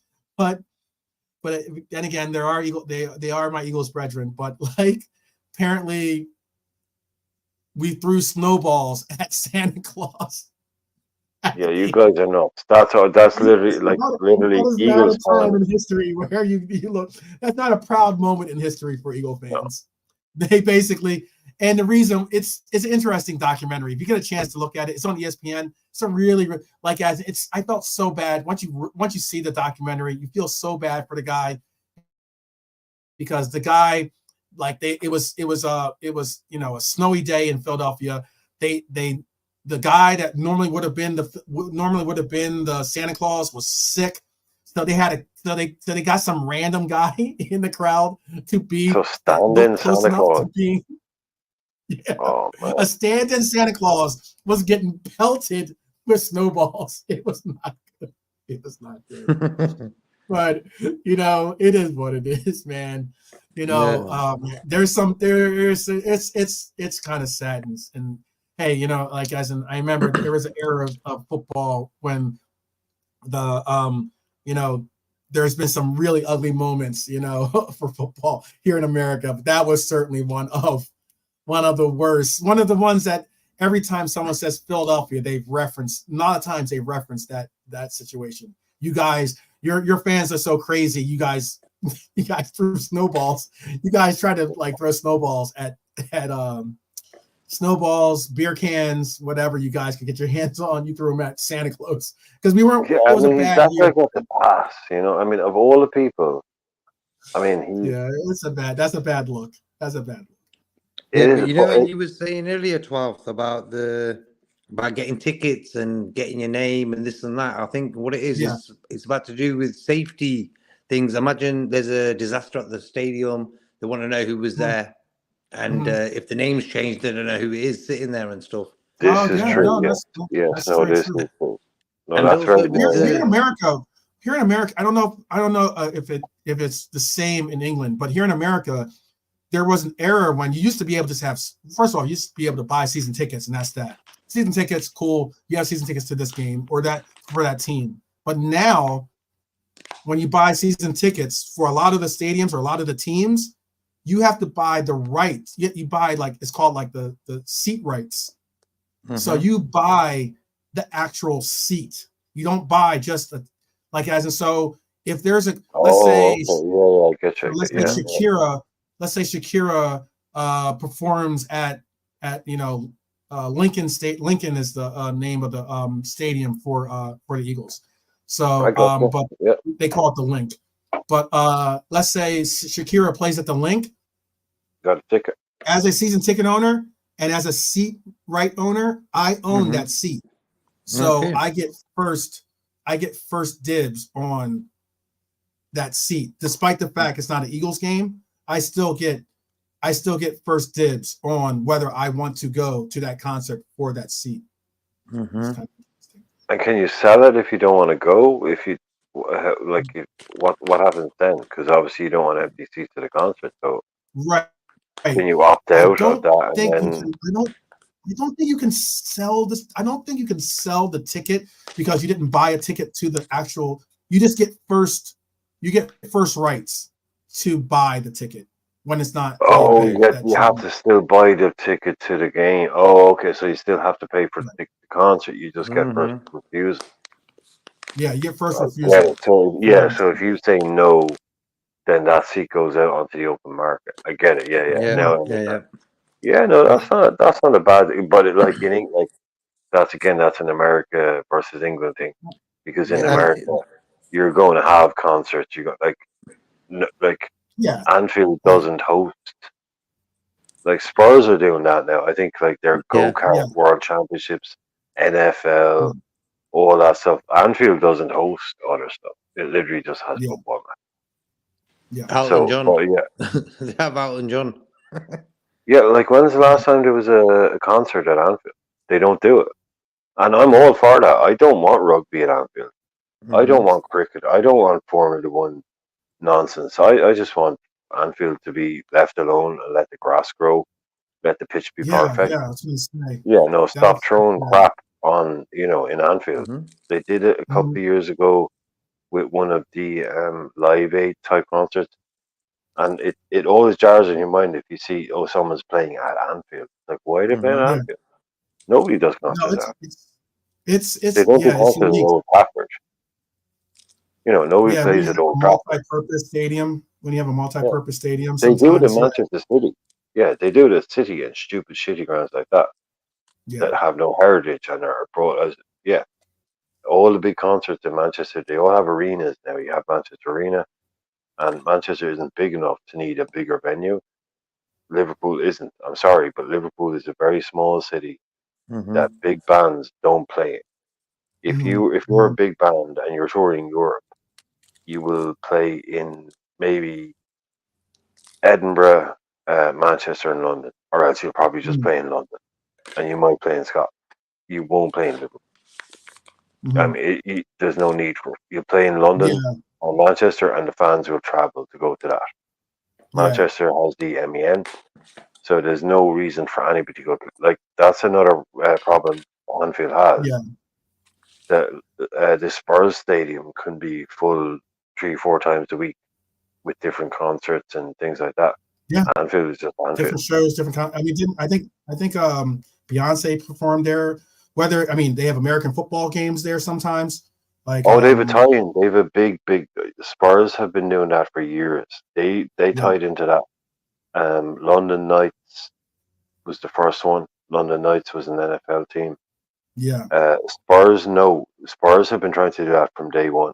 Is tie in with NFL. So basically, what Spurs have tried to do is, the way contracts change and stuff. But basically, what they've tried to do is position themselves that if the NFL does come to London, it goes to Spurs.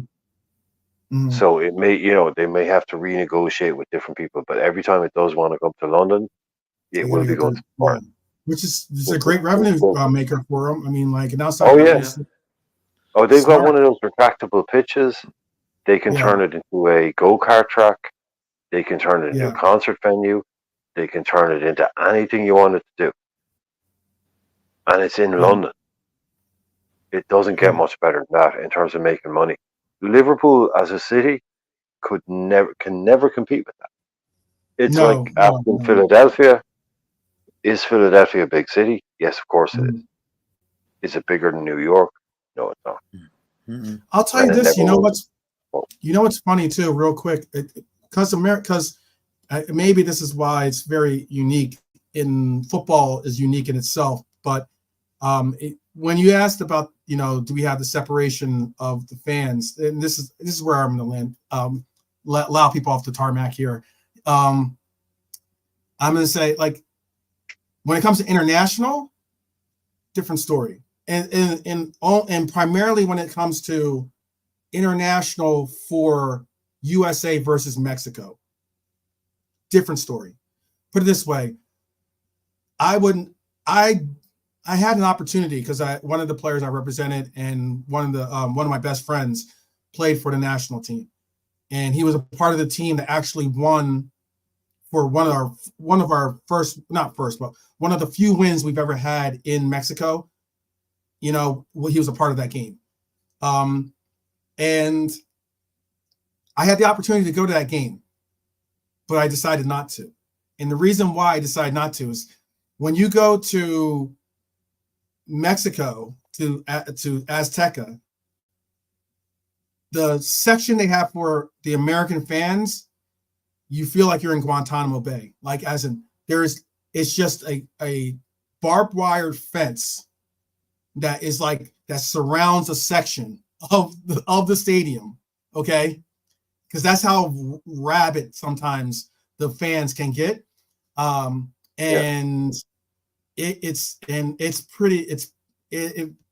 feeling isn't a good feeling.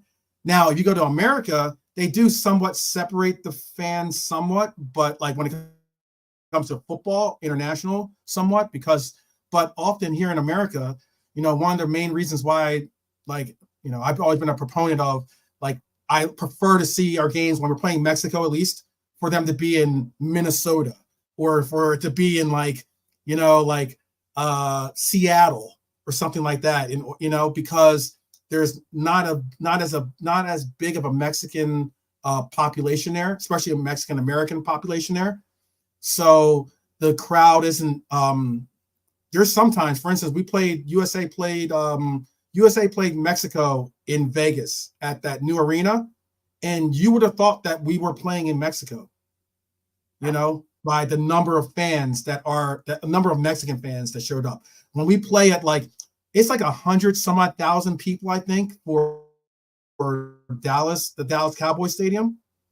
When we play in Dallas, it's almost like a home game for Mexico.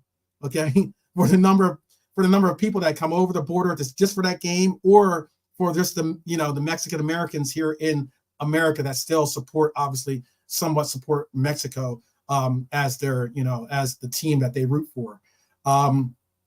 It is pretty crazy, and those games can get ugly.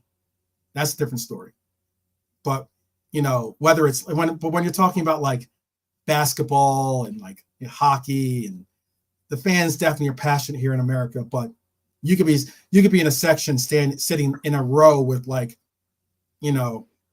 every fan in the world basically, and you wouldn't know it. Mm-hmm.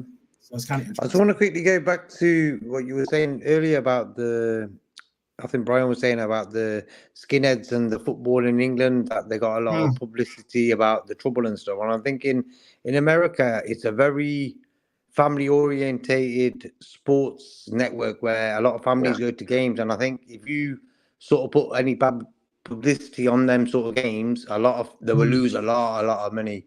And I think it's too dangerous. And I think that's why you don't really get that much publicity. If like fans are kicking off with each other, you won't really see it in the news because they're going to lose a lot of money. Oh, the last thing the NFL wanted was to have a news report come out about a shooting in the parking lot. Yep. That's the last thing. I don't. Do you guys tailgate in England or even Ireland? No, we know what it is. You know what I mean by tailgate? No, I know what tailgate parties are. Yeah, I know what they are, but they don't happen here. No, they're not a thing. But we know. Okay. I mean, we know what they are. Yeah. Mm-hmm. Yeah. See that like, here, the culture here is very tailgate. Like whether it's college football, whether it's they don't really tailgate for basketball games, but when it comes to football, it's a big tailgating, community, and like pretty much every stadium has like sections that you'll see Winnebagos and everything else, and people grilling and drinking food, drinking beverages, and really throwing the football around. Like it gets really involved when it comes to a lot of. Well, JK, do you know what they are? Do you know what tailgate parties? I've heard of them. Yeah, it's basically when if you go to a game every week or every second week, right? You get the same parking spot, and you have a tailgate party, which is a tailgate on an SUV or a truck, which is basically its back up. It flips down. If you have a truck or a pickup truck, that bed, it has a flat bed, and back of it is a gate, and it flips down. There's the door, and it flips down. And you can sit on it. Yeah. So it's the way that it becomes a seat. So that's the tailgate. You sit on the seat.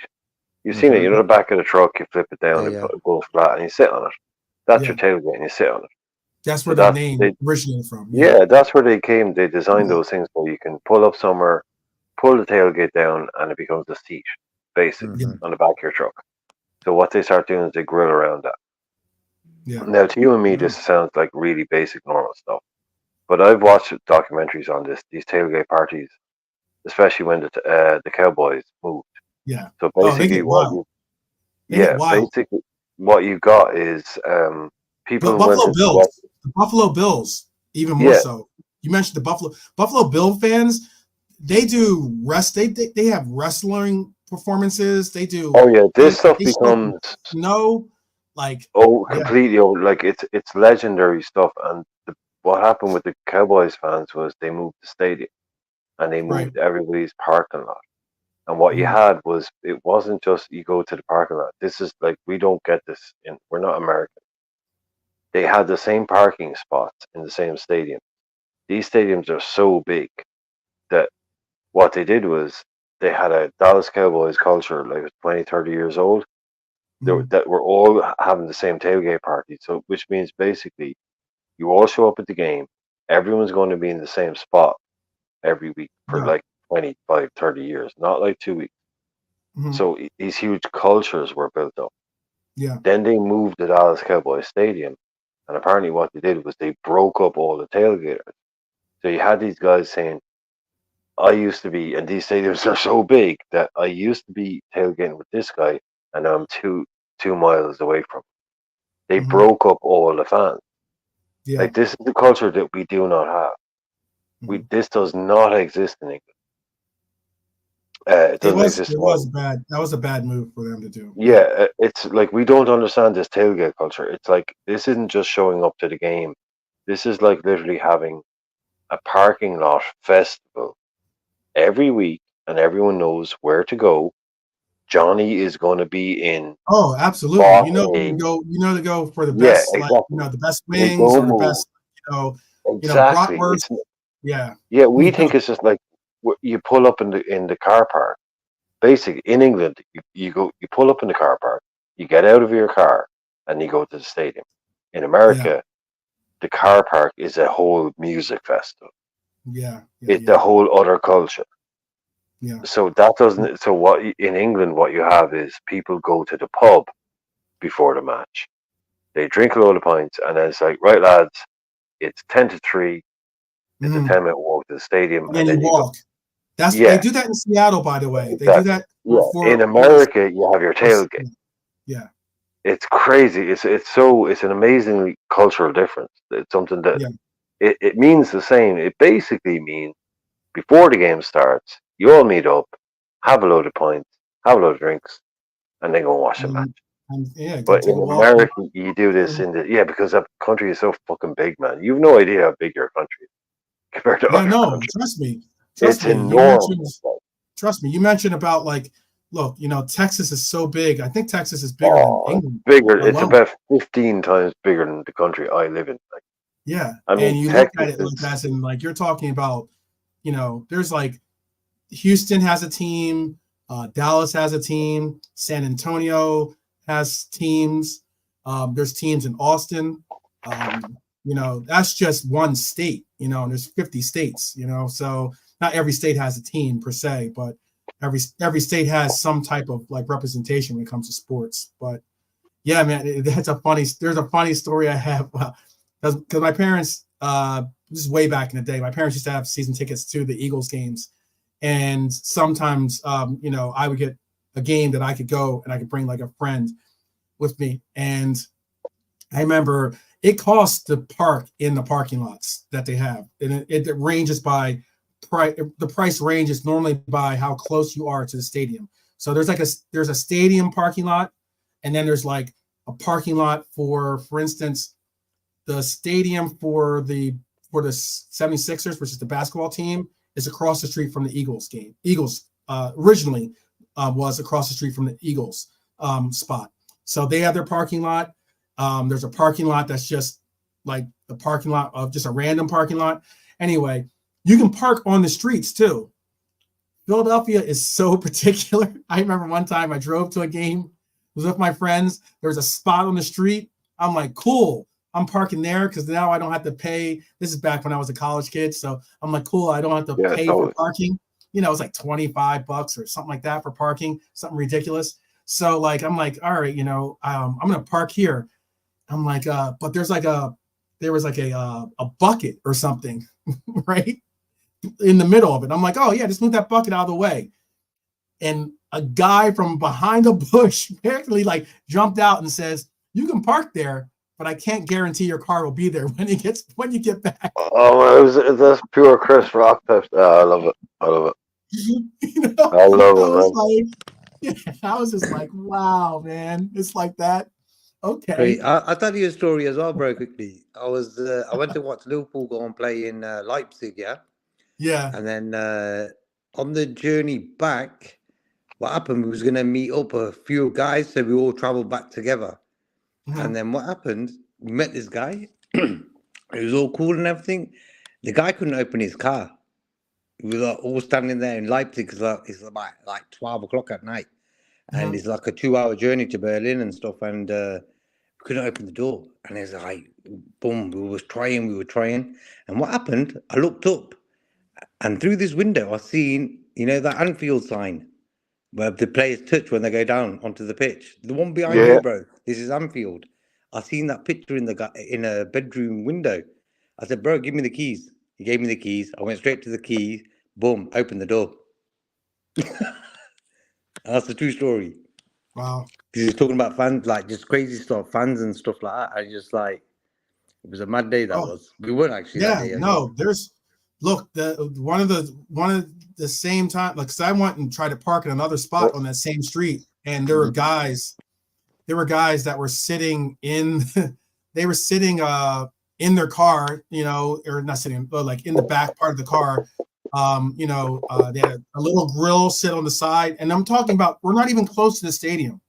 This is like blocks away from the stadium. They're just sitting in there hanging out, cooking hot dogs or something on the side. And the guy's like, yeah, man, he's like, that spot's for my friend. And I'm like, come on, man, like you can't call dibs on parking spots on the street, you know, like it's first come, first serve. He's like, all right, that's cool. He's like, you know, but I mean, like, you got some nice tires on your car. And I'm just like, really, dude? I'm like, it's like that. Same when you go Damn if something was to happen to them. Yeah, exactly. I'm like, dang, man, can't catch a break. Yeah, it's the same as Anfield. Like the kids would come and be like, nice car there, bro. And like you give them a 10 out, they look after it while you watch the game, 4 or 5 or whatever it is, you know. It'd be an awful shame if someone was to come along and, you know, scratch it up or something. I mean, that would be an awful shame. It'd be an awful shame to have your car on blocks. It'd be an awful shame to have your car on blocks. Back. Yeah, when you got bricks and that, tires gone. Big up, Nalante. We're about to end. I know we went a little bit over, but we got into some funny combos, funny stories about like American sports and American culture here with the sports here with the partying and tailgating and you get it all here. You get it all here. Yeah. Yeah, America's a big country.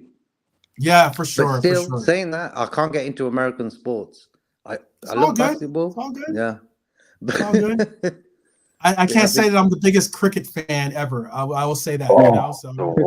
Don't even. No, I love cricket. Am I about to get railroaded here? It's the worst sport ever, man. Come on. And golf. Can't stand it. No, cricket and golf, top games, top both. Oh, fair enough. JK disagrees, but not for me. Yeah. Not for me. It's not for me. If I play, it's a weird game. Cricket to me is like kind of like we play pool here in America, but you guys know, I know you guys play snooker, right? Is that what it's called? Yeah, we do pool as well over here, but just in a short company. We do pool over here as well. But you know, I know I've never really I don't completely understand snooker, but have you ever like I have a pool table, but I have a pool table in my house, but I don't know. But you know, it is what it is. Like, have you ever played snooker? I just don't understand snooker. Huh? Have you ever played snooker? I have played snooker before. It's like you got to get closest to the. You try to get the ball closest to the ball. Like there's like one. Yeah. You got to get the ball closest to the ball. Yeah, that's snooker. No, don't even try and bet that. That's the greatest explanation of snooker ever. You got to get the ball closest to the ball.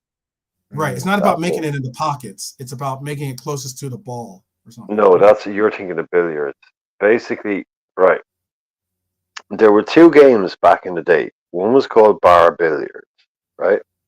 Right. Which was that game that you're thinking of where you don't pot balls.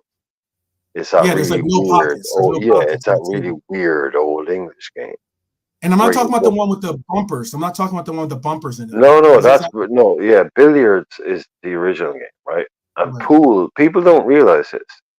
Most people think snooker is older than pool. It isn't.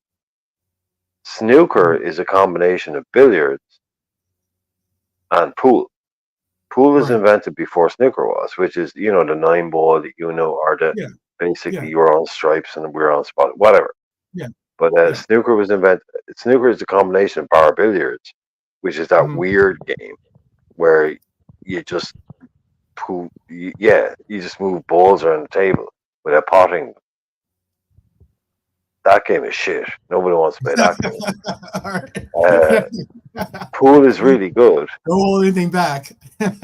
No, but who wants to play bar billiards? Nobody plays it anymore. Literally, it's like snooker without potting balls. Yeah. It's okay, great. Like whatever. Yeah, it's a very strange game. But pool actually existed before snooker. Like we have a version of pool over here where it's just the 9 ball you guys have. We don't have smaller balls. It's just red and yellow balls, and one person pots all the red, and then you also have the other ones. But yeah, snooker is just on the big table, much bigger table than pool is. Then you also have 9 ball. Yeah. But yeah, the bar billiards. Who the hell wants to play that? Like, that's just you have red balls and white balls, and you're moving them around and trying to not pot them. Yeah. Okay. It's a difficult game for me to conceptualize. And Very then on top English. of that, like I said, there's that game that where they have like the bumpers in there. It's like a small table. That's billiards. Yeah, that's billiards. And then there's a version that's called bar billiard, which is a different game. And I see those games. I'm just I've played them before. I've played them before, but not necessarily do I say I'm a fan of any of those games. When it comes to me, actually, I'm a foosball player, to tell you the truth. So, but that is what it is. I guess maybe that's because I like soccer, football, whatever. Is that table football? Is foosball table football? Yeah, oh, table football. Foosball, it's like table foosball. Yeah, they're cool. They're fun. I like that game, but I have a foosball table and a pool table, darts board, all that. But when it comes with, but I rarely play the pool. I rarely play pool and I rarely play darts. Foosball is my thing, but it's difficult to find people that like foosball here in America sometimes. So it's just not a common bar game. It is what it is. But hey, guys, thank you all for joining. Nilante, I can say it to you now officially. Thank you for joining earlier, helping us comprise that tiers list. Hopefully, you'll be available or at least be able to participate in the next one that we do, which will be we're going to figure out if we're going to do the defenders first or we're going to do the attackers first. I know the attackers has a lot of controversy already loaded up and ready to go. But yeah, I definitely have to. I gotta be at the venue in like 2 hours, so I'm gonna have to knock out this preview show so I can say I did a preview show for the people for sure. So look for that in the next. I'm gonna do it in the next 45 minutes. I'll do the preview show.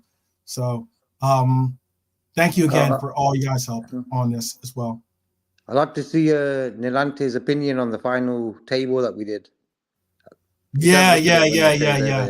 I took a screenshot. I'm gonna send Nilante. I'm gonna send it to your WhatsApp, and you can tell us in the comments. How about that? For sure. But I know he's dealing with stuff at the house right now. He just wanted to be able to be here for when we all depart the gates here. But all right, thank you everyone. See you in 45 minutes for this preview for the Burnley match. I'm gonna keep it short and sweet for my preview as well. I'm not gonna go for a 4-hour show or something like that. Gonna keep it short and sweet, but I will be giving a prediction, score predictions, all that. I have that all queued up, and we'll see you soon. But until then, take care of yourselves. Continue to please take care of each other. It's important, especially as Reds. We do an honor to the name by doing that and taking care of our loved ones. And I will see you in 45 minutes. All right, guys, take care. Peace. Thank you, boys.